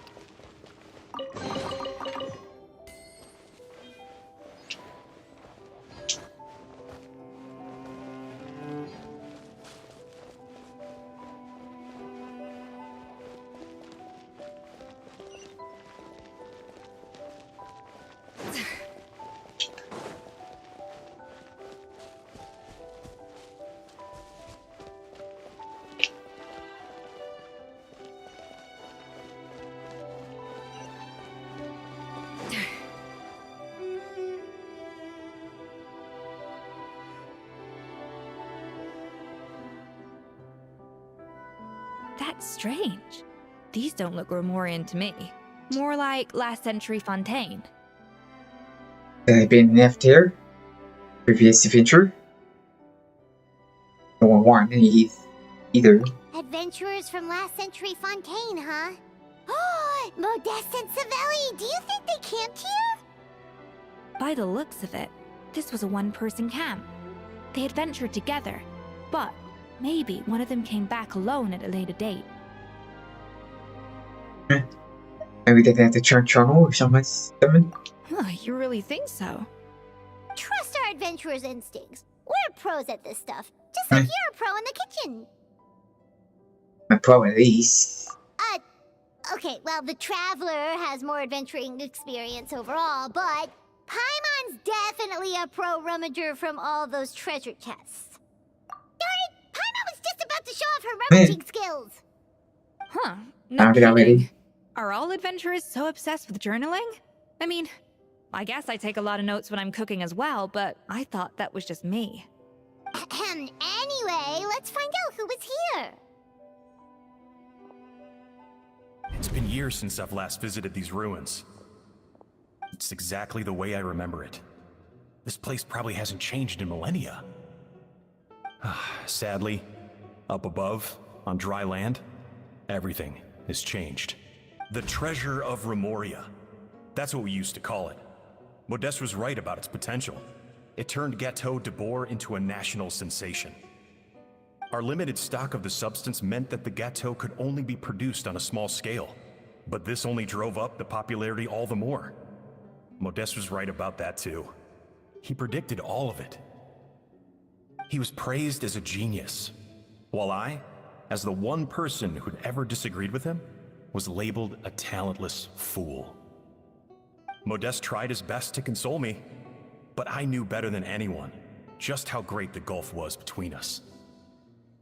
Our conversations grew scarce, and we saw less and less of each other. I didn't fight it. He had new friends and a career of his own.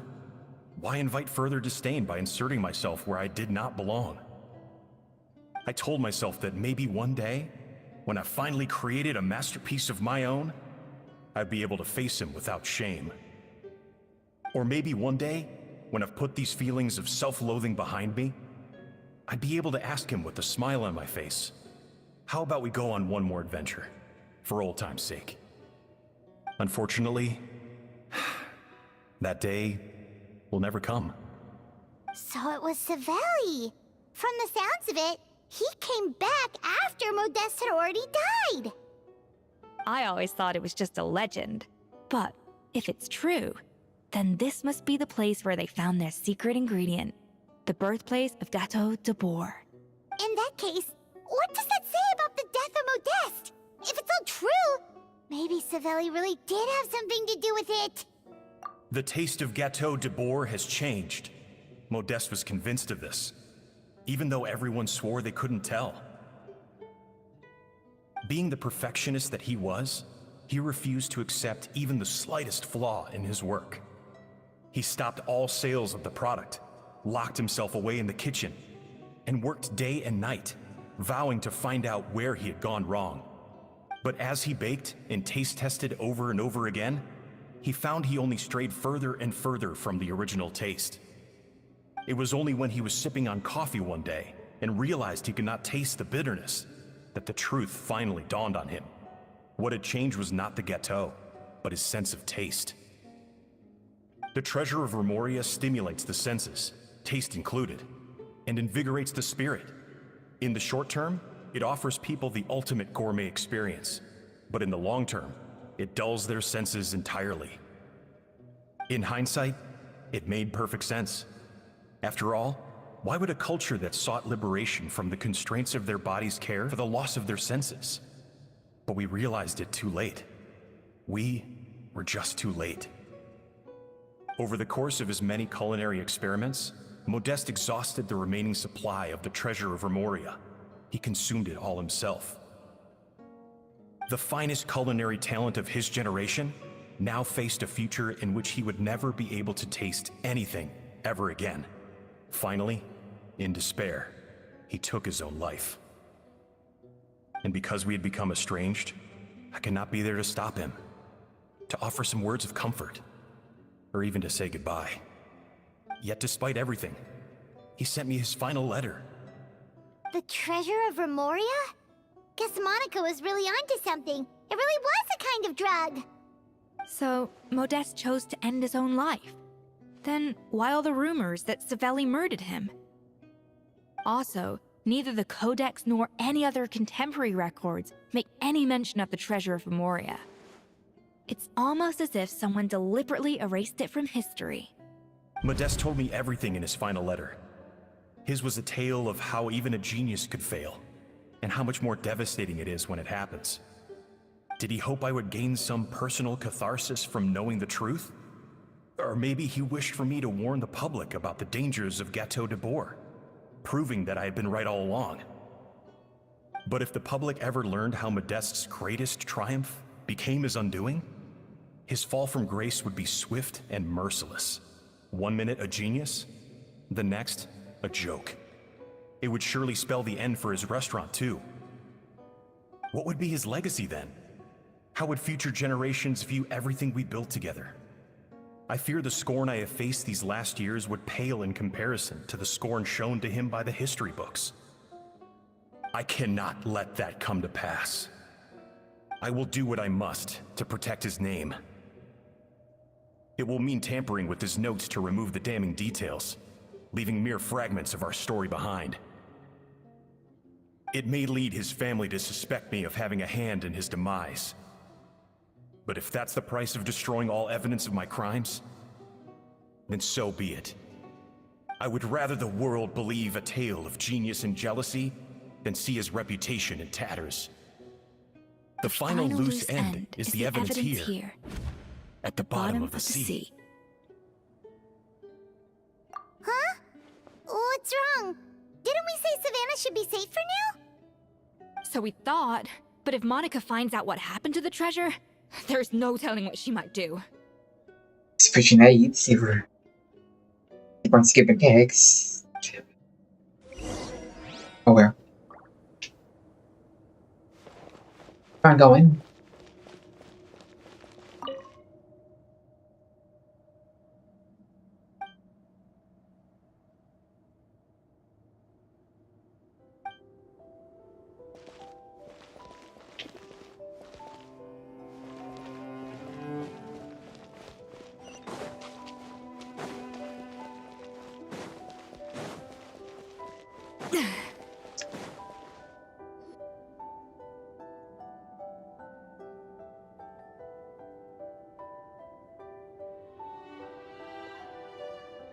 The treasure of Remoria. I have found you at last.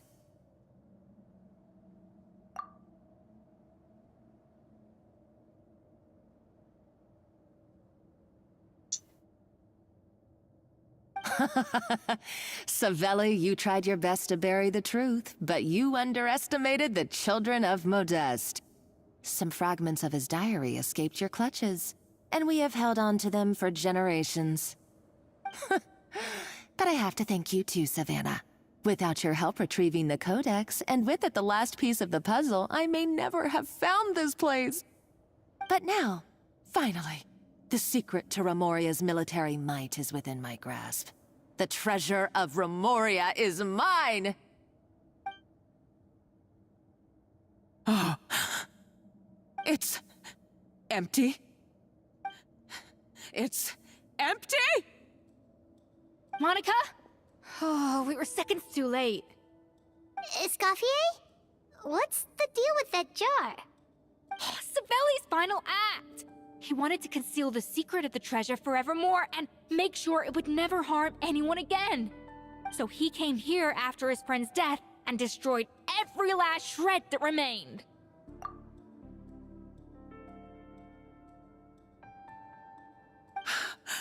This can't be happening. All the years I spent piecing together the truth. All my painstaking planning.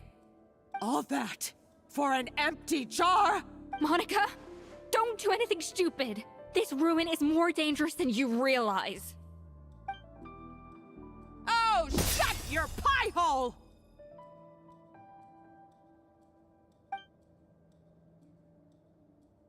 Praise be to Lord Remus. You barbarian shall be slain.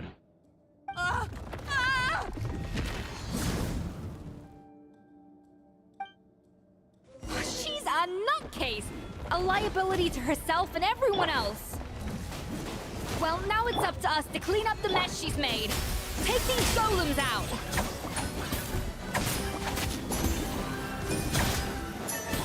Run.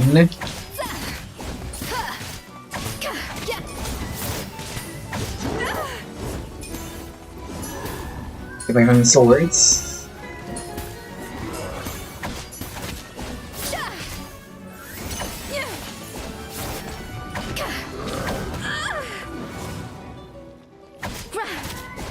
Off to the freezer!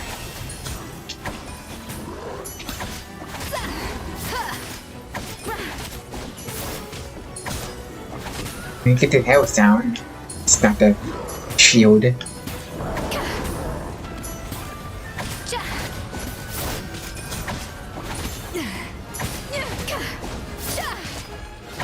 dash of frosting! A burst of flavor!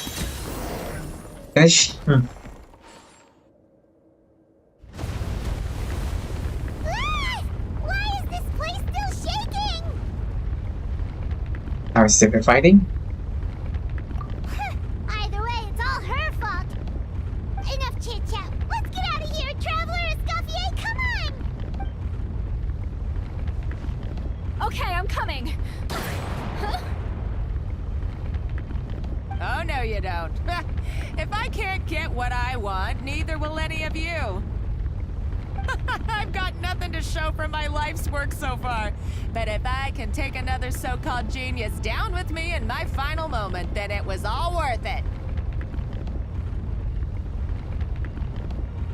You're a psycho!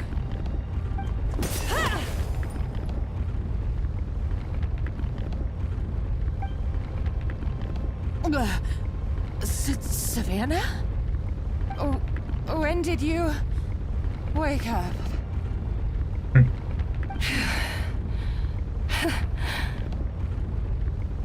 I may be a lousy chef, but it looks like I'm not a complete waste of space.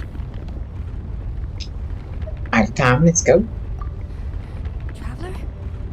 Okay, let's go!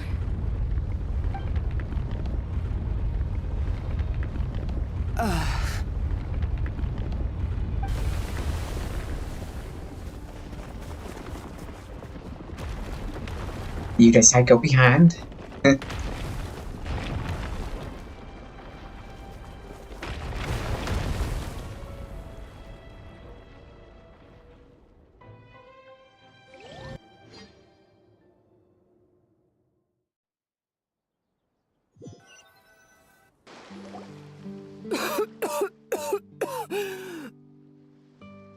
Escoffier! Savannah! Traveler! And Paimon!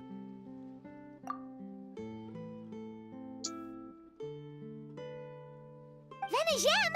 What are you all doing here?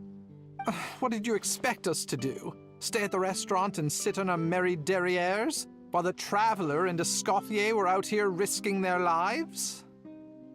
We had to do something. Even though that something ended up being, well, waiting for you here instead.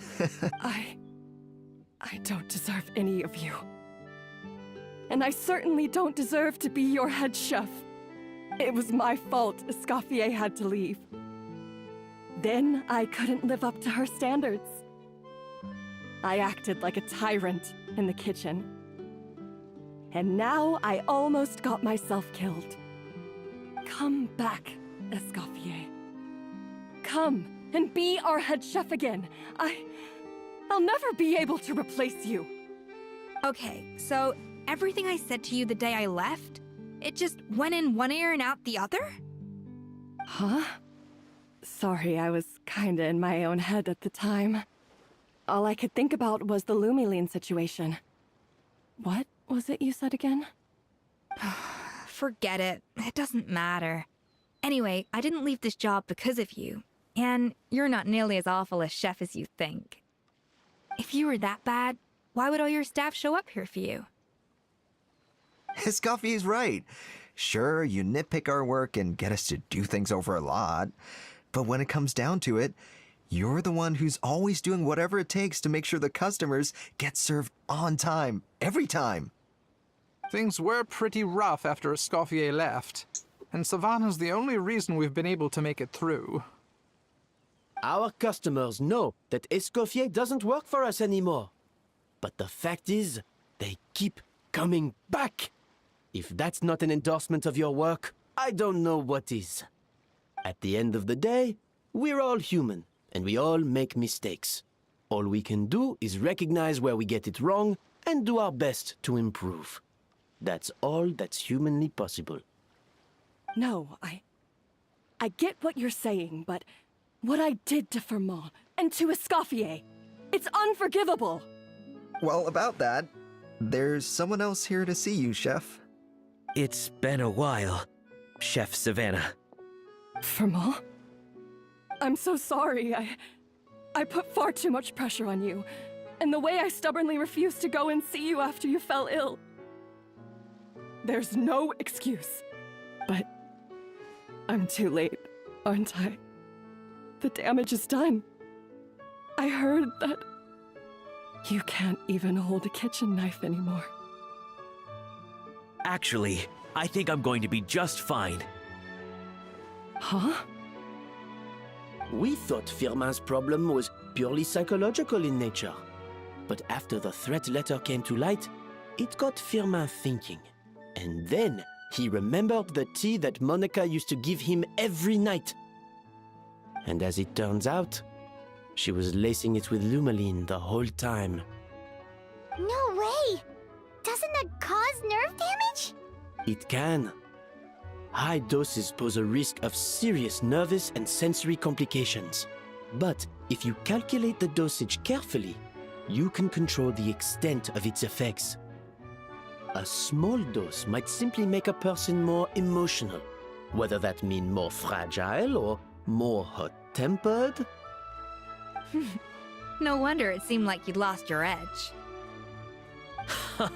I asked my friends at the Fontaine Research Institute about it. They said that with the low dose I was taking, the risks are pretty small. They also fixed me up with some meds and said I should recover in no time. Sounds like already more confident. Well, that's what happens when you give someone a little bit of hope to cling on to. There's more. We believe that Firmin was likely not Monica's only victim. You mean she poisoned me too? Oh, so that's why Savannah's been so irritable this whole time! Let's not be too quick to blame everything on the Lumiline. That stuff can only amplify what's already there. So tasty food will seem like the most delicious thing in the world, while food you don't particularly care for will become utterly revolting. So you better make sure you reflect on your behavior and apologize to every single person you've wronged. I will. I'm sorry. There's still one question that's really bugging me. Why is it that no matter what I do, my Gâteau de Bourg never tastes the same as yours? Is it just... I mean, is it because you're a genius and I'm not? It's because the heating element in your oven is broken, you silly goose. What? That it, huh? I felt like something was off during the cooking contest. Once I got around to checking all the equipment, I noticed it right away. There was a half-degree discrepancy between the temperature setting and the actual temperature. All the ovens in the whole kitchen had the same problem, which confused me at the time, but by this point, it's pretty obvious that Monica must have tampered with them. I would have figured it out the day of the bake-off, since the issue affected both our teams. But of course, Monica sabotaged mine so that could never happen. No. I spent so long trying to find out where I was going wrong, and then you pinpoint the problem in just one night? It all comes back to one simple, undeniable truth. You're a genius. And I'm just plain old Savannah. Oh, cut it out! Stop the woe is me act for a second and just think. I came up with this recipe. You don't think that might have something to do with it? Do you know how long I spent perfecting my Gâteau de Bourg? 3 years! 3 whole years! I know this dish inside out, back to front and upside down. And you've been head chef now for what, 6 months? If that? A couple hundred failed attempts, and you're gonna throw in the kitchen towel and declare you'll never be successful because you're not a genius. You clearly have no idea how many kitchen failures I've had under my belt, or just how long it took me to finally get my recipe to a level I was satisfied with. Genius or not, everyone makes mistakes. Modeste did, Savelli did, everyone does. You're only a lousy chef if you don't face up to your mistakes, learn from them, and then keep chipping away until you crack the problem once and for all. Surely you haven't forgotten all that. You were no lousy chef back when I handed you the reins. I haven't forgotten. And I'll make sure I never do. That's our head chef. Haha! Sounds like we won't need another changing of the guard in the Hôtel de Bord kitchen anytime soon. Huzzah! Aw, what a perfect ending to a crazy journey. Look how happy everyone is. So you got your mojo back now? Yeah. Thanks to you, Escoffier. In fact, no. Thanks to all of you. Aw, friends again. So nice to see them finally settle their beef. Maybe not on that. A lot of beefy. Good. So now that's out of the way. It's time for payback. You cheated in our last bake-off, and I demand a rematch right now. Huh?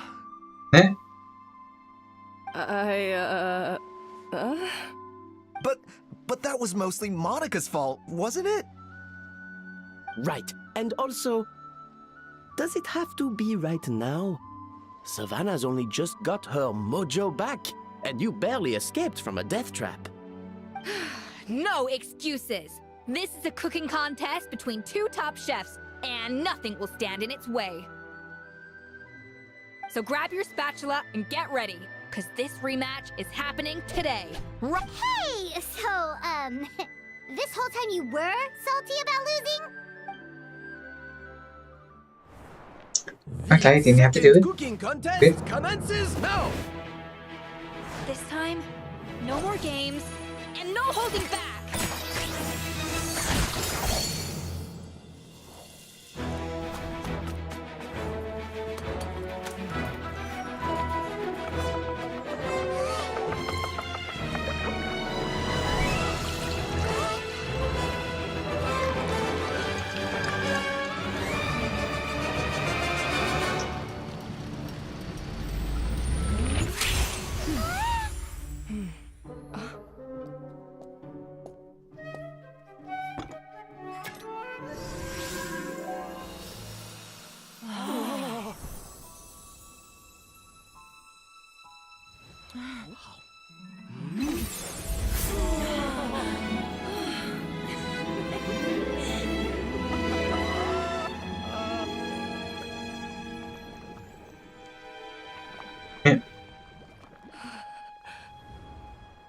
I feel like I don't have the right to be here. Hey, what are you so afraid of? You can't unbake it now. And if you don't serve it, then good or bad, you'll never find out how to improve. If you're too scared to fail, you'll never know what real success tastes like. So? Embrace your failure. Taste it. Digest it. That's the way to success. I don't know. Sounds like it's easier said than done. I'll do it.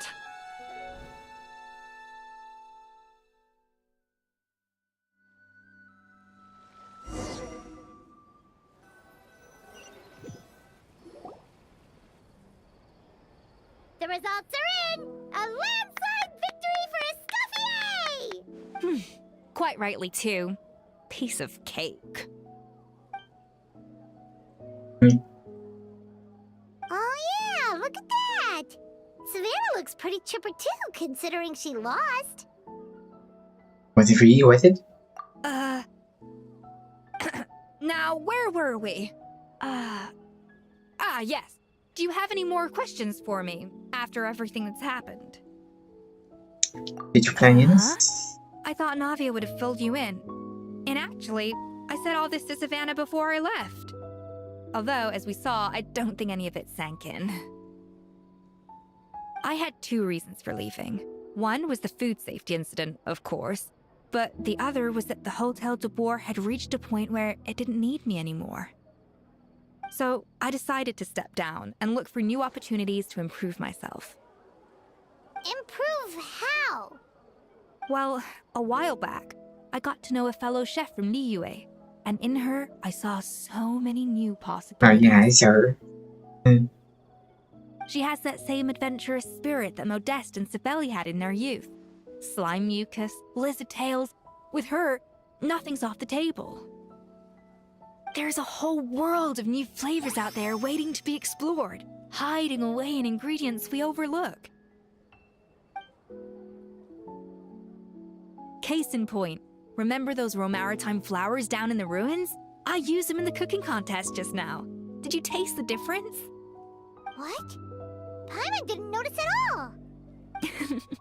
Half of the art of cooking is dissecting the recipes of previous chefs and figuring out the exact constellation of elements that gave their work its signature taste. And the other half, it lies in freeing yourself from the confines of the kitchen. You've got to go out and explore the endless possibilities out there. Uh-oh. Paimon's suddenly not sure she wants to try your cooking anymore.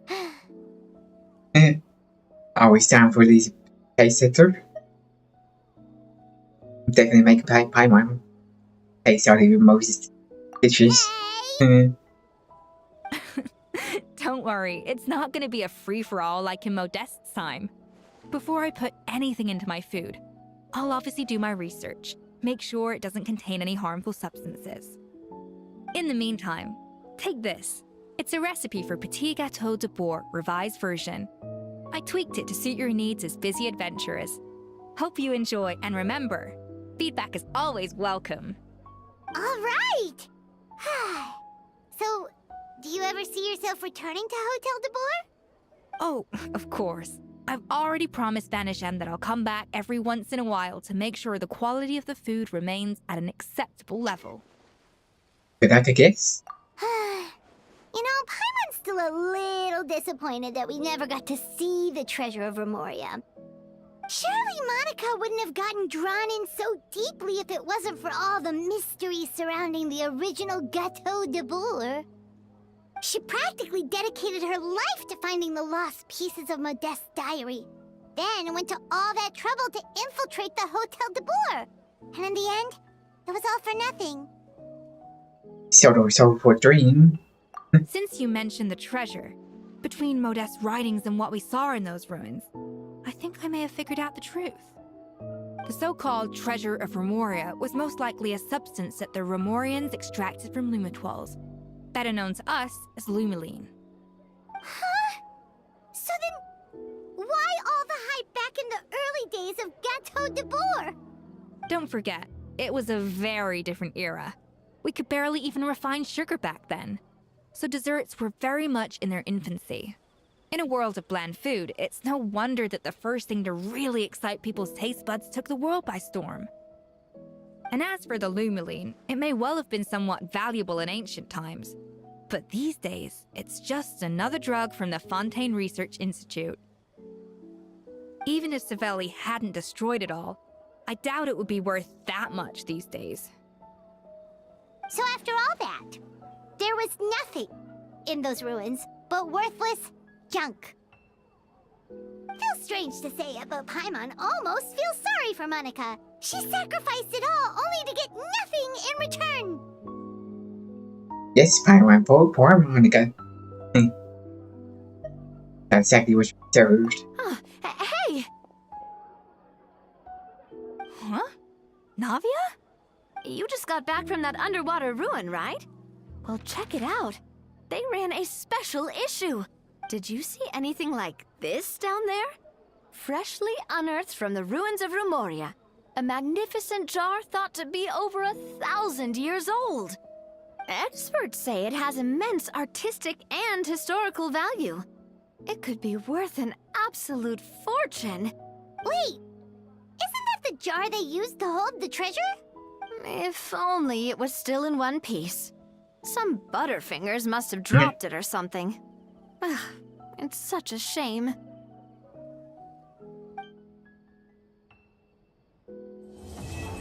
Hey, Act 1 done? Good. Take a while. I got done.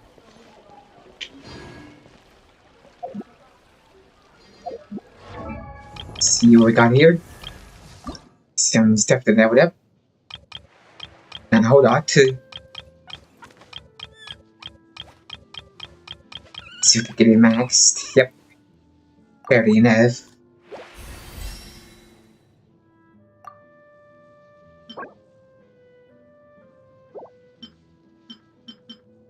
Okay, that's done for now.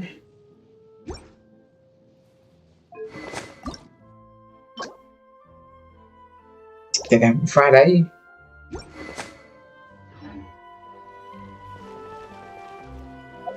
Okay. Let's see. It's a pretty long one right there.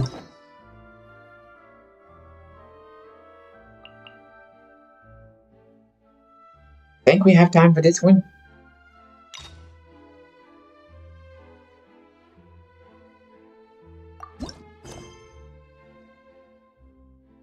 Childhood doesn't exist. Act 1.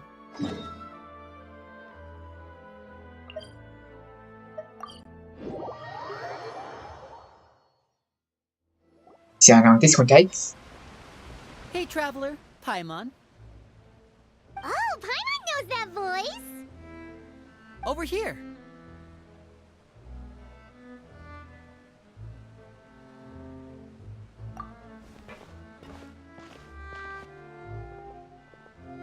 To borrow one of the more popular turns of phrase at the moment, this appears to be quite the fated reunion. Running into you two out of the blue like this has really made my day. I certainly wasn't expecting it.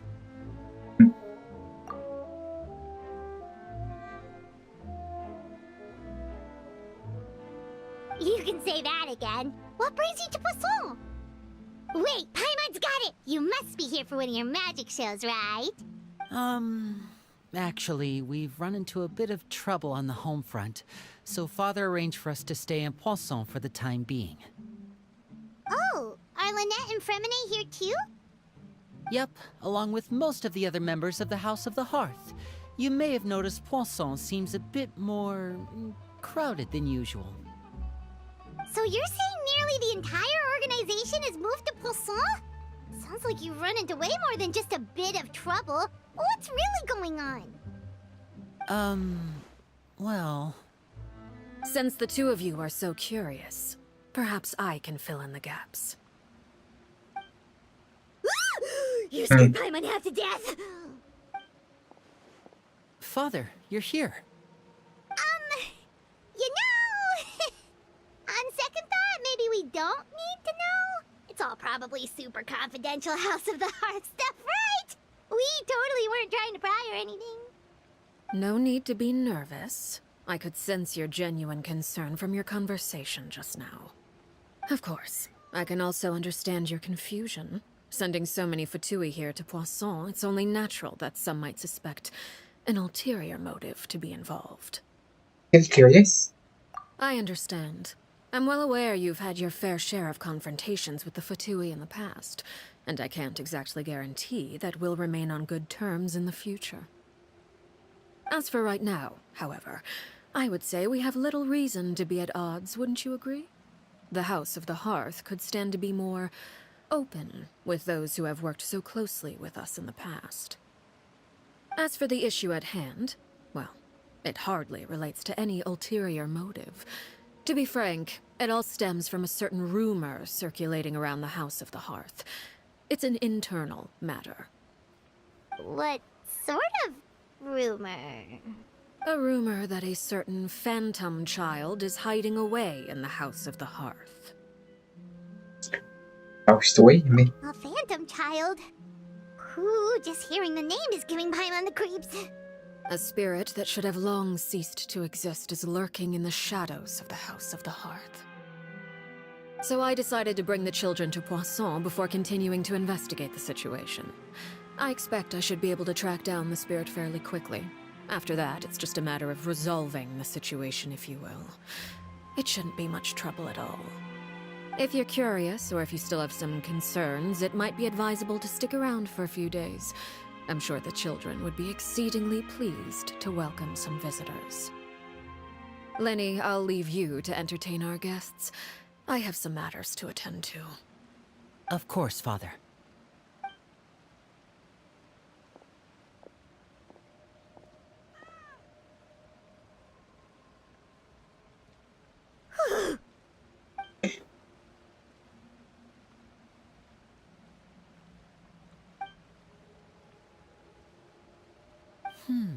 It has long been a dream of mine to invite you to our home and introduce you to my other siblings.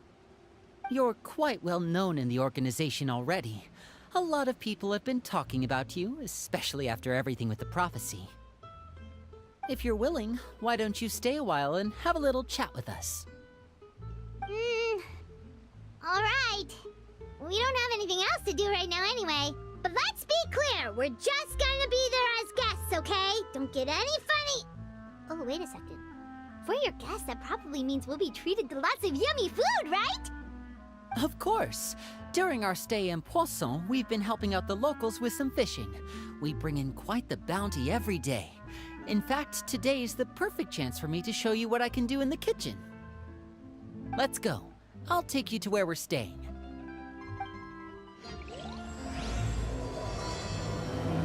Okay, Act 1 started. Where are we going?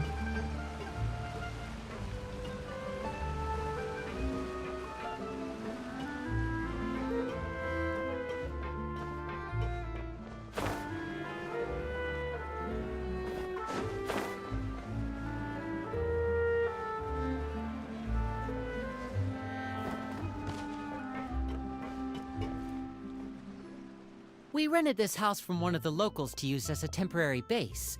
I'll come back later and tidy up a bit. After that, it should be all ready for you to stay in tonight.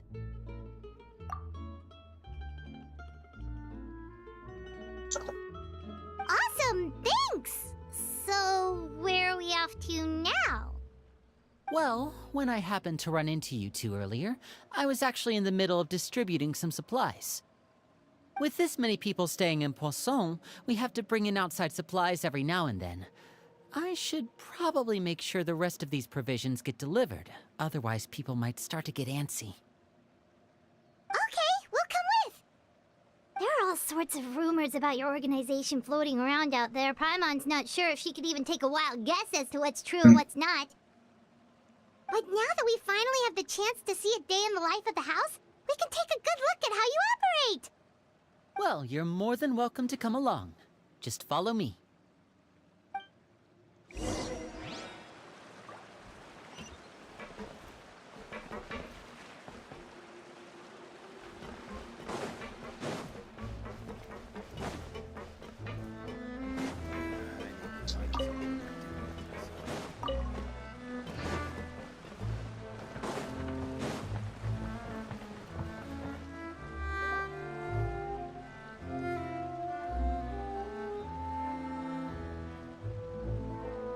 Linny!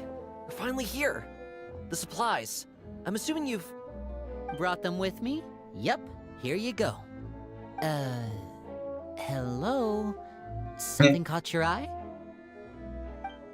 It's the Traveler in Paimon! No way! Come here, everyone! Hurry! The Traveler and Paimon are here! One at a time, please. Don't crowd around them all at once. We don't want to scare off our guests now, do we? Oh, it's alright!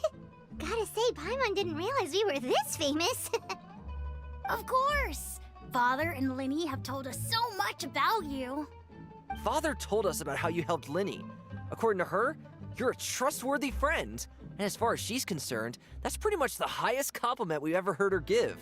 As you can imagine, everyone's been very curious about you. I heard the Traveler is so strong that he can move a mountain with his bare hands. I heard Paimon eats so much that she can clean out the entire pantry at Hotel de Boer in just 3 days. Wait a second! That's the rumor you heard about Paimon? Oh, not cool at all! That's honestly a bit stretch. Oh, wait! When guests visit, you're supposed to give them gifts and stuff, right? Oh, we don't need something like that. Besides, we don't have anything to give to you. Come on, we insist. I can give you some of my new potions. Just pick your poison. And by that, I mean medicine or actual poison. I've got both. Huh? Or maybe Shaplo can teach you guys about stealth. He's super good at it. He's never been caught. Ah, now that's not a bad idea.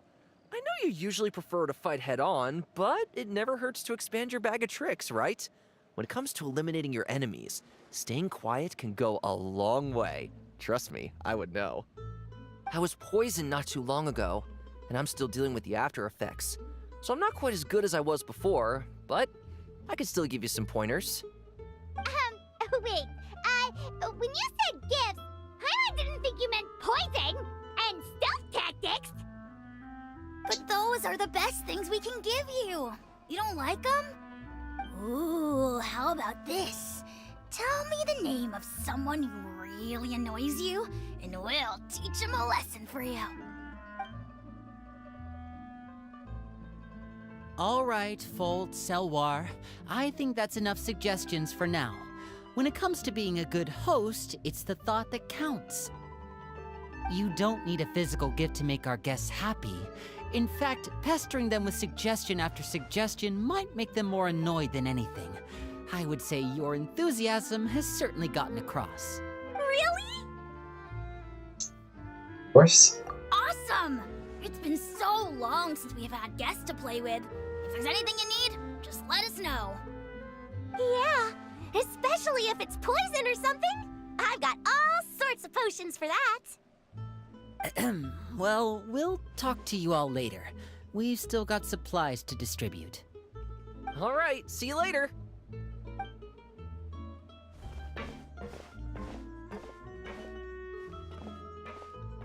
Bye!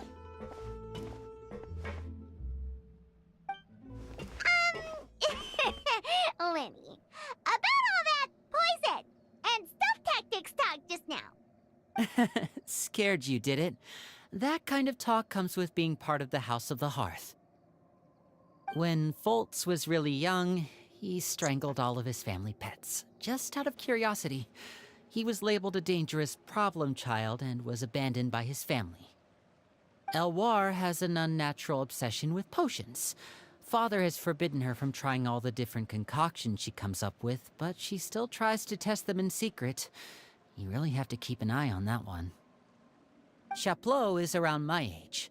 While I'm mainly responsible for collecting intelligence, he handles surveillance. He's very passionate about his work and has no reservations about taking on some very difficult missions. I know you two probably aren't used to that kind of talk, but I can promise you they only had the best of intentions. Things like stealth tactics and developing different poisons, they really mean a lot to them. They were just trying to share the best of what they could offer, that's all.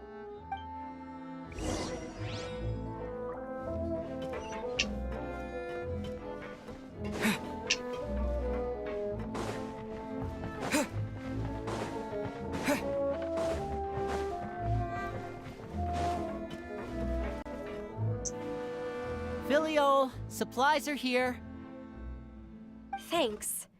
And who are these two? Outsiders? Ah, allow me to introduce you.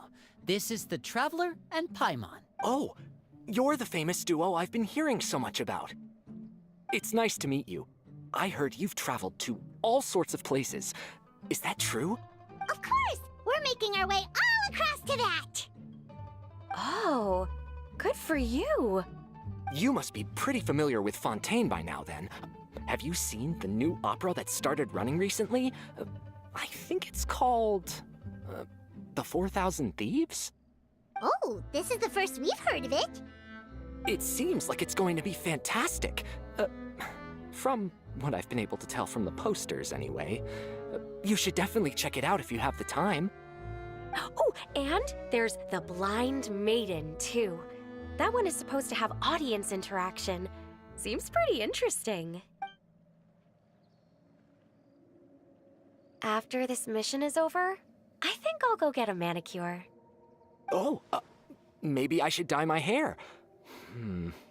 Wonder how much it'll cost. Is it just Paimon, or do these two seem much easier to get along with than the others? Looks like the House of the Hearth has some normal members after all. I heard that. Oh!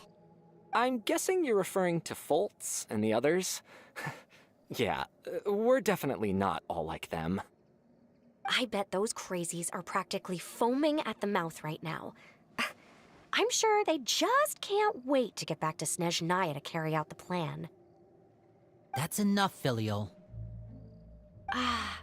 Don't talk about family members behind their back, right? Whatever. Let's go. Guess this is goodbye then. If you ever have some time, we should go see the opera together. Okay.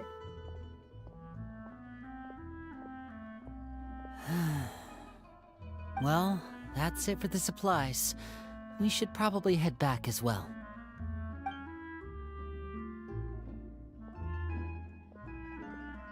Well, they didn't seem too happy with each other. Seems like there could be something more going on here. Keep serve. Now. You're right.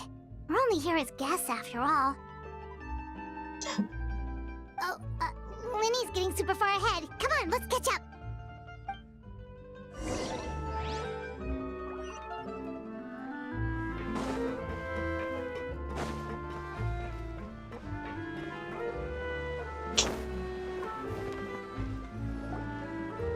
So, what do you think of the members you've met so far?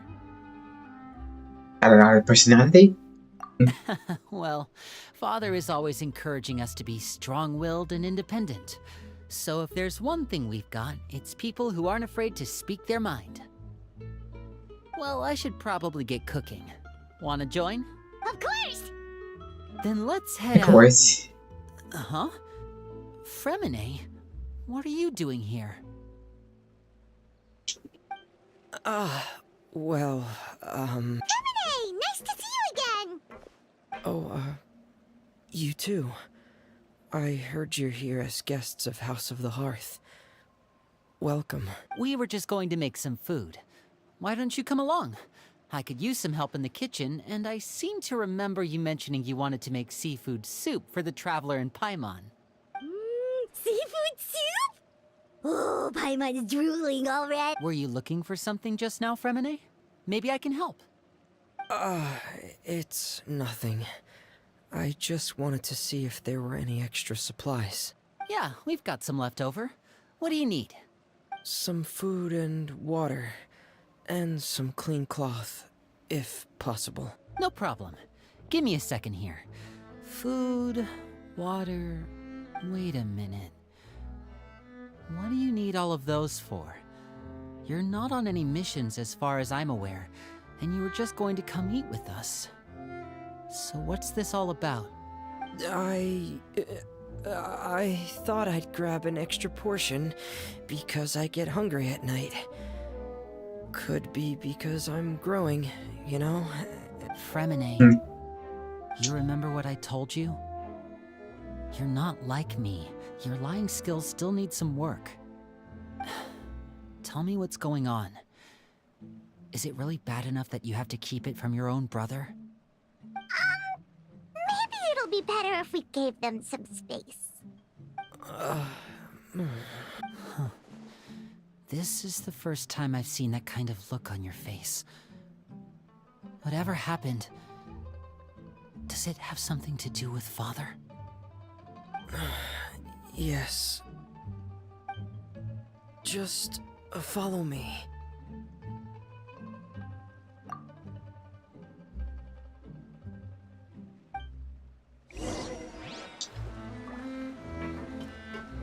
Hey, where we going? Oh.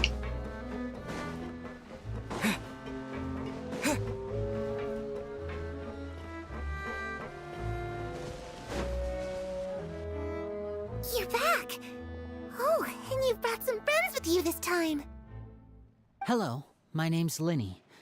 I grew up in the House of the Hearth. And you are? Hi, Linny. I'm also a child of the House of the Hearth, just like you. You can call me Clairvy. Clairvy? It's nice to meet you. Does that name ring any bells, Linny? No, not at all. That's not a name we have on our roster, I'm sure of it. What I'm not sure of, though, is how she managed to sneak in. She must be the phantom child Father's been searching for. From the looks of it, I'm guessing you were the one that found her, Fremine. You, haven't told Father, have you? No, I haven't told anyone. I've just been keeping her hidden. For how long? About half a month now. So ever since we got to Poisson, then? Do you have any idea what you're doing? I know what I'm doing. Really? 'Cause from where I'm standing, it looks like you're hiding the very person Father has been trying to find. If Father finds out about this, everyone involved is going to be punished. You know the rules of the house, Fremine. I know you do. Father doesn't tolerate any form of betrayal. So why are you doing this? I've thought it through. And I just can't hand her over like that.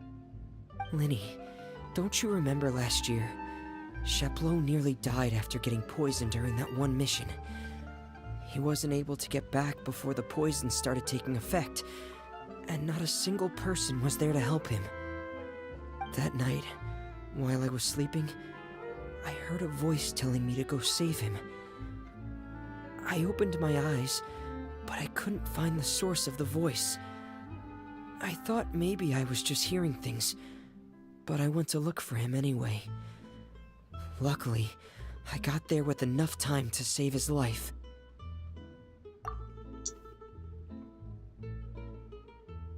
That feeling of being haunted, of hearing voices, it's happened many times in the House of the Hearth. I'm sure you've noticed. So what you're saying is, that was her? She was the one who spoke to you that night? Unless there are other spirits roaming around the House of the Hearth, I don't think there's any other possibility. If Clairvy were our enemy, it wouldn't matter whether she was a spirit or an actual child. I would have acted without a second thought, because that's what Father ordered us to do. But she's been living with us, helping us from the shadows all this time. I think that makes her family. I couldn't just hand her over to be dealt with. Not when there's so much we still don't know. So what's your plan then? You can't keep her here forever. Someone is bound to find out eventually. I haven't thought that far yet. I don't want to disobey an order from Father, but I also don't want to put Clairvy in danger. Come with me. There are a couple things I'd like to say to you in private.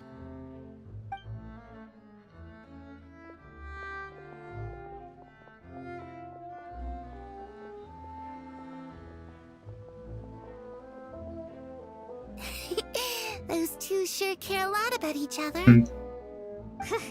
Well, they got a funny way of showing it. From where Paimon was floating, it sure seemed like they were about to bite each other's heads off. No way! They have a really deep bond. I could tell right away, because I also have a friend like that. I just don't know how long that kind of bond can last. What do you mean? The darkness in the house runs deeper than you can imagine. No one can get out alive. I'm sorry, Linny. I really didn't mean to drag anyone else into this. Oh, really? You didn't mean to? 'Cause I, for one, wish you did. Huh? What do you mean? You know, when we were younger, you didn't call me Linny. You called me brother, just like Lynette. We grew up together, the three of us. We were all orphans, all rescued by father. Of all the siblings in the House of the Hearth, I think our bond was the closest. Later on, when you started calling me Linny, I wasn't actually surprised. After all, Lynette and I are related by blood. We've had to depend on each other to survive long before we joined the house. Linny, The darkest and most difficult moments of my life happened before you and I had ever met. I'm sure that's true for you as well. Even so, Fremine, we've stood by each other for all these years now, and to me, that means more than blood. You and Lynette are the most important people in my life. No one can replace you. So I won't let you face anything alone. Oh, looks like things are getting kinda heated between Linny and Fremine. Maybe we should go check on them. Oh, it's raining. I should put my clothes away. Okay. And there she goes. Perry? Huh. Looks like she's not here either.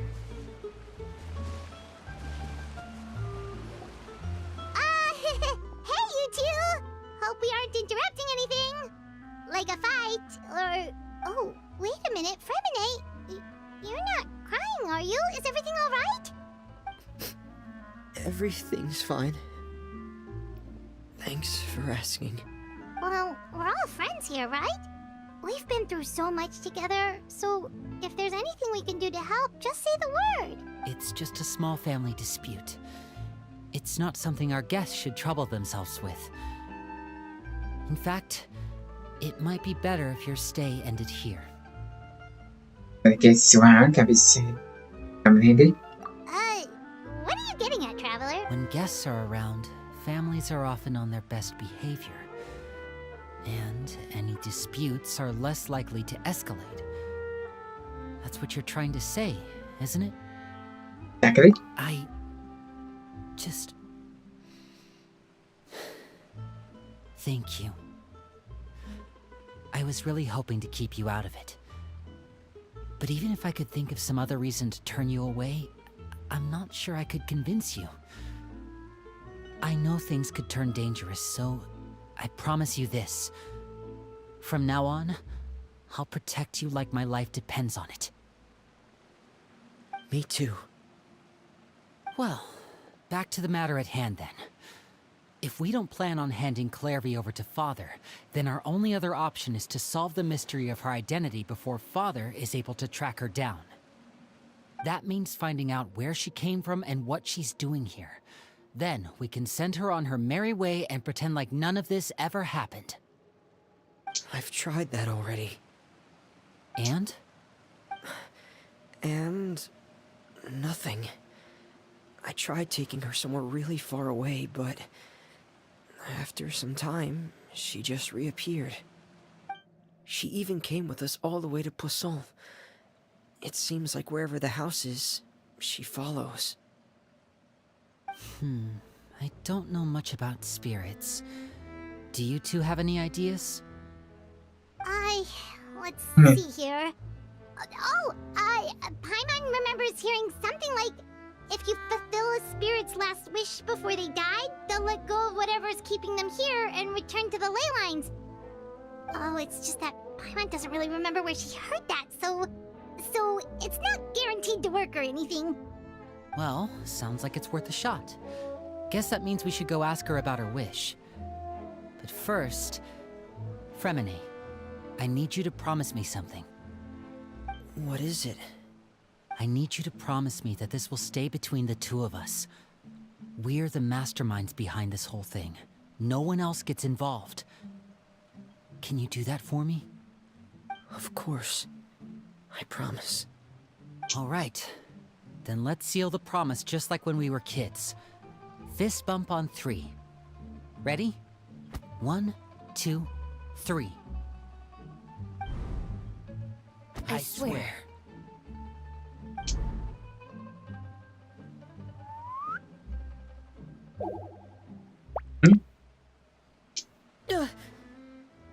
Somebody else.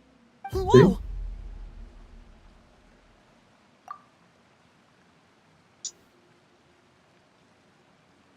Lynette!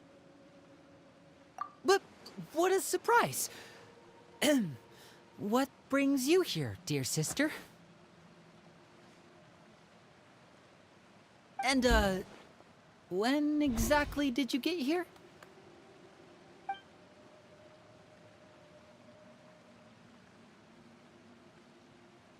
You're an idiot, brother. And you too, Fremine.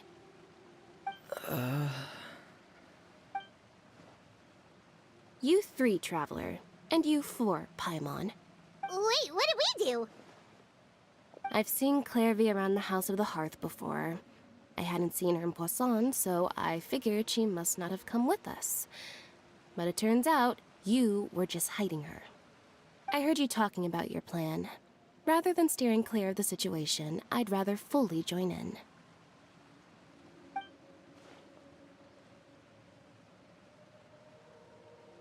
If you don't agree, I'll have no choice but to report everything back to Father. Simple as that. You're not giving us much wiggle room here, Lynette. Well, I guess we're all in this together then. After we talk to Clairvy, we'll figure out our next move. There's no time to lose. Let's go.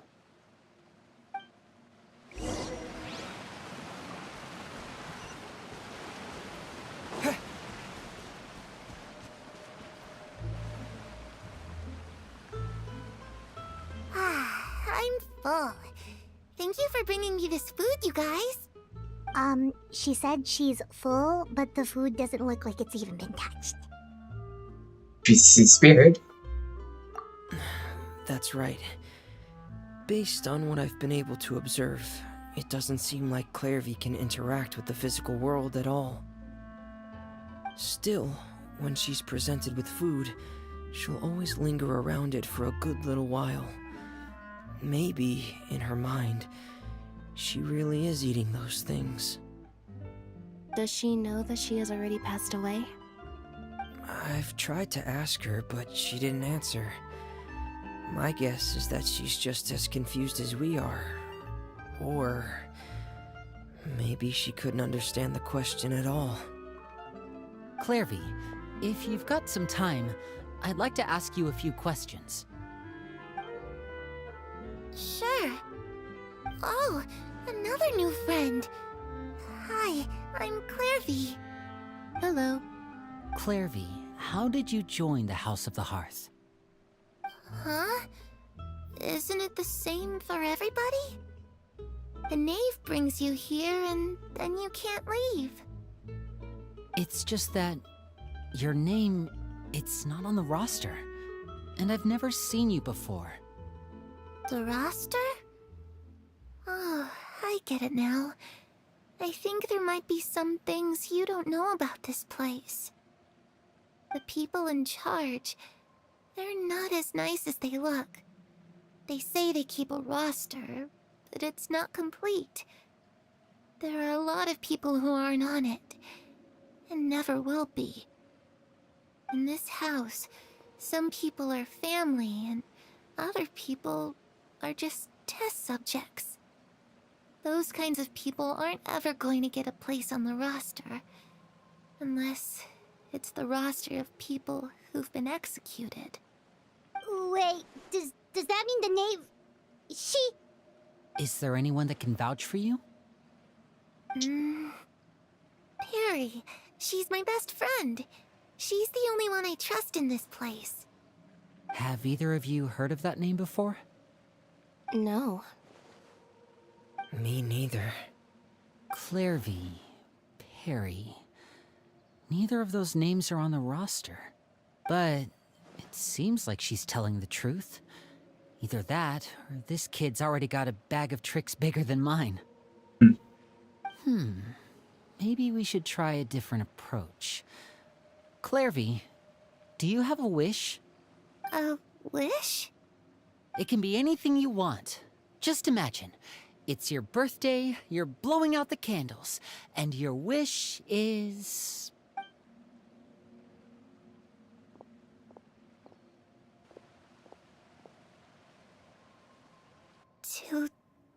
To go outside. Where the sun can find me. That's it? Well, that sounds easy enough. The darkness in the house runs deeper than you can imagine. No one can get out alive. Okay, time to divide and conquer. Listen up. I've got a plan. I'll try and find a way to use basic illusory magic to take Clairvy outside and bring her somewhere with sunlight. Lynette, try and find the list of executions that Clairvy was talking about, and see if her name is on it. Fremine, you stay in Poisson. We can't be the only ones who've had run-ins with Clairvy. I need you to collect intel on everything she's said and done. Understood. I'll try my best. What about us? What should we do? I really appreciate your willingness to help, but this is a family matter. I don't want to drag you in too deep. It's too risky. Let me think. Since Father considers you to be guests, maybe you could stick by her side for a little while. You don't need to do anything except keep up some nice, casual conversation. Ah, Paimon gets it. You want us to distract her. Actually, contact you. I'll give you a magic bird. If Father suspects something, all you need to do is release it when she's not looking, and it'll alert me that something's wrong. Of course, that's only as a last resort. If Father doesn't seem to notice us, there's no need to make contact. We'll reconvene here tonight after all's said and done. If the worst-case scenario happens and we're discovered, just tell Father everything. We're not going to let our guests get punished for our own actions. That's where we draw the line. Okay. You too. Okay, this is where we part. Father should be at the beach nearby.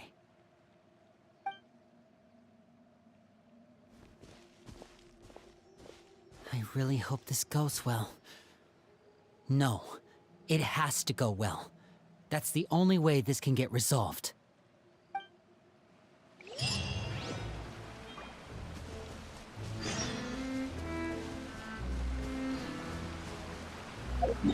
It's gonna go out. Let's go here.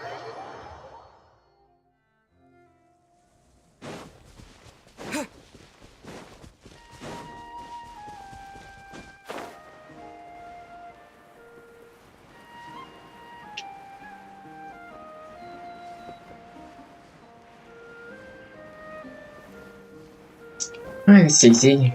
Let's go ahead and do this. Water. You're in for a little shock. Distracted. See enemies won't get me killed on a cutscene. Shooting away, but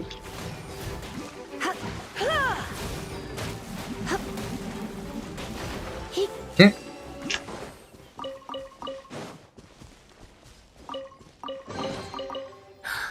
Oh my.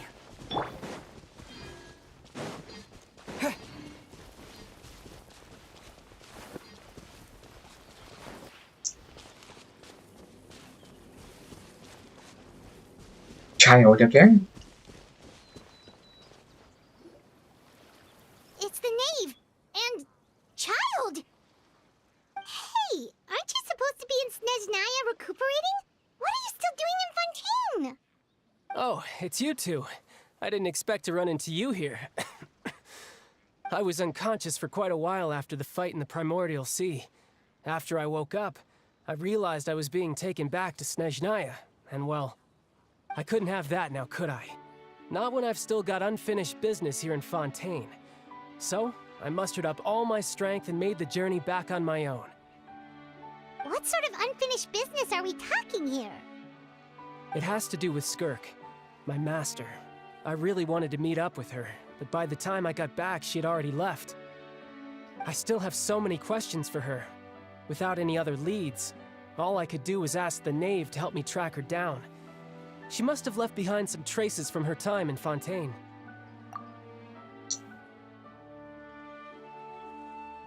Oh, okay, so have you found any clues? Unfortunately, no. While the House of the Hearth is adept at collecting all manner of intelligence, certain existences can still manage to escape our purview. Basically, unless Master feels there's a need to meet with me, she's not going to be found. But that problem has an easy fix. I just need to become stronger, and then... Paimon thinks you should focus on getting better first. The worst of it is over. It's all thanks to that one kid from the House of the Hearth. Elwar, I think her name was. She gave me a bunch of random potions to drink. They didn't, and that's good, because it looks like I really do have to head back this time. The old man's been putting the pressure on me. He sent someone to tell me I'm needed for some sort of project. Project Stuja? Yeah, that's the one. I heard Regrator's involved too. I'm not looking forward to having to listen to all his monologuing, that's for sure. Hey, maybe you could think of a way for me to stay in Fontaine for a little longer. Helping Linny and the others brush up on their fighting skills would be far more interesting. If you and I could spar, that would be even better. I've been waiting for a chance to see you go all out. And what a sweet little daydream that is. But I also have a role to play in all this. I'll be leaving Fontaine shortly as well. Besides, considering how little they see fit to step outside the homeland, being called on to return to Snezhnaya by such illustrious dignitaries, what a great honor. Wouldn't you agree? One I could do without, I'd say. Is it just Paimon? Or does it kind of seem like they're... Trash talking you behind their backs. So, dear guests of the House of the Hearth, to what do I owe the visit? Well, we just, Want to learn more about you? Right! We're super close to Linny and the others, but we still don't know much about you! Is that so? Introductions have already been made, have they not? Oh, well, you see? There's only so much you can learn about someone from a short introduction. At least tell us something a little extra, like... Why do you call yourself father? Good question. I'd also like to know. The fact that you have to ask tells me our intelligence work has been quite successful. Telling you the answer to that question would only serve to undermine that success. And we can't have that, now can we? Spoken like a true diplomat. That was some expert sidestepping right there. Well, if there's nothing else, I think I'll take my leave. I still have a small matter to resolve at home. Wait, don't go!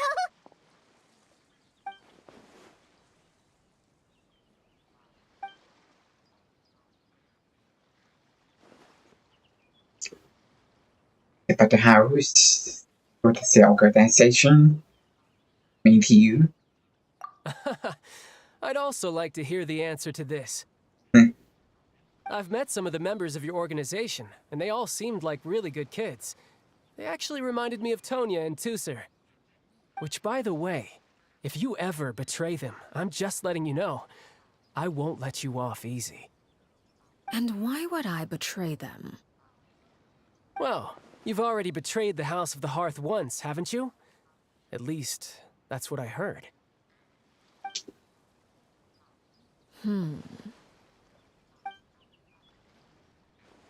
Okay, I admit. That's just what the old man told me. The rooster, I mean.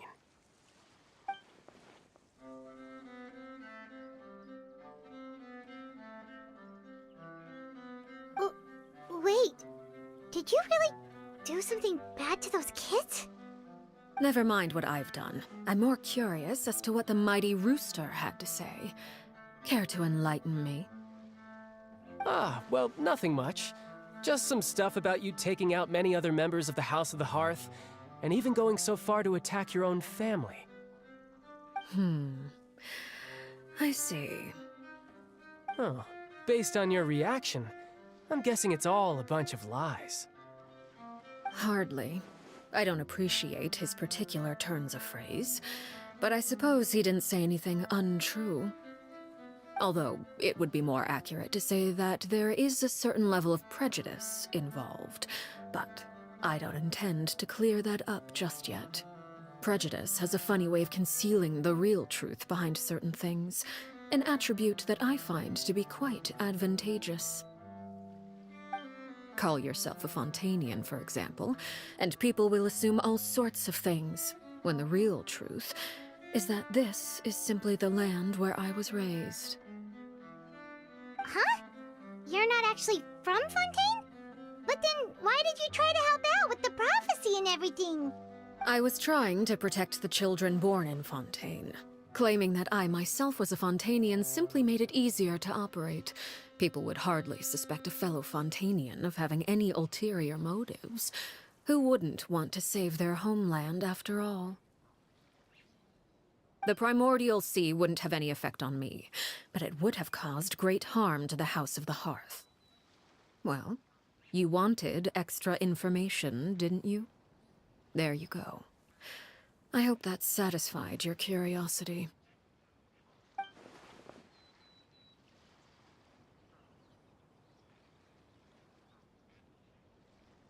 So, you stayed in Fontaine for the kids. I guess I was wrong to believe you'd betray them. Apologies. Looks like I was holding on to some prejudices myself. Good. Like I said, I like it when others have misconceptions of me. Actually, while I was recuperating at the House of the Hearth, there was something else that really caught my attention.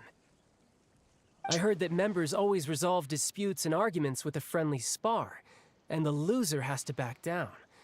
Seems pretty cool if you ask me. Would also give them plenty of opportunities to hone their skills. Well, that's only a recent development. In the past, such spars weren't nearly so friendly.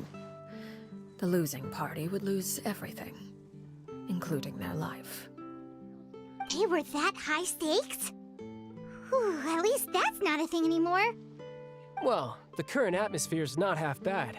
I'm a bit jealous, actually. You've got so many family members around you, and you even get to live with them. Having a lot of family around means dealing with a considerable amount of bickering and scheming. Once Tonya and Tusar enter their rebellious phase, I'm sure you'll understand. Just imagine. Tusar becomes obsessed with plucking out strands from the rooster's mustache, or Tonya decides to dye her hair 42 different colors. Okay. I get the picture.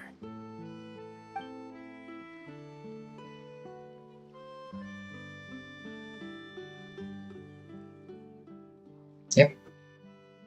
Well, would you look at the time? I should probably get going. Traveler, Paimon, I'm not sure where our paths will cross next, but the next time we run into each other, we should definitely try and find some time to spar.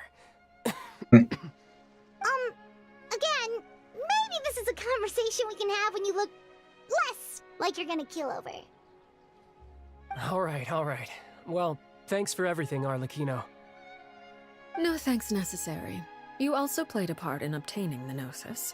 I would say we can call ourselves even. I like the sound of that. Well, I'm off. See you all some other time. Here we go, Roos. We should probably get going too. Do you want to head back with us? Oh? You want me to leave so soon? Oh, I'm rather enjoying the evening breeze. If you don't mind, I think I'll stick around for a bit. I have some things to think about. Apologies for not attending to you like a proper host. Please forgive this slight. I do hope you'll have a pleasant stay. Okay. We managed to keep her distracted until nightfall. Good thing Child was there to keep the conversation going. You don't think she suspected anything, do you? Oh, I wonder if Liddy ran into any issues. Let's hurry back and see how everything went. Go back down.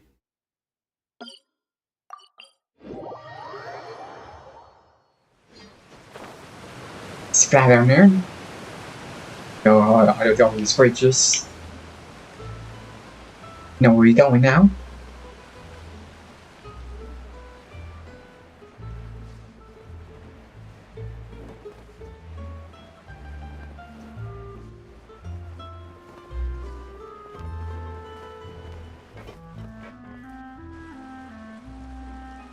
Lenny, how did everything go? Well, long story short, we ran into a small issue. Clairvy can't go into the sunlight. What do you mean? Everything was fine at first. She followed me up to the surface just like I told her.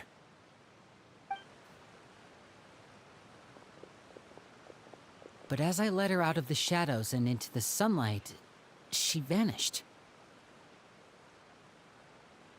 I turned around and there she was, standing at the edge of the shadows, silently watching me. Huh.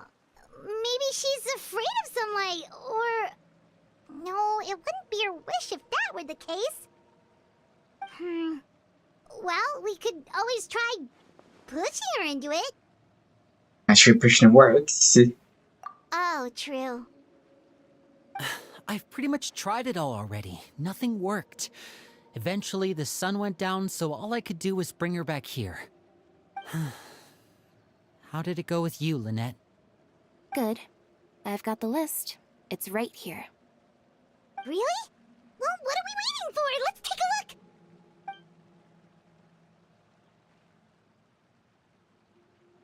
Oh, that's a lot of pages. Oh, it's gonna take forever to get through it all. We can each take a section. Here.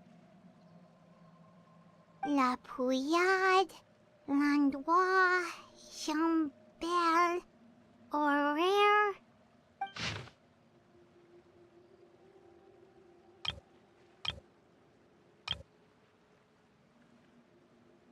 Oh, yikes. That Ororon guy has a huge scar on his face. He's kinda giving Paimon the creeps. Ah, I've met him before. The scar is from an injury he received during a mission. I still remember him joking with me about it. He said any future lover would take one look at him and then lose all interest. Did he say anything else? Well, I asked if there was someone he was interested in.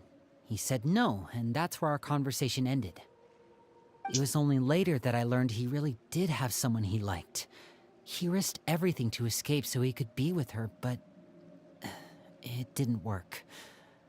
One day, Father asked to see him, and, well, I never saw him again after that. Wait, so that means the knave, she... It may seem cruel, but it's just one of the rules of the house. Betrayal is not to be taken lightly. We know too many secrets to come and go as we please.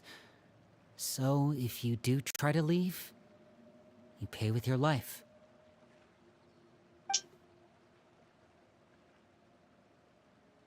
Her name's not here, huh? Well, that's not too surprising. It doesn't seem like this list is complete. It only contains records dating back around 5 years. Let's shift our attention then. Fremine, were you able to find anything out? Fremine. Sorry. I was thinking about something. I managed to talk to quite a few people, but I couldn't help but notice that the atmosphere in the house was a little... strange. Strange? Yeah, I mean, I know there have been arguments in the past, times when people haven't gotten along. Chaplot and Filiol are a good example of that. Oh, those are two of the people that we met while delivering supplies. Paimon can see how they might not get along. They had very different vibes, and their, interests seem to be pretty different as well. That's to be expected, actually. Father brought us all here, shared her knowledge with us, taught us how to fight. That's one thing we all share. But that's also where the similarities end. Not all of us feel the same desire to stay here. As members of the House of the Hearth, we're also considered part of the Fatui. And to a lot of people, that's an identity they never asked for. Certain members get older and realize they want something else for themselves. But considering the rules of the House, most people would never say that out loud. People like Chaplot and Foltz are loyal to Father and her vision. They're proud to be part of the Fatui. Filial and Nantoy, on the other hand, well, they aren't quite as enthusiastic. These kinds of conflicts have always been there. It's not like Father is in the dark about any of this. Well, that's true. But it just feels like things have gotten worse lately. Filial and the others, it seemed like they were meeting in secret to talk about something. I can't say for sure, but I think they've met Clairvy. You think she's been inciting them to act out? No, not exactly. But I wouldn't be surprised if she said something to them about the darkness in the house and how deep it runs. She's told me about it before. Experiments being run on children. People being used as pawns on the battlefield without so much as the strength to survive. And they just believed all that? Without any evidence? Clairvy's words probably gave them the excuse they were looking for. Whether they actually believe them to be true is secondary. This is all because of Project Stuja, isn't it? Whoa! Hold on a second. What's this Project Stuja all about, huh? This is the second time it's come up now.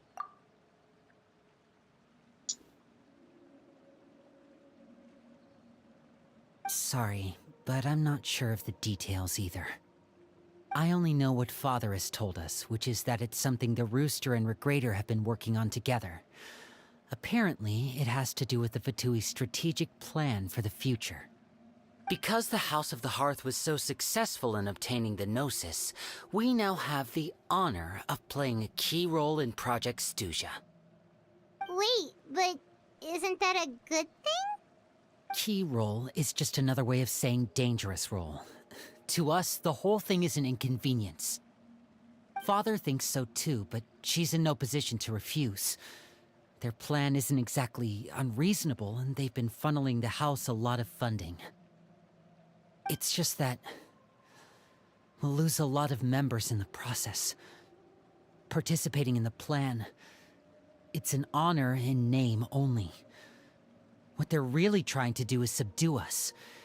The existence of an intelligence organization outside their control makes them feel uneasy.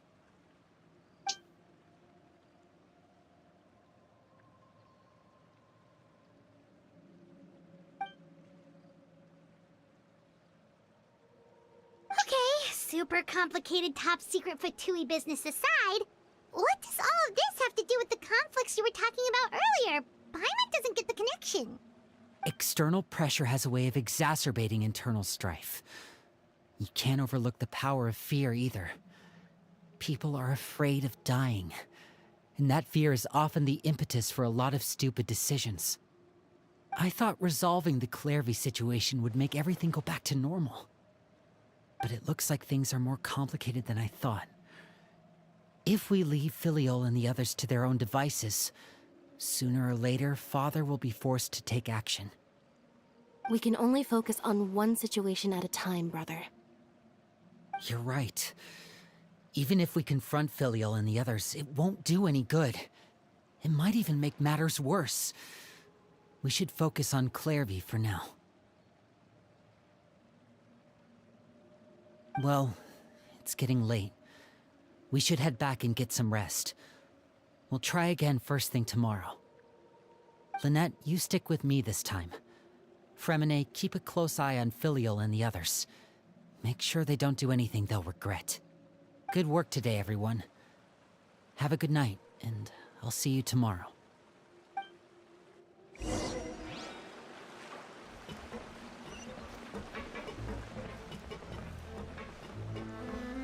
Actually going in.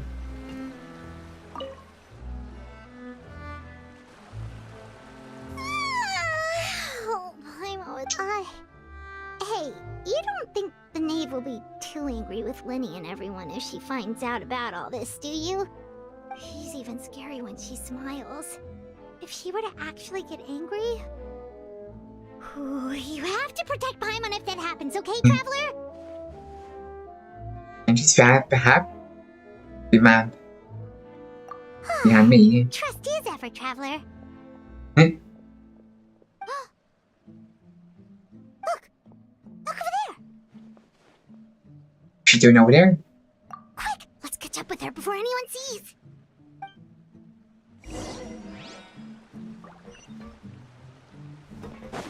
Our way up.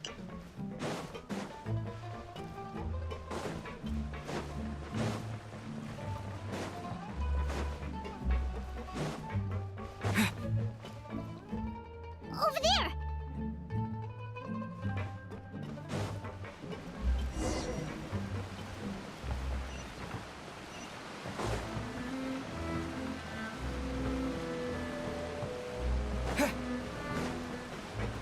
Oh, where is she going? Oh, if someone sees her, we're toast.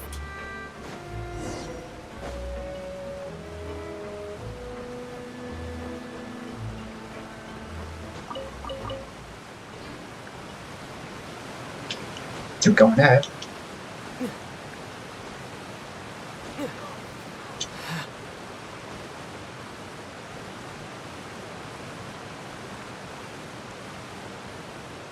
Oh, look! She stopped!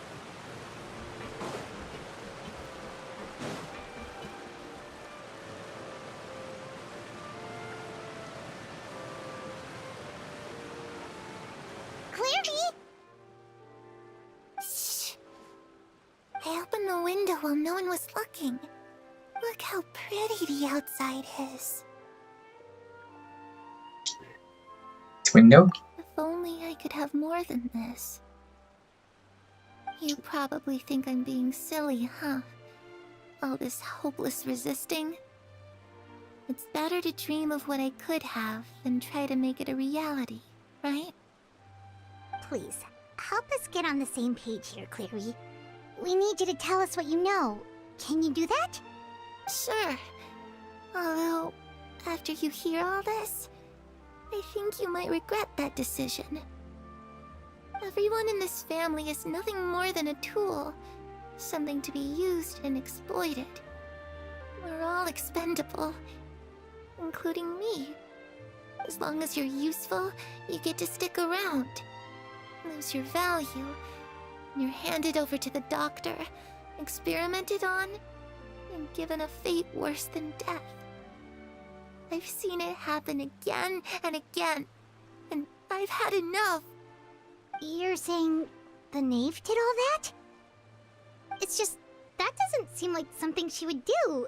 She's scary and all, but it seems like even she has lines she wouldn't cross. I knew you wouldn't believe me. Everyone thinks she's a good person. They all think of her like a real mother. Mother? But she doesn't deserve that title. She's disgraced it and tarnished it. And if I had things my way, I'd never see her again. If only Perry were here, she'd understand. Perry? There's that name again. Also, Paimon's getting a strange feeling. It almost feels like she's not really here with us. Paimon can't tell if she's actually talking to us or if she's mistaken us for someone else. Not sure either. Well, in any case, it seems like she really needs someone to talk to. We should keep her company for a little longer. She looks so young, but it seems like she's been through a lot. It's getting windy. I should close the window. Ooh, look at the moon. Isn't it pretty? Hey, wanna hear a secret? I heard that if you look up at the night sky in Snezhnaya, you can see the aurora. It's supposed to be super pretty. Even prettier than the moon tonight. Okay. Perry and I promised each other that once we're older, we're gonna go see it together.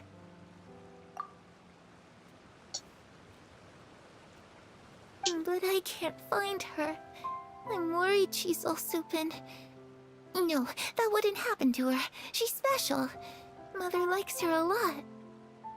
We should really go talk to Mother, but we just fought. She doesn't want to see me, and I'm too scared to face her. What should I do?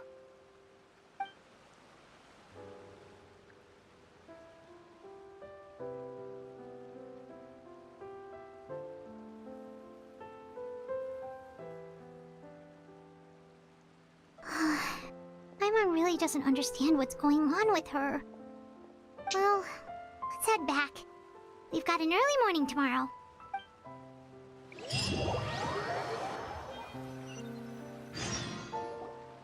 All right, looks like we're all here. Let's go ahead with the plan. Will you do that? Oh? What is it? Now have and the Doctor you ever walked it together? What makes you ask that? Well, we kinda ran into Clairvy last night, and that's what she told us. We met the Doctor back in Sumeru. He's super dangerous, and he's done all sorts of bad things.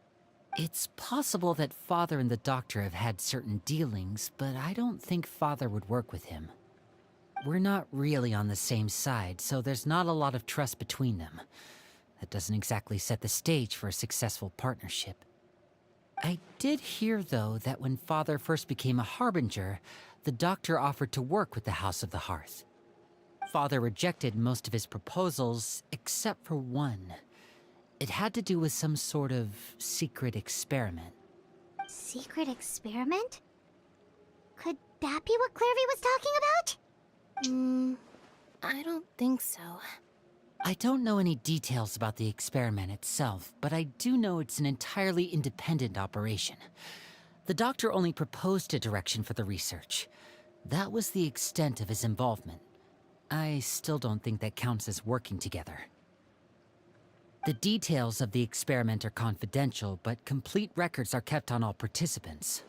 That doesn't seem to be the case with the situation Clairvy referred to. I know you don't agree with some of the Fatui's methods, and I'm not asking you to. But I am asking you to trust us on this. The House of the Hearth has its own principles. There are certain lines we're not willing to cross. Alright, that's good to hear at least. Clairvy seems to think the Knave and the Doctor worked together to do something horrible. If that turned out to be true, Paimon doesn't know how he would even face you guys. It's just that it doesn't seem like Clairvy is lying either. The easiest thing to do would be just ask the Knave directly, but Paimon doesn't think she'd tell us. Okay, so no planning for now. Father didn't come back last night. She's probably still near the shore. We'll be counting on you to distract her. Lynette, you're with me. Fremine, you know what to do. Be on your guard, everyone. All right, let's get to it.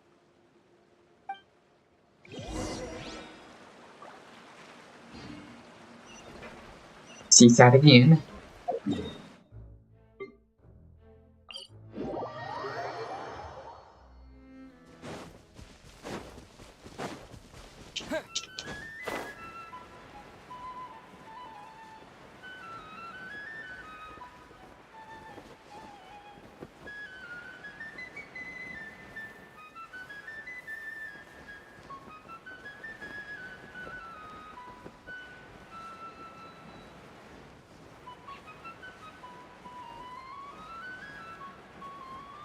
All the way down there.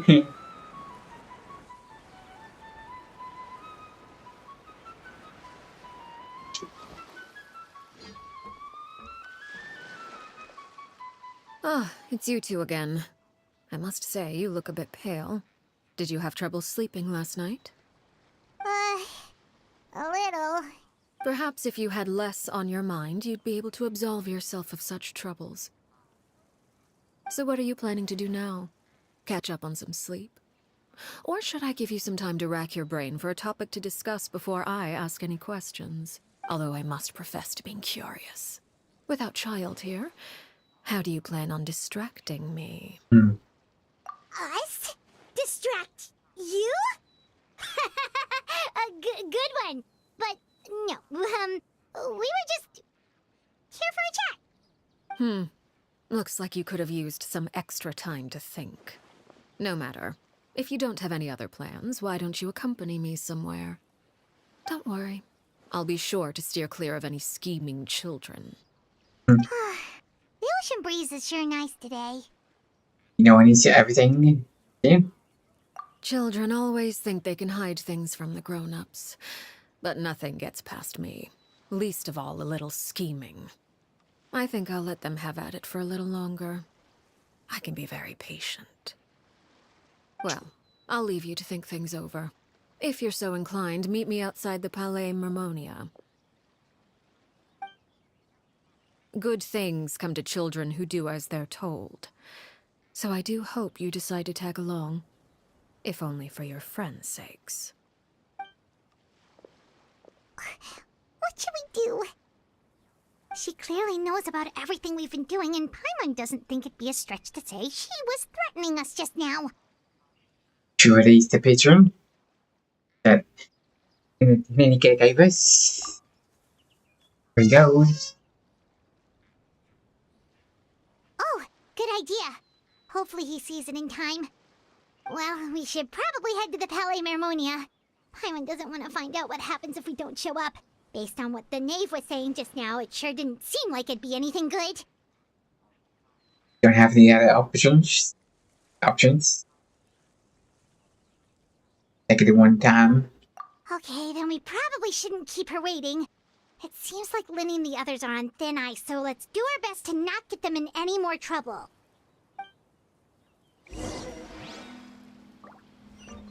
Hey, we're going.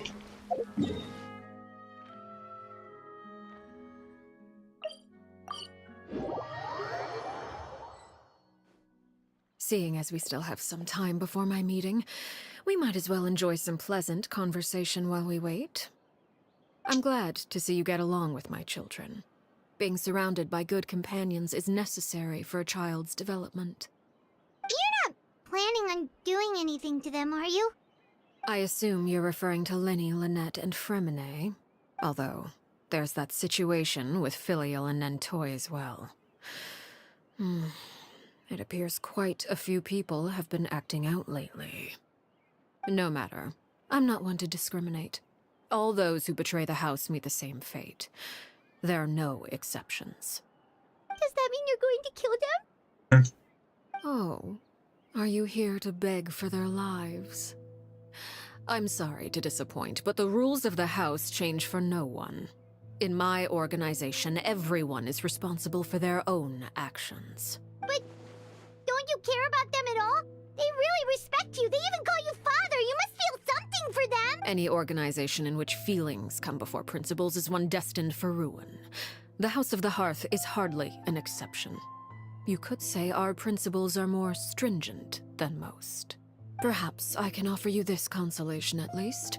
As our guests, you two will not be held accountable along with them. With no other way to solve the issue. I would imagine Linny, Lynette, and Fremine will be able to keep their lives. As for Filial, Nentoy, and the others, I'm afraid there's little I can do. They can try to escape, but once you know our secrets, there's no getting out alive. But that's all. Ah, you seem concerned. Out of consideration for my guests, I suppose I could turn a blind eye for a little longer. If Linny and the others manage to dispose of Clairvy in the meantime, all evidence of their wrongdoing will be lost. In that case, I could hardly punish them for something I couldn't prove. If their efforts are unsuccessful, on the other hand, all will be held accountable. And the punishment will be severe. Okay. Deal. Of course. Oh, and here, I believe this belongs to you. Do try and keep better track of it next time. It takes a considerable amount of time to train a bird like this. It would be such a pity if you were to lose it. Permanently. Wait, where did you get that? Well, I'm afraid that's all the time we have to chat. Now, for the matter at hand. I asked you to meet me here because I have business at the Palais Mermonia. It has nothing to do with you, but I think it would be prudent for you to stick by my side for the time being. There will always be time later to run off and tell Linny what you've learned. Well, time to go. Looks like we wrapped things up just in time.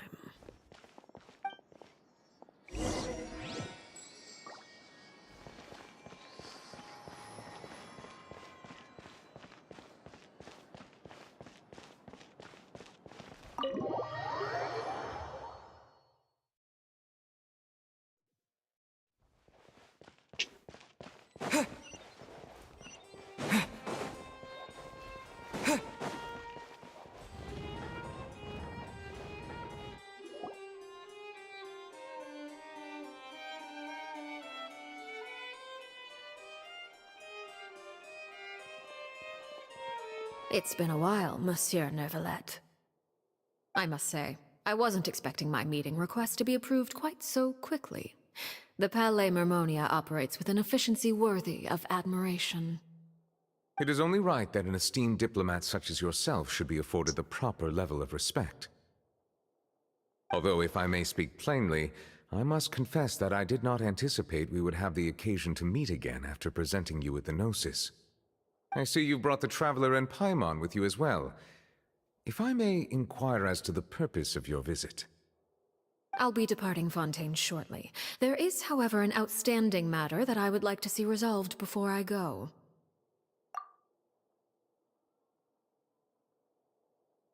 It requires a rather lengthy explanation, I'm afraid. So I took the liberty of explaining everything in this proposal. Please review it at your leisure, Monsieur Neuvillette.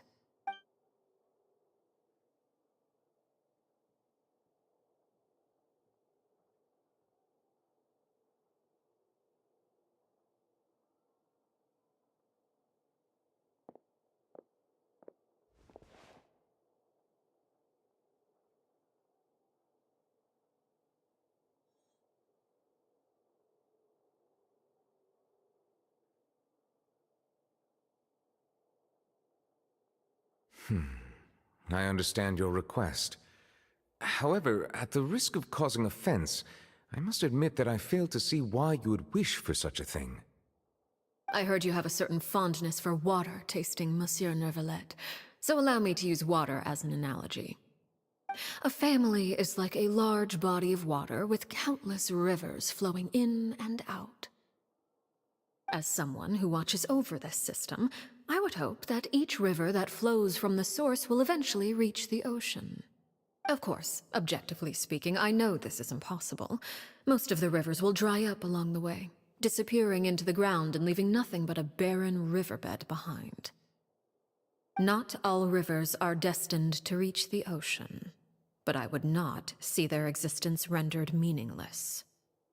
I believe the water that flows within them is simply meant for a different destination, like a field in need of irrigation. Or perhaps the glass of a certain water-tasting enthusiast. Did you get any of that, Traveler? Not really. Your words paint an optimistic picture indeed. Allow me to remind you, however, few among us are willing to sip from a glass filled with tainted water. It may have been tainted at one point in time, but not to worry. I'll make sure it's strained of all impurities and returned to its cleanest form. I seem to recall there being a transactional aspect to your proposal. Perhaps you could expound on that? If you accept my proposal, Monsieur Neuvillette, I will gradually withdraw my forces from Fontaine. And, unless absolutely necessary, I will no longer carry out any special missions within Fontaine. I presume I can take your words to mean that, in the future, cases similar to the Tartuffe assassination will cease to cross my desk? Tartuffe? Ah, that thief who embezzled funds from all those charities, you mean? My deepest condolences to his family, but without any evidence, I cannot imagine how the House of the Hearth might have been involved in his passing. Of course, if you accept my proposal, Monsieur Neuvillette, I'm sure certain measures could be taken to reduce the frequency of such troubles. You choose your words carefully indeed. In that case, I'm inclined to accept your proposal. My thanks for your generosity, Monsieur Neuvillette. Well, with that settled, we should be going now. I took the liberty of bringing along 2 bottles of spring water from Snezhnaya for you to enjoy. I do hope I get the chance to hear your impressions. Perhaps at our next meeting, yes? Indeed. I trust you would not overlook your commitment in the meantime. All right, Traveler Paimon. Time to go. Do you want me there? Okay.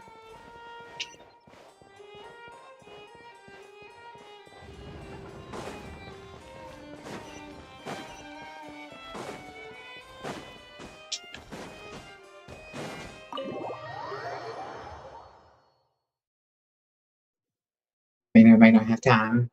Get this done. So, what exactly were you talking about back there? Paimon only heard you mention some rivers, a large body of water, and then some kind of irrigation scheme. You really want to know? I would imagine there might be more pressing concerns at the moment.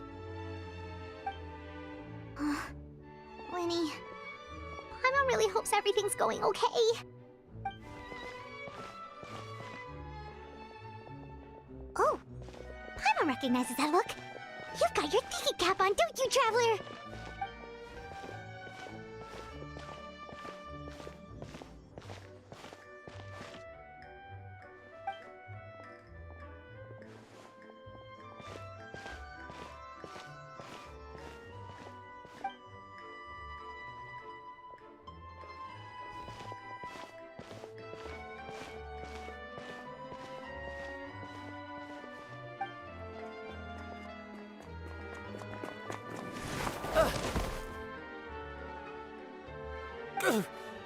Oh, shoot. Are you alright? Oh, jeez. I'm so sorry. I was so focused on selling these papers, I wasn't looking where I was going. Was he paying attention? Well, let me make it up to you at least. Here, take this paper. On the house. Okay.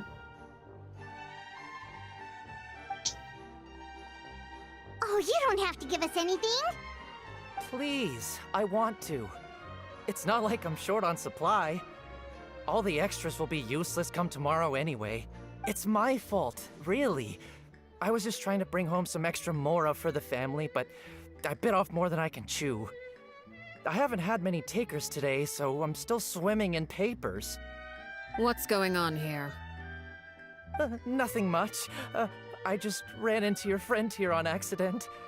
I should probably get going, actually, so... Hold on. Of course, I'm happy to compensate you with mora, it's just... I don't have any on me at the moment. I'll take 3 papers. Here. Your payment. Oh! Thank you for your patronage. May the Archons bless you with good fortune. If only I had the chance to run into such generous customers every day. I should probably just take on a smaller inventory though, right?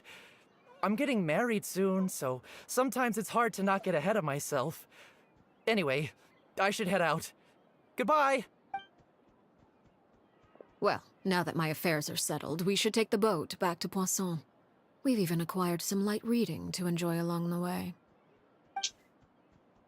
Actually, why don't we stick around for a little longer? Paimon just realized how hungry she is.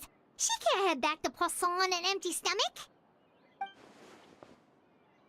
About more time, then. It appears you two are under the impression that delaying our return will somehow alter the situation in your favor. I'm sorry to ruin your fantasy, but your efforts are meaningless. That being said, I could be persuaded to give Linny some extra time. I just have one condition. If you agree to my request, I'll even answer some of your questions. You're quite curious about Claire V, are you not? And my relationship to her.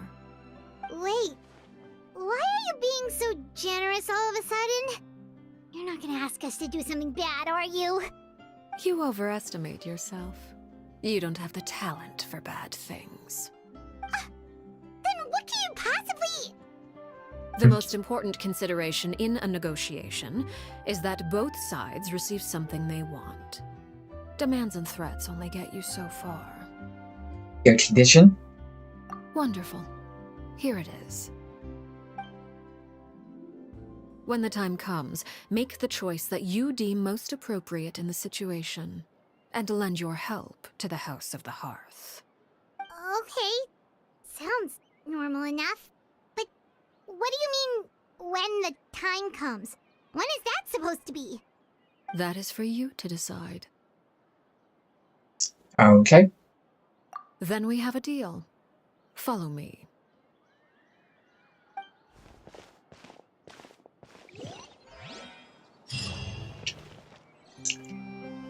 Okay, be right back.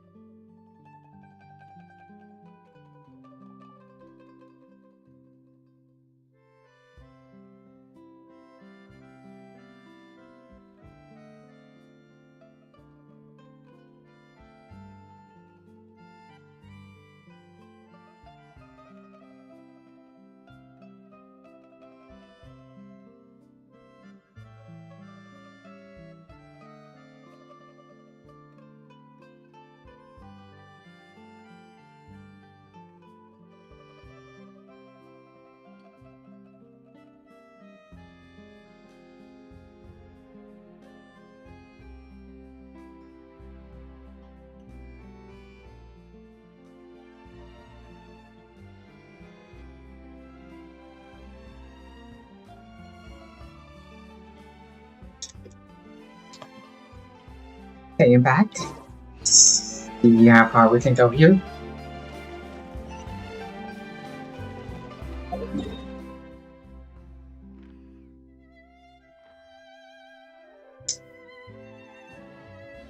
No teleport nearby.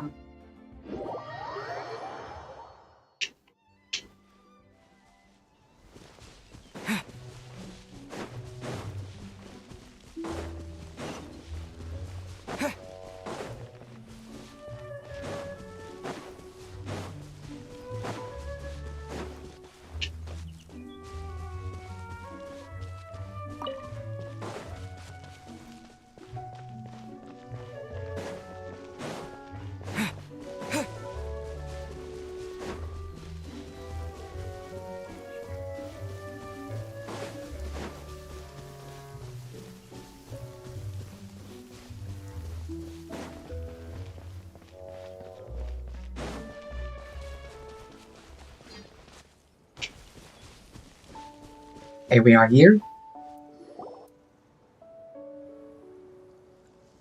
What is this place? Somewhere long forgotten by everyone. It used to be a grand building. Now it's nothing more than a pile of rubble.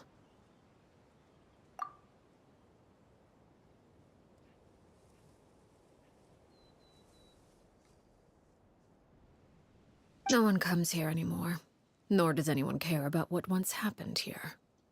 Although, this place does have something to do with the story I'm about to tell you. It was before I became a Harbinger, and before Linny and the others joined the House of the Hearth. Due to certain events, I first killed Clairvy and then her mother. And this is where it all happened. You were the one that killed Clairvy? What? Patience now. Allow me to explain Clairvy's side of the story first. I'll start from the beginning. Clairvy was 6 years old when she was brought by her mother, Crucibina, to live in the House of the Hearth. From the outside, it seemed like a fairy tale. A thriving family made up of kind adults and friendly children. Crucibina was the knave at that time, and the House of the Hearth was under her control. She was Clairvy's mother by blood, but she was also the mother to all the children in the house. Clairvy was happy here, for a time. But she quickly realized that being part of this family wasn't a fairy tale at all. It was a kind of purgatory. Purgatory? Exactly. The House of the Hearth takes in war orphans from all over Teyvat. But as for how to raise them, that depends entirely on the person in charge. Crucibina came up with a novel idea. She would teach the children to fight, force them to duel each other, and then crown as the king of the house the child who proved themselves most worthy of inheriting her title. It's difficult to estimate the number of children who died or were maimed in the process. There's little I can say about the ones who died. The ones that emerged with permanent injuries, on the other hand, well, they still served a purpose. They would be handed over to the doctor to be experimented on, or sent away on dangerous missions. Nothing more than tools to be used and then discarded. So those were the experiments Clairvy was talking about. But what actually happened to her? You said that Clairvy was Crucibina's daughter, so if Clairvy tried to convince her to stop what she was doing, Crucibina probably would have listened, right? Despite being Clairvy's mother, Crucibina cared little for her daughter. She forced Clairvy to join the House of the Hearth only as a means to demonstrate her own impartiality as a mother, to prove that she treated all her children equally. Clairvy did try to convince her mother to change her ways, but it was to no avail. After her efforts failed, the only other option was to rise up and try to fight back. Unfortunately, the other children had already been thoroughly indoctrinated into the illusion of happiness Crucibina had created. Of course, there was one exception. Someone Clairvy's age who knew the truth about the House of the Hearth. Her name was Peruere. Wait, Yep. the friend that Clairvy mentioned? Friend, huh? I suppose we can call her that for now. Clairvy was a cheerful and passionate person with a tenacious spirit. Peruere, on the other hand, was rather cold-blooded. Her cold-blooded nature allowed her to see through Crucibina's facade. Yet, it was also this cold-bloodedness that prevented her from acting against it. At least at first. While Clairvy longed for freedom, Peruere was convinced that, amid all the fighting and violence, she would make it until the end. Despite their differences, the two became fast friends, united by their knowledge of the truth. Clairvy told Peruere that she hoped to create a real family, where no one would be killed or sacrificed. There may have been a certain naivete to her ideas, but Clairvy proved her determination many times over. She tried countless times to run away, ask for help, or expose the truth. But her efforts only earned her beating after beating. The only thing that kept her going was her strength of will. Even with her body racked with pain, she would still stand on her tiptoes and open the window at night. She and Peruere would look out at the moon together, a fierce longing for freedom shining in her eyes. But one day that light simply vanished. Oh no. What happened? Her hopelessness resulted from a culmination of things. 10 years had passed. 10 years worth of failure after failure. She and Perouer weren't children anymore, but finding any chance to escape still seemed as hopeless as ever. It was during this time that Perouer suggested a new plan. If escaping was out of the question, why not take down the very person sitting on top of this throne of lies? Mother herself. Clairvy rejected that proposal. She claimed that, as a famous harbinger, Crucibina possessed an unimaginable amount of power. Trying to kill her would have an incredibly low chance of success. Clairvy never gave another reason, but Perouer could see it written all over her face. Clairvy still thought of Crucibina as her mother. Killing her own flesh and blood was a line she couldn't bring herself to cross. If she couldn't escape and fight back, then only one option remained. Yes. Precisely. Death was the only way that she felt she could be free. It happened during a duel. When she arrived at the dueling ring that day, her partner turned out to be none other than Perouer. The very person that had stood by her side all those years.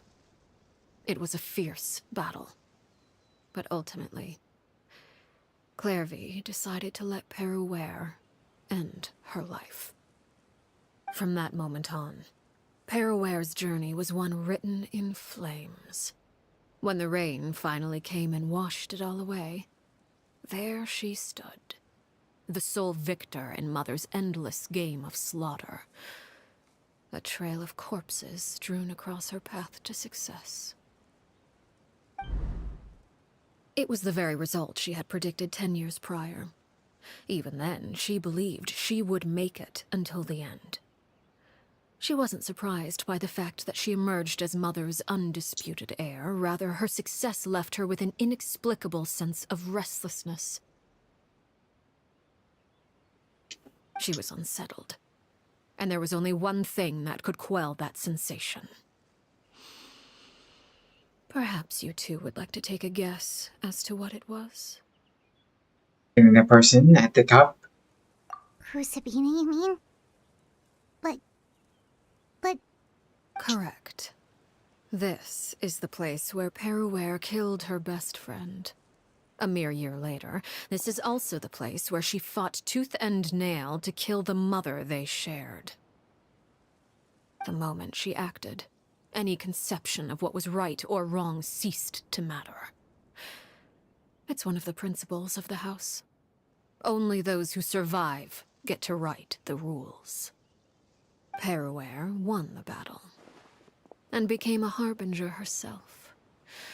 After which Her Majesty, the Tsaritsa, bestowed upon her a new name. Arlecchino. So the Perry Clairvy was talking about... It was you all along. You're Perouer. Arlecchino is just a name you got later. This was your story just as a message to hers? I left that name behind long ago. I must say, hearing it now does bring back memories. After I defeated Crucibina, the moniker of Mother died with her. I chose to forego the title she called herself, and even chose to give up my own name. I rebuilt the House of the Hearth under a new identity. Not only as Arlecchino, but as father. And that is where the story ends. Any more questions? Pursuing myself, who's she exactly? Yeah. Based on what you just told us, Clairvy wasn't a little kid when she was killed. So the Clairvy we met... Was she really a spirit at all? I suppose you could call her an illusion born of flame. Her existence is like ashes to a fire. Something left over in the wake of blaze and ruin. You see, a certain power runs through my veins. It's not unlike a curse. My flames leave behind shadows of anything they consume. Of course, The chances of those shadows morphing into a sentient entity are exceedingly slim. Clairvy is a very special case. Clairvy died when she was 16 years old, but what emerged from the flames was her 6-year-old self. Her appearance wasn't the only thing affected. Most of her memories were lost to the blaze as well. Memory is a mysterious thing indeed. Losing a portion of your memories will alter your sense of self. Lose 10 years' worth, however, and it would be like living in the past. Like returning to a version of yourself that never grew up. No wonder Paimon got such a weird feeling when we were talking to her. Perhaps I should put it this way. Clairvy is someone trapped in time. It may seem like she exists with us in the present, but she truly lives in the confines of her own past. So if all of that is true, then you must have known about Clairvy for a long time. Indeed. She's a rather volatile and unstable entity. Sometimes she would look after the children. She's even saved some of their lives. But other times, she would hide from me and become obsessed with revealing the truth about the house to anyone who will listen. Shadows don't have the capacity to learn or grow. Any new information they encounter is quickly forgotten over time. Your attempts to expose Clairvy to sunlight. They failed, yes? The reason is actually quite simple. In Clairvy's mind, the house is impossible to escape, and it is this very perception that traps her there. But no matter. All I have to do is kill her again, and all will be resolved. I don't anticipate so much as a single speck of ash will be left behind this time. Wait! Paimon can understand why you might want her gone, but isn't there another way? So what if she's trapped in her 6-year-old self? She's still your friend! At least talk to her first! It's too late for that. She broke the rules, and now she must be punished. That goes for Filial and Nantoy as well. She's had quite the effect on them. I hope you understand. The difference between Crucibina and myself lies in our formulation of the rules, not our policy for enforcing them. Upholding the rules without question is a trait we both share, because that is how a household should be run. Is this really what you want to do? Whatever could you mean? Don't you want to say a proper goodbye at least? Whether as a killer or as a father, there are two things that must be avoided at all costs: anger and sorrow. Anger makes you impulsive. Sorrow causes you to waver. Well, it appears it's about time to proceed. Before we arrived, I told some of my well-behaved children to bring our troublemakers here by nightfall. I do believe I've kept my end of the deal. I gave your friends quite a bit more time. As for what happens now, we'll just have to wait and see.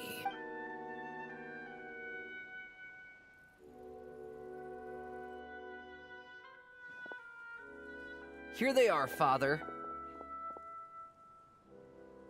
Ah, you gonna execute him? Seeing something like that would actually be a first for me. Lenny!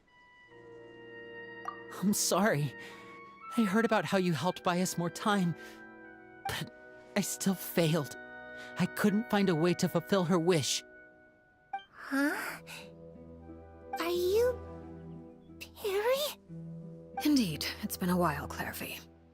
Perry! Shh, stay right there. I'm sorry to postpone our reunion, but first I believe certain scores need settling.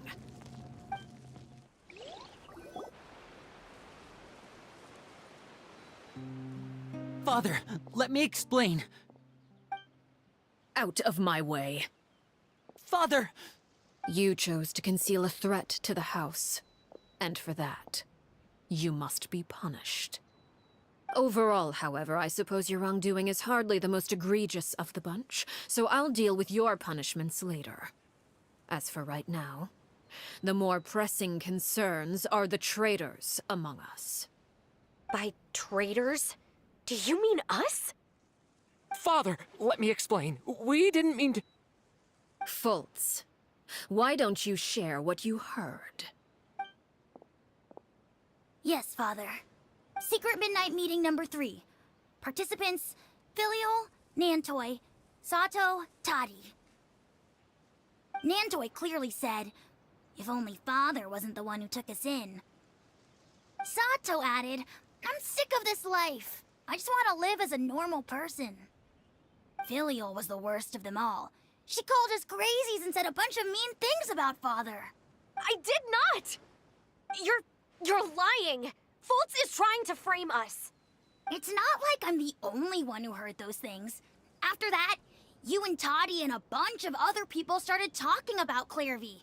You were using all those things Clairvy brought up as an excuse to question Father. We're birds locked in a cage. The only way out is to destroy it. That's what you said, wasn't it? You little... You just want me gone, don't you? What did I ever do to you, huh? And you, Sheplo, have you forgotten who stood by your sickbed, watched over you, and changed your dressings? Come on, let's hear it then. What's your reason for all this? You're wrong, Filial. We don't want you to die. You're our family. Liar. You wouldn't be doing this if that were the case. So why? Why have you backed us into a corner? We all live in the House of the Hearth. You know the type of work we do, Filial. A single betrayal can cost dozens of us our lives. It's not like it's never happened before. That kind of thing is hard to forget. That's why the House of the Hearth cannot tolerate any form of betrayal. Ever since we came to Poisson, you've had 7 secret meetings. A lot of the things you talked about really crossed the line. You've been spying on us for half a month? Wait a second. Now that I think about it, the move to Poisson was just a way to make it easier to spy on us, wasn't it? Because we were all in one place. You've had this planned all along. Filial, Nantoy, I'm sorry. I owe you both my life. I owe Clairvy too. If it weren't for all your help after I got poisoned, I wouldn't be standing here today. If this were any other situation, I would do anything to repay that kindness, even if it cost me my life. But rules are rules. I'm sorry. My hands are tied. Why? That's enough, Filial. We made a mistake, and we should own up to it. We broke the rules, plain and simple. And now we have to face the consequences. I'm sorry, Sheplo. Fultz. We... accept our punishment. Chapleau, according to the rules of the House of the Hearth, how should these traitors be punished? All those who betray the house pay with their lives. And so it shall be.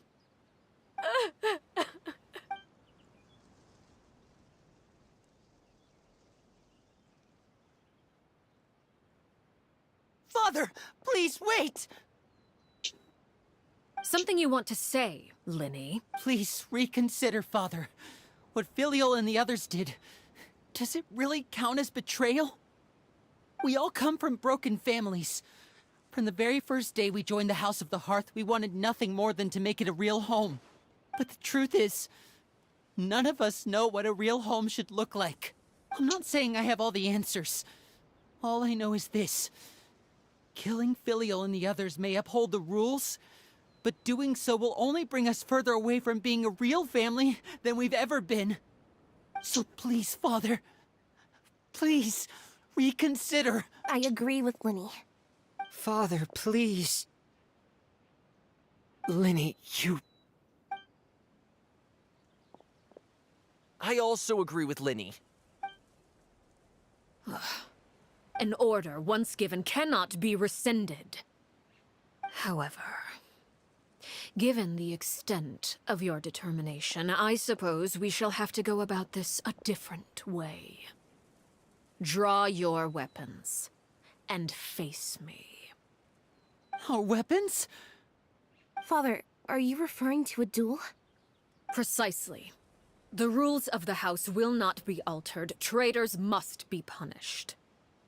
However, resolving disputes with a duel is also one of our rules, one that also applies to me. Demonstrate a sufficient showing of strength, and I shall offer a concession. Wait. Beat Father in a duel? Impossible. Father is way too strong, even for Lenny.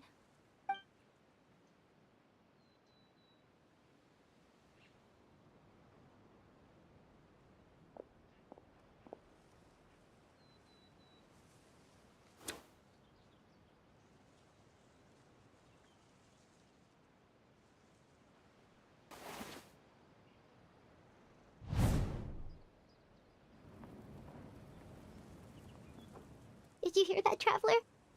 Lenny and the others have to duel the knave. What should we do? Can they really win something like that? If they lose, those people from the house are really gonna be executed. Hey!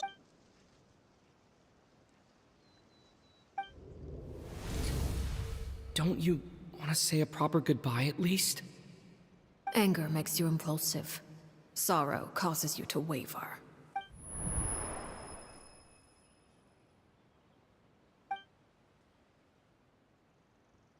Oh. Looking at that expression on her face, she seems really serious about this. Guess that means there's no chance she's throwing the duel on purpose, huh?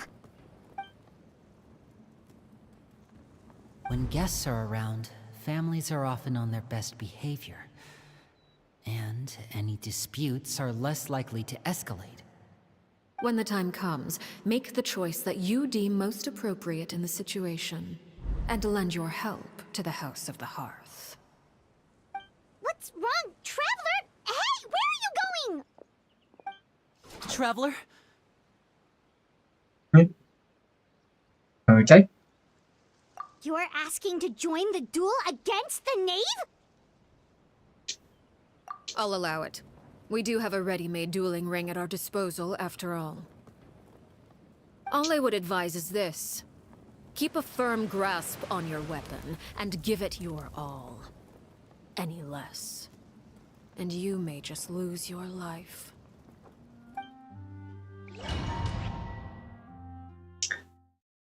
Here we go.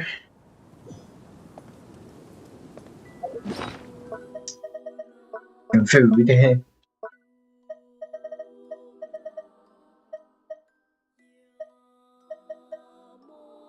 This will tag.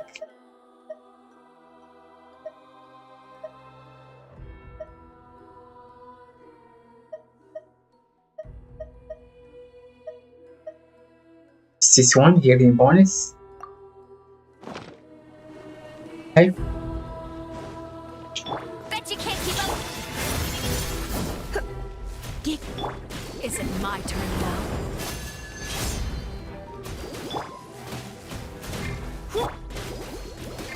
Now's our chance. Is it my Okay, there. turn now? And it's gonna help.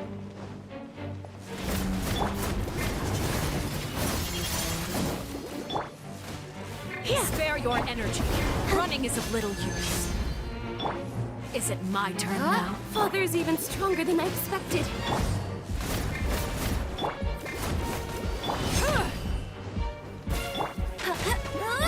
Let the show begin. Closer now.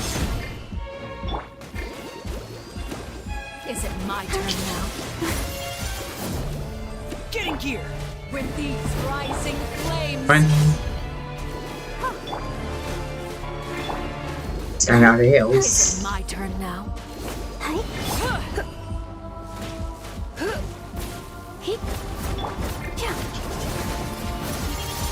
Spare your energy. Watch out for Father's movements! Is it my turn now?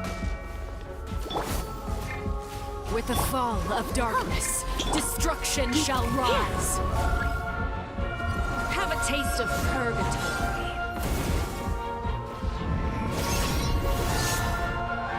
Are you alright? With these rising Go, flames. Father, go!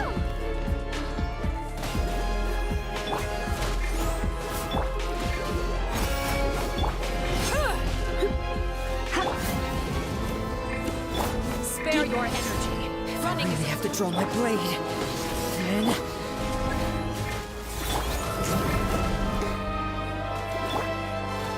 like a fly tangled in a web. Run. Spare your energy. Running is of little use. Now's our chance.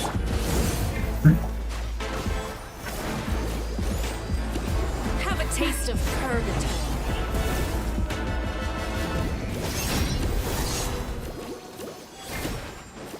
I'm gonna hands back up.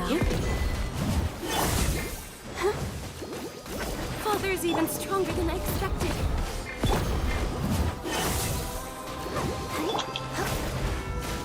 Is it my turn now? Even twice.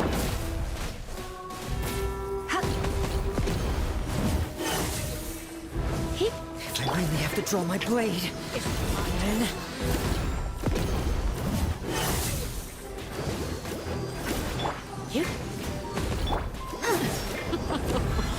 Look at Back around. trapped like a bunch of helpless animals. Watch out for Father's movements. Come on. Is it my turn now? Not bad. You've proven to be a worthy opponent after all. Look at you. Hang in there. Trapped like a bunch of helpless animals.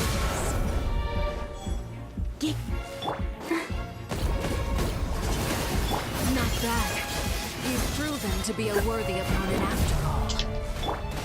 Is it my turn now? Not bad. You've proven to be a worthy opponent after all. Twin. Okay.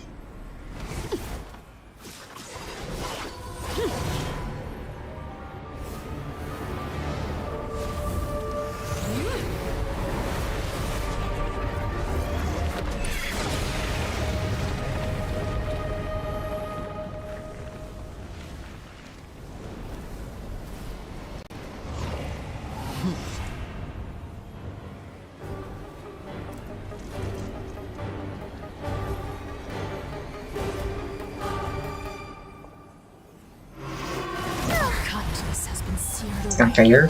My blade. Two more heals. It's all that remains. You back up.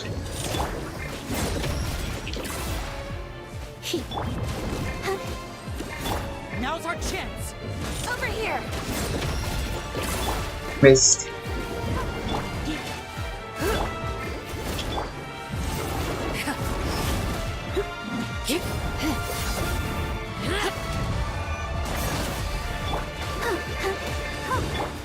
You're in for... Watch out for Father's movements. Look out! Let's see how strong your resolve truly is. And what I was gonna do.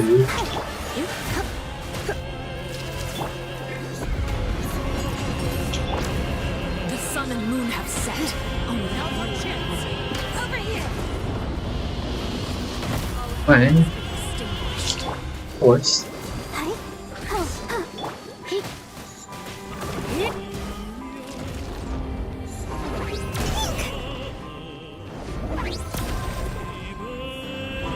Watch out for Father's movements. Look out!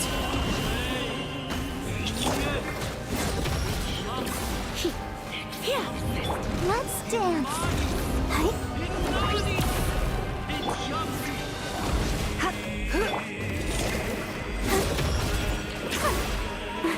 Now's our chance. Over here.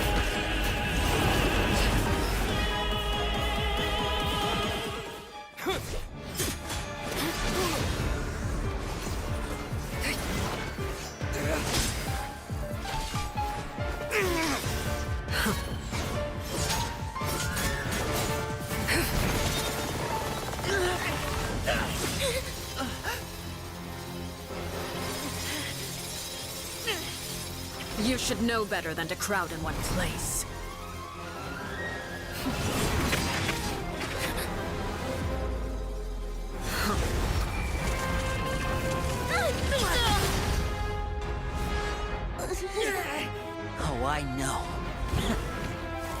No! I'm sorry, Father!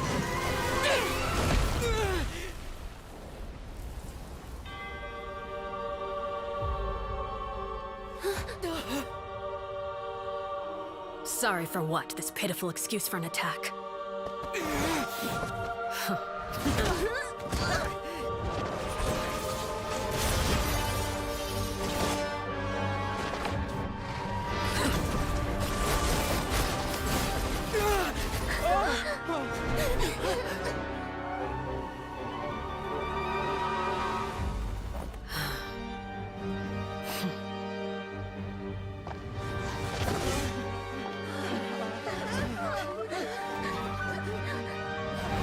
Father, no!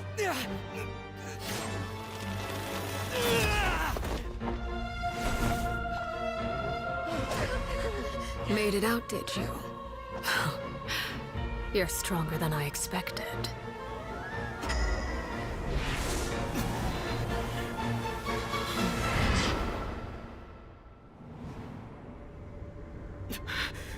A crimson moon? I can't move.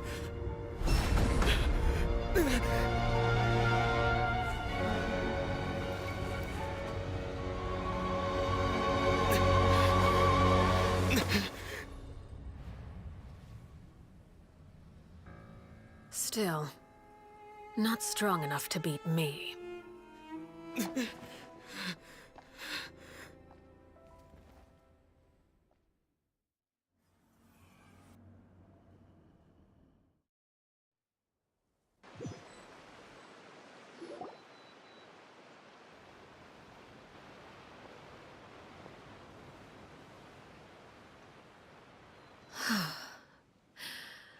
I believe we can end things here. It's not often that we get to enjoy the company of guests, after all. We wouldn't want things to get too out of hand. It's weird. Brother, are you alright? Lenny. Given that I am the victor of this duel, as agreed, the punishment stands. No! I never thought things would end like this. However, everyone involved in the duel demonstrated a remarkable level of strength and determination. In light of this, I'm prepared to change the method of execution. Elwar, the bottled flames I gave you for safekeeping. Do you still have them?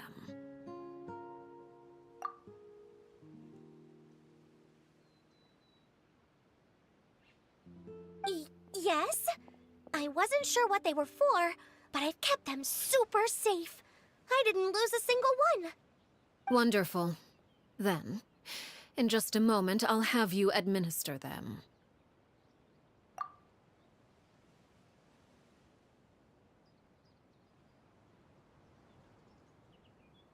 Bottled flames? Indeed. They're the product of a secret experiment.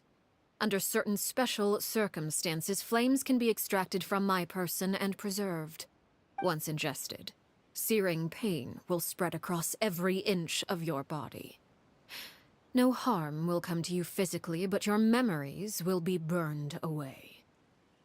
If you can withstand the pain, when you awake, you'll have forgotten everything you know about the House of the Hearth, and will be expelled from the organization. In other words, administering this concoction will kill the version of you that grew up in the house, and give you a new identity.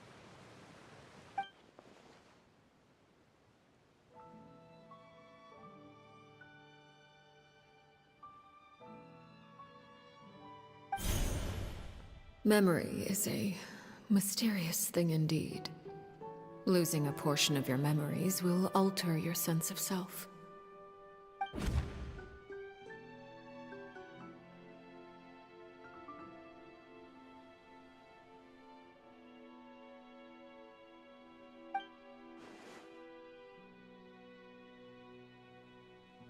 So, you're just letting us go, Father? You misunderstand. Memories are extremely important. Once consumed by flame, the version of you standing before me will die, and our secrets will die with you. So no, I don't intend to just let you go, because the person who survives will be nothing but a stranger. Even so, I won't have to live in fear anymore. I'm sorry, Father. I'm sorry I let you down. But I really... Don't cry, Filial. You haven't left the house yet, so there are still rules to be followed, yes? Remember what I taught you. Anger makes you impulsive, sorrow causes you to waver. Don't let yourself be controlled by your emotions. Of course. I'll remember. Dry your tears, and go pursue the life you really want. Yes, Father. Chaplot, Fultz, Elwar. Take them back to Poisson. And I prepared 3 extra vials of bottled flames. As for whether to take them, the choice is yours. Goodbye, children. The next time we meet, I will no longer be your father. Thank you for all you've done for the house. I hope you have bright futures ahead of you.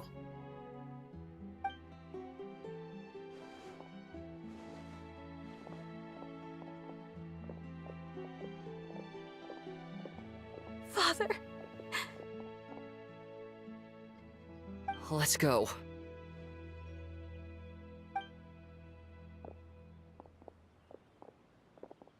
Here, grab my arm, Linny. I'll help you walk back. Thank you.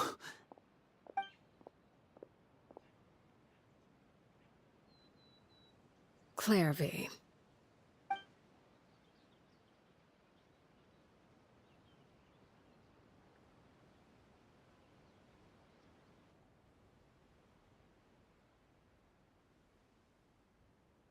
Can we talk now? I've been waiting for a super long time. You really are Perry, aren't you? I haven't seen you in so long. How come you're all grown up? Wait, did I somehow travel to the future on accident? Or am I dreaming? What a long dream. Neither. You died, Clairvy. That's what happened.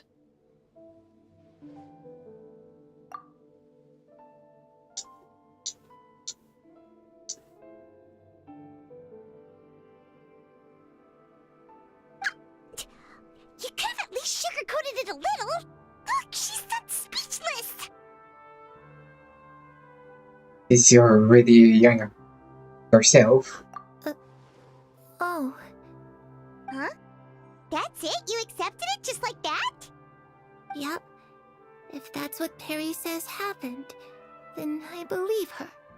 Perry wouldn't lie to me. Plus, I don't really need to know why I'm like this.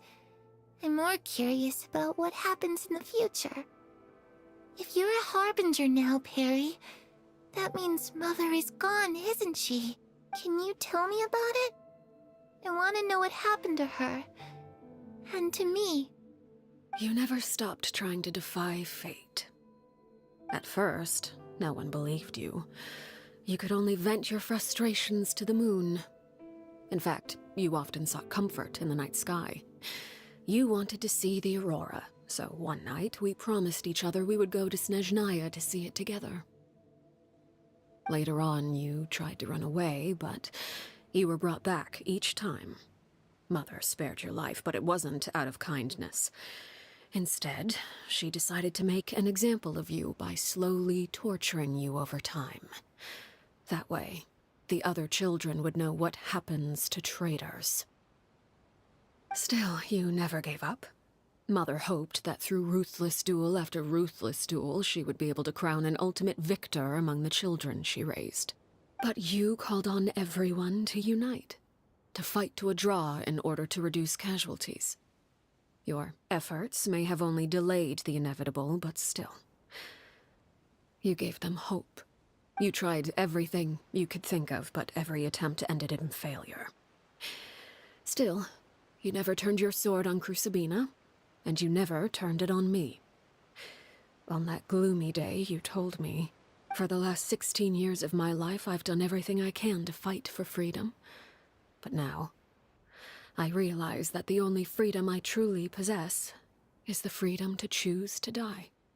I never imagined I would say something like that. I must have been feeling really worn down. But somehow, I still think I understand. According to Mother's plan, only one of us was going to make it until the end. And I always hoped that person would be you. If I could do it all over again, I still don't think I would make a different choice. Even when I first met you, I knew you'd be able to do what I couldn't. Is that so? Even now, I'm not sure I truly understand what kind of freedom you were trying to pursue. But as the head of the House of the Hearth, and as the children's father, I've tried to give them the most basic of freedoms. The freedom to choose their own fate. It's something I discussed with the Iudex of Fontaine. The children who want to leave the house will have their memories wiped clean of all secrets pertaining to the organization. In return, they will be allowed to live a normal life in Fontaine without being prosecuted for their past. Of course, I won't simply hand freedom to them on a silver platter. They have to fight for it and prove themselves worthy of it. Only freedom that is earned has true value. That's more than enough. That's exactly the kind of life I was fighting for. You know, Perry, I think you're a pretty amazing king, and a really great father, too. I'm really happy that you're the one who took over the house. I guess I do have one regret, though. I still haven't seen the outside world. Well, it just so happens that our dear guests over here have been to many nations and traveled to countless places. Perhaps they would be willing to tell you what the outside world is like. Really? Of course! We've traveled all over the place. We've got so many stories, we could probably talk your ears off for 3 days straight!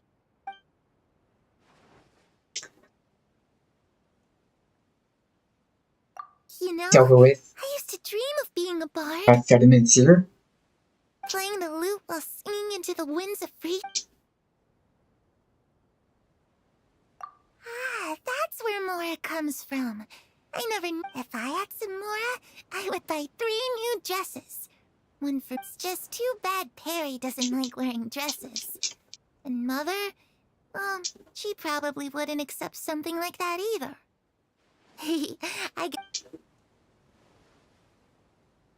Those yokai you mentioned. I once saw a drawing of this one guy. Oh, sounds like you're talking about an Oni. Yep, I was always too afraid to skip Mother's fighting lessons. But at the academia, I bet you could do all sorts of secret things in class.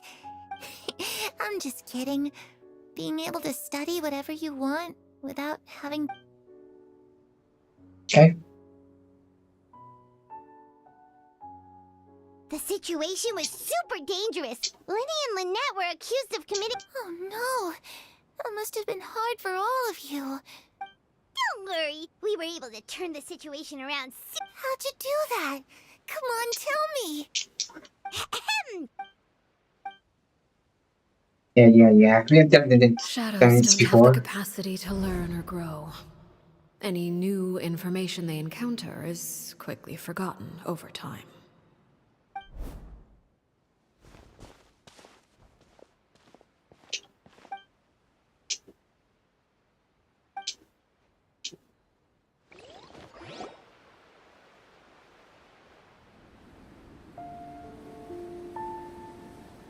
Clairvy, you've worked tirelessly from the shadows to overthrow the House of the Hearth. Now, by my authority as the Knave, I shall announce how this matter ends. You are hereby expelled from the House of the Hearth. You are no longer tied to this place, nor are you bound by its rules. You're saying that I can finally leave? I get to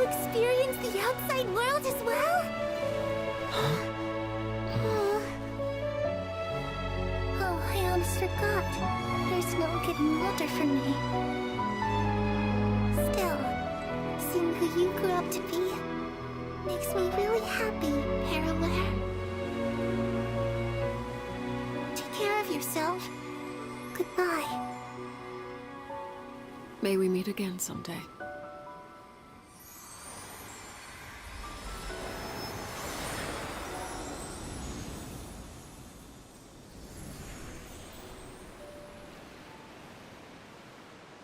Clairvy. She left so soon. Paimon didn't even get to finish her story. I also have certain sentiments left unsaid. I wanted to tell her that the aurora I saw in Snezhnaya was just as beautiful as the ones in the pictures, but a shadow's memories reset at dawn. Had we delayed any longer, we wouldn't have had the time to say goodbye. Whatever regrets may linger, let them be lost to the coming of a new day. Father? It's Linny! Hey, Linny!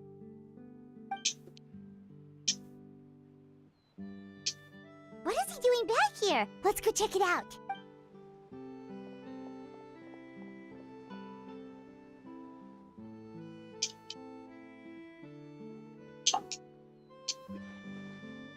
We don't have time to do anything else. Father, the bottled flames have been administered. And you? What have you decided? Thank you for giving us that choice, Father. But we never wanted to leave the house. It's the only home we've ever known. Lynette and Fremine feel the same way. They're recuperating back at the Hotel Bouffe Tété. But I decided to come back and tell you where we stood. I'm sure you're well aware of the expectations I have for you. I want you to follow in my footsteps and become the next king of the house. Yet you seem to have different ideas, I must admit. I'm rather surprised by your decision to stay. There's nothing wrong with choosing to live a quiet life. Leading this organization is a heavy responsibility. One not so easily carried by someone forced onto the throne. I just never understood what you saw in me. What made you believe I was deserving of that throne? You're brave, talented, and, most importantly, you cherish your family. You would do anything to protect them, even if it costs you your life.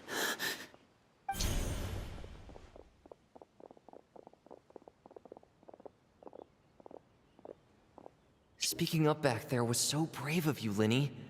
It's all— You're a hero, Linny. Hero. Father is the real hero. Had Father gone all out during— I'm not deserving of that title. I'm not strong enough. You're wrong.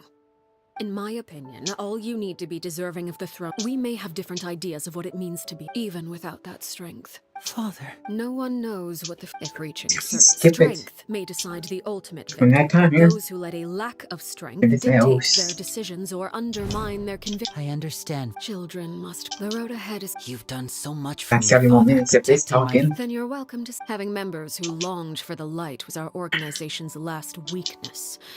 With those members no longer among our ranks, the House of the Hearth, at present, our imperative is to use their plan to our advantage. In doing so, a crimson moon shall rise amid the frigid blizzards of winter.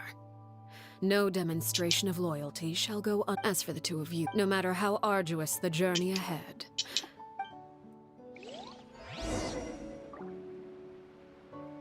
Really? Not done? Wait 2 days later? So I'm finish it today. Nope. Certainly non-quiz ever. Again, done.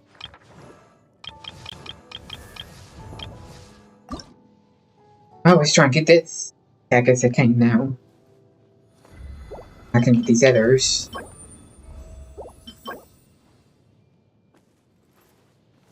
Some of it.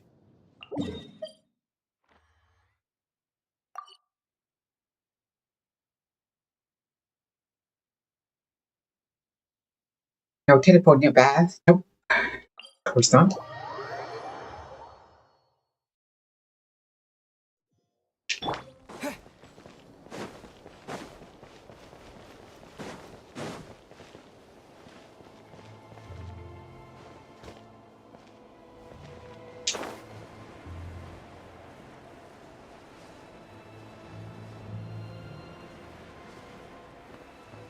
Actually, way down here.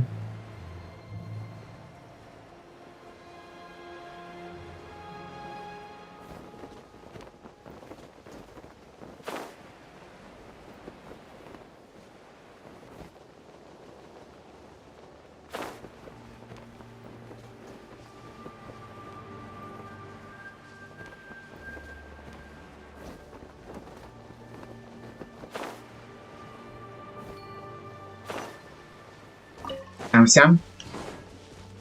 Teleport next time here.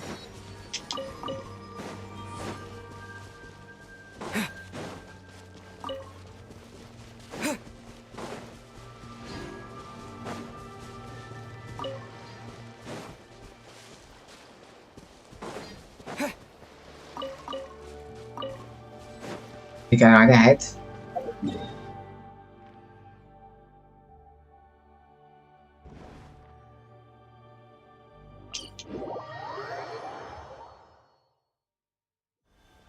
See here.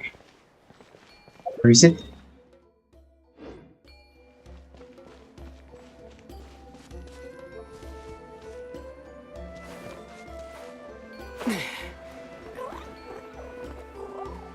It's probably down below.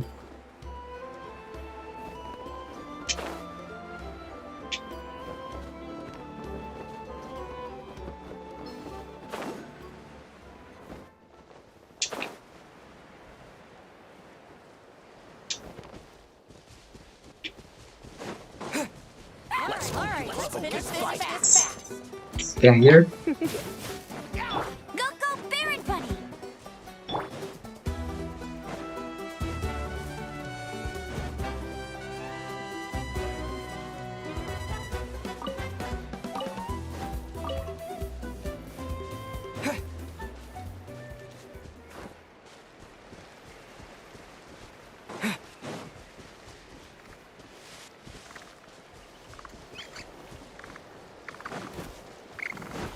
It's more there.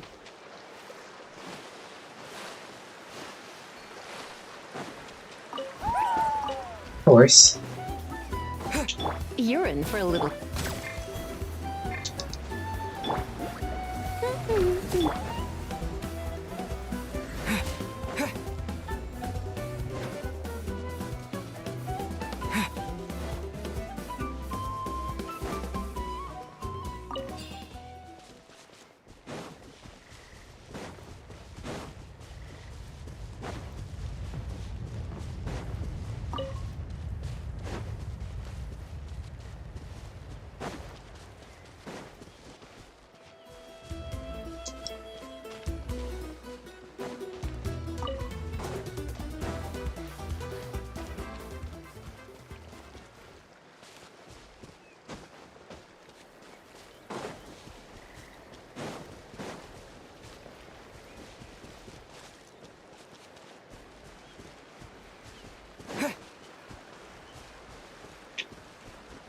See nothing.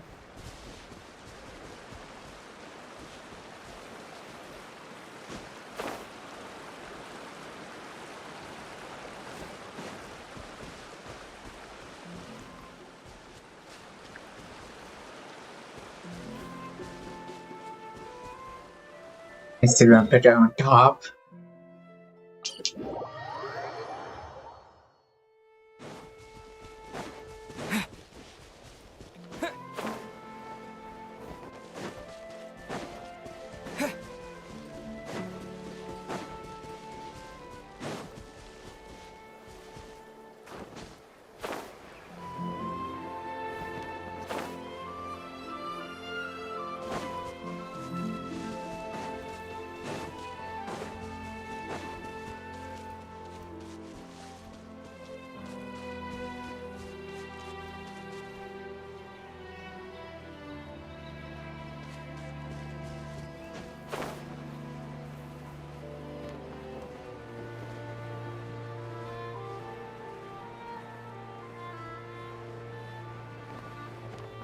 Can't find nothing.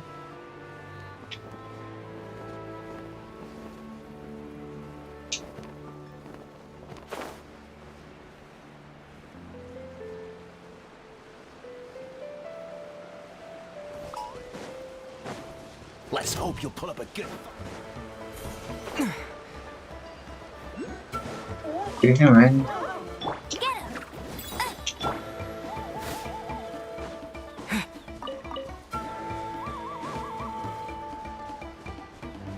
Do something?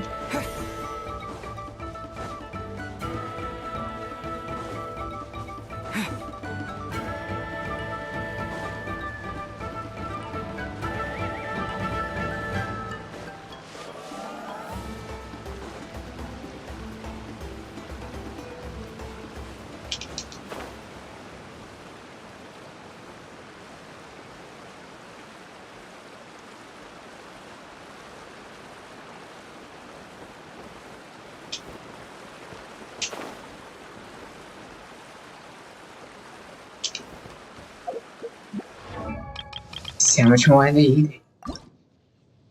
10 more.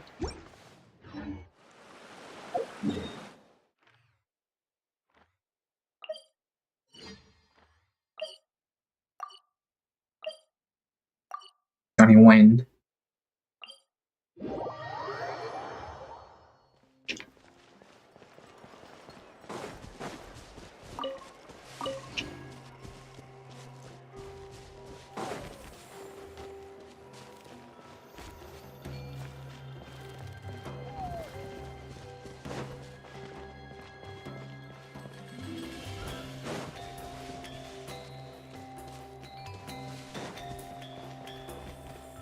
Can't see nothing here. Oh.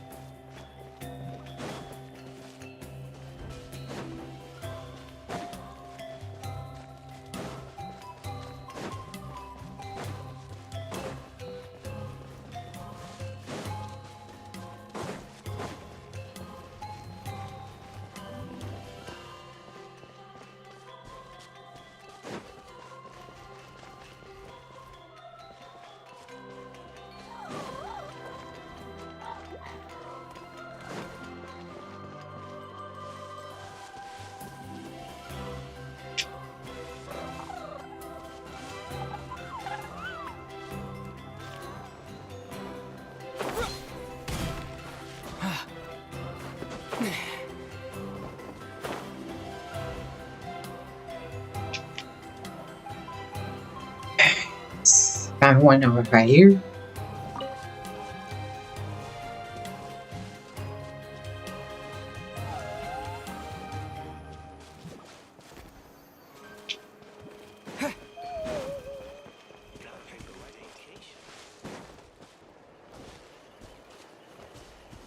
See everything I was down below.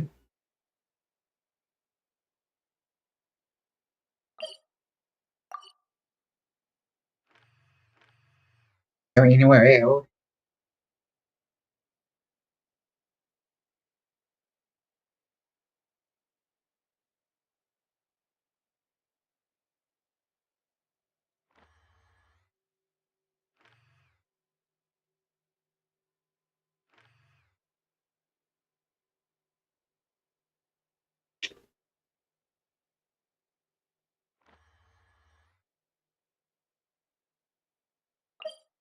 It's got one here.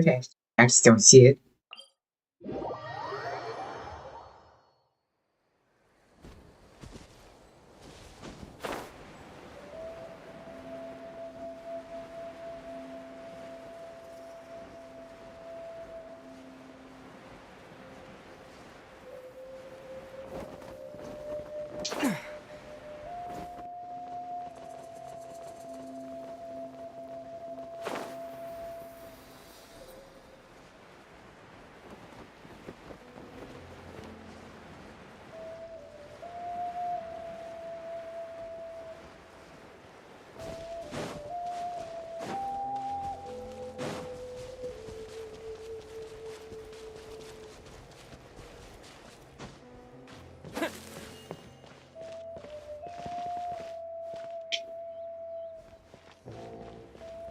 here.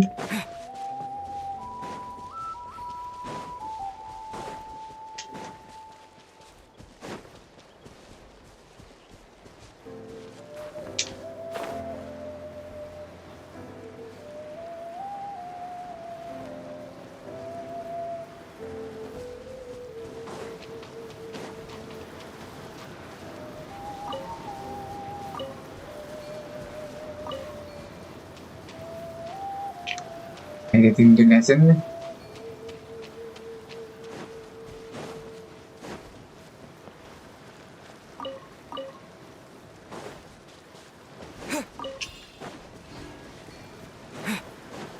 Have another sat somewhere?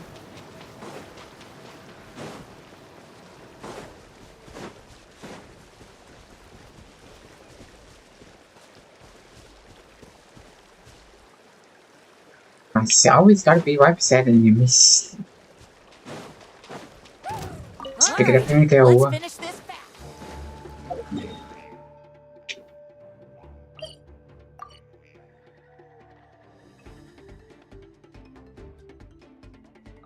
See a teleport here.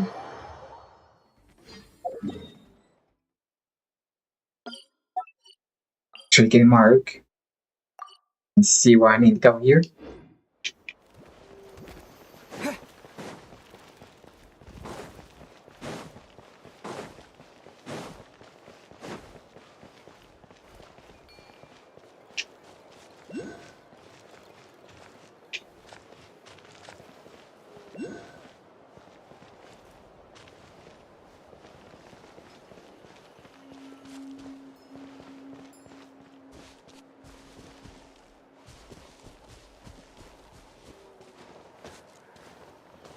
Things are hard to find. What was I gonna do? Have to down below.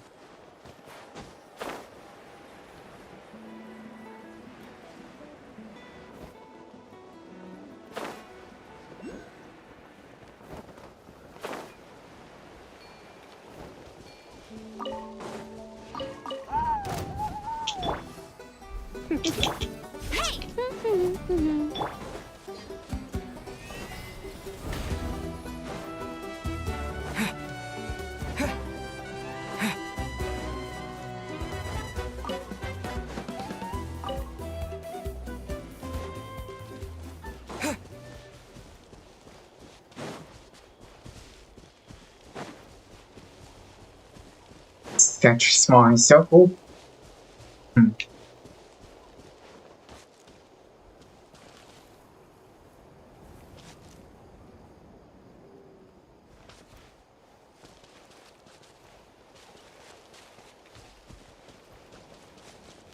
Don't see it no more.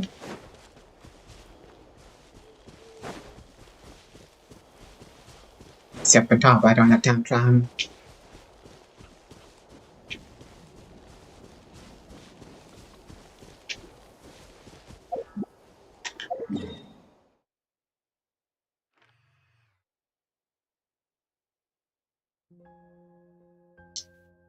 Down there, area is a sea.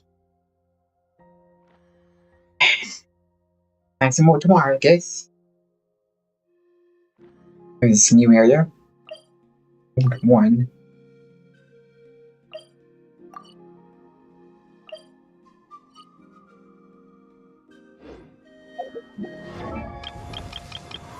See how many more I have. 3 more.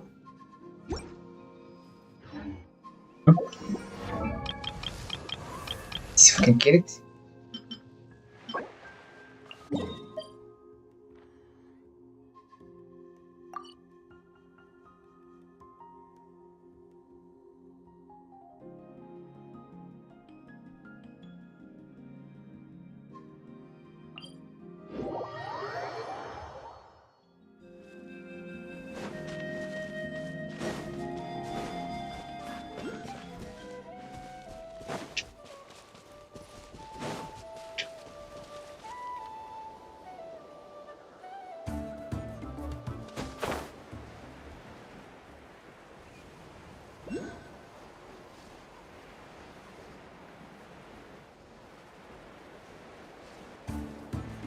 Don't see nothing on the ground.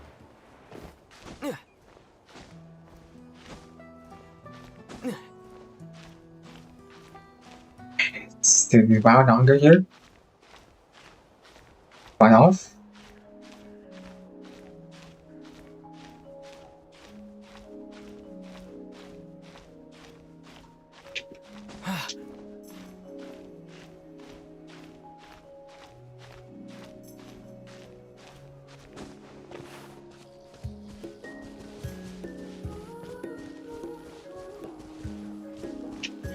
Looked here, I didn't see nothing.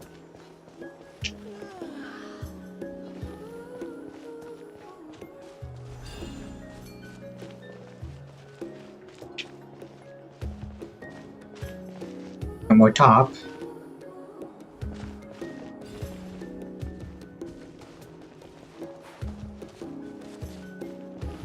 Forget about it now. Let's get a thumbnail for tomorrow.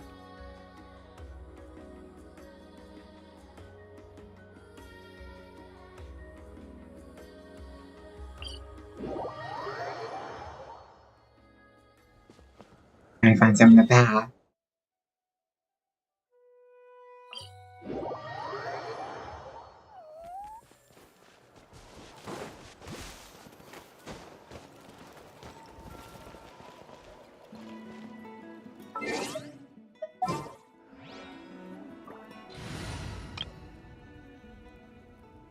Got on 60 now.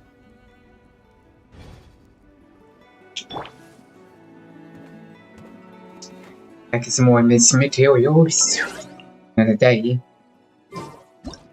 Just gonna try that to the end to stream, but story didn't end, of course. Right after the box beat.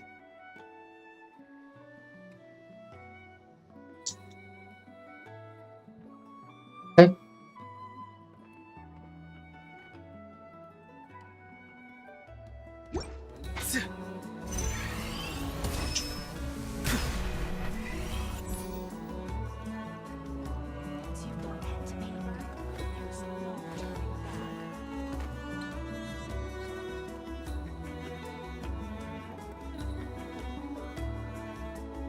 It's gone way over there here.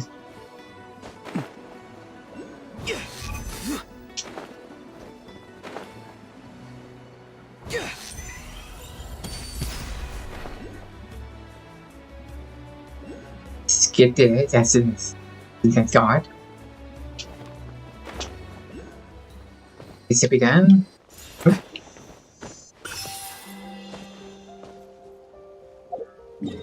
Got back home. So we finish this story tomorrow. That shouldn't have too much more.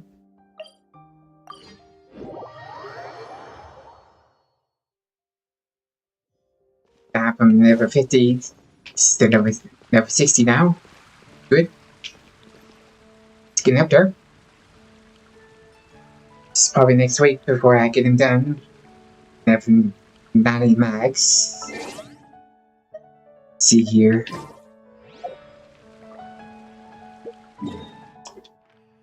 Also, I got this 100% now. Took a while, but I got done. So my next area should be around here. These two are 90s. That's 95% pretty much. These two next. Probably be done in a couple of days or so. They're streaming. So today is Thursday. Friday be my wish day. Hopefully got some enough. And for wishes, at least one time here. I should. Stay tuned for that in the stream tomorrow. Having a favorite animal or vegetable or fruit can also tomorrow I'm gonna try to get some more everything for him done. All that good stuff. The same thing. Don't forget to follow me on my social media platforms as well, all that fun stuff, guys. Facebook X at GoScamming1, MyScamming1.com, all that fun stuff. I guess I'll be back here tomorrow, 7 a.m. Central Time. Get in. Have a good night, and peace. Sometimes the shrouded path is not meant to be walked. Move forward with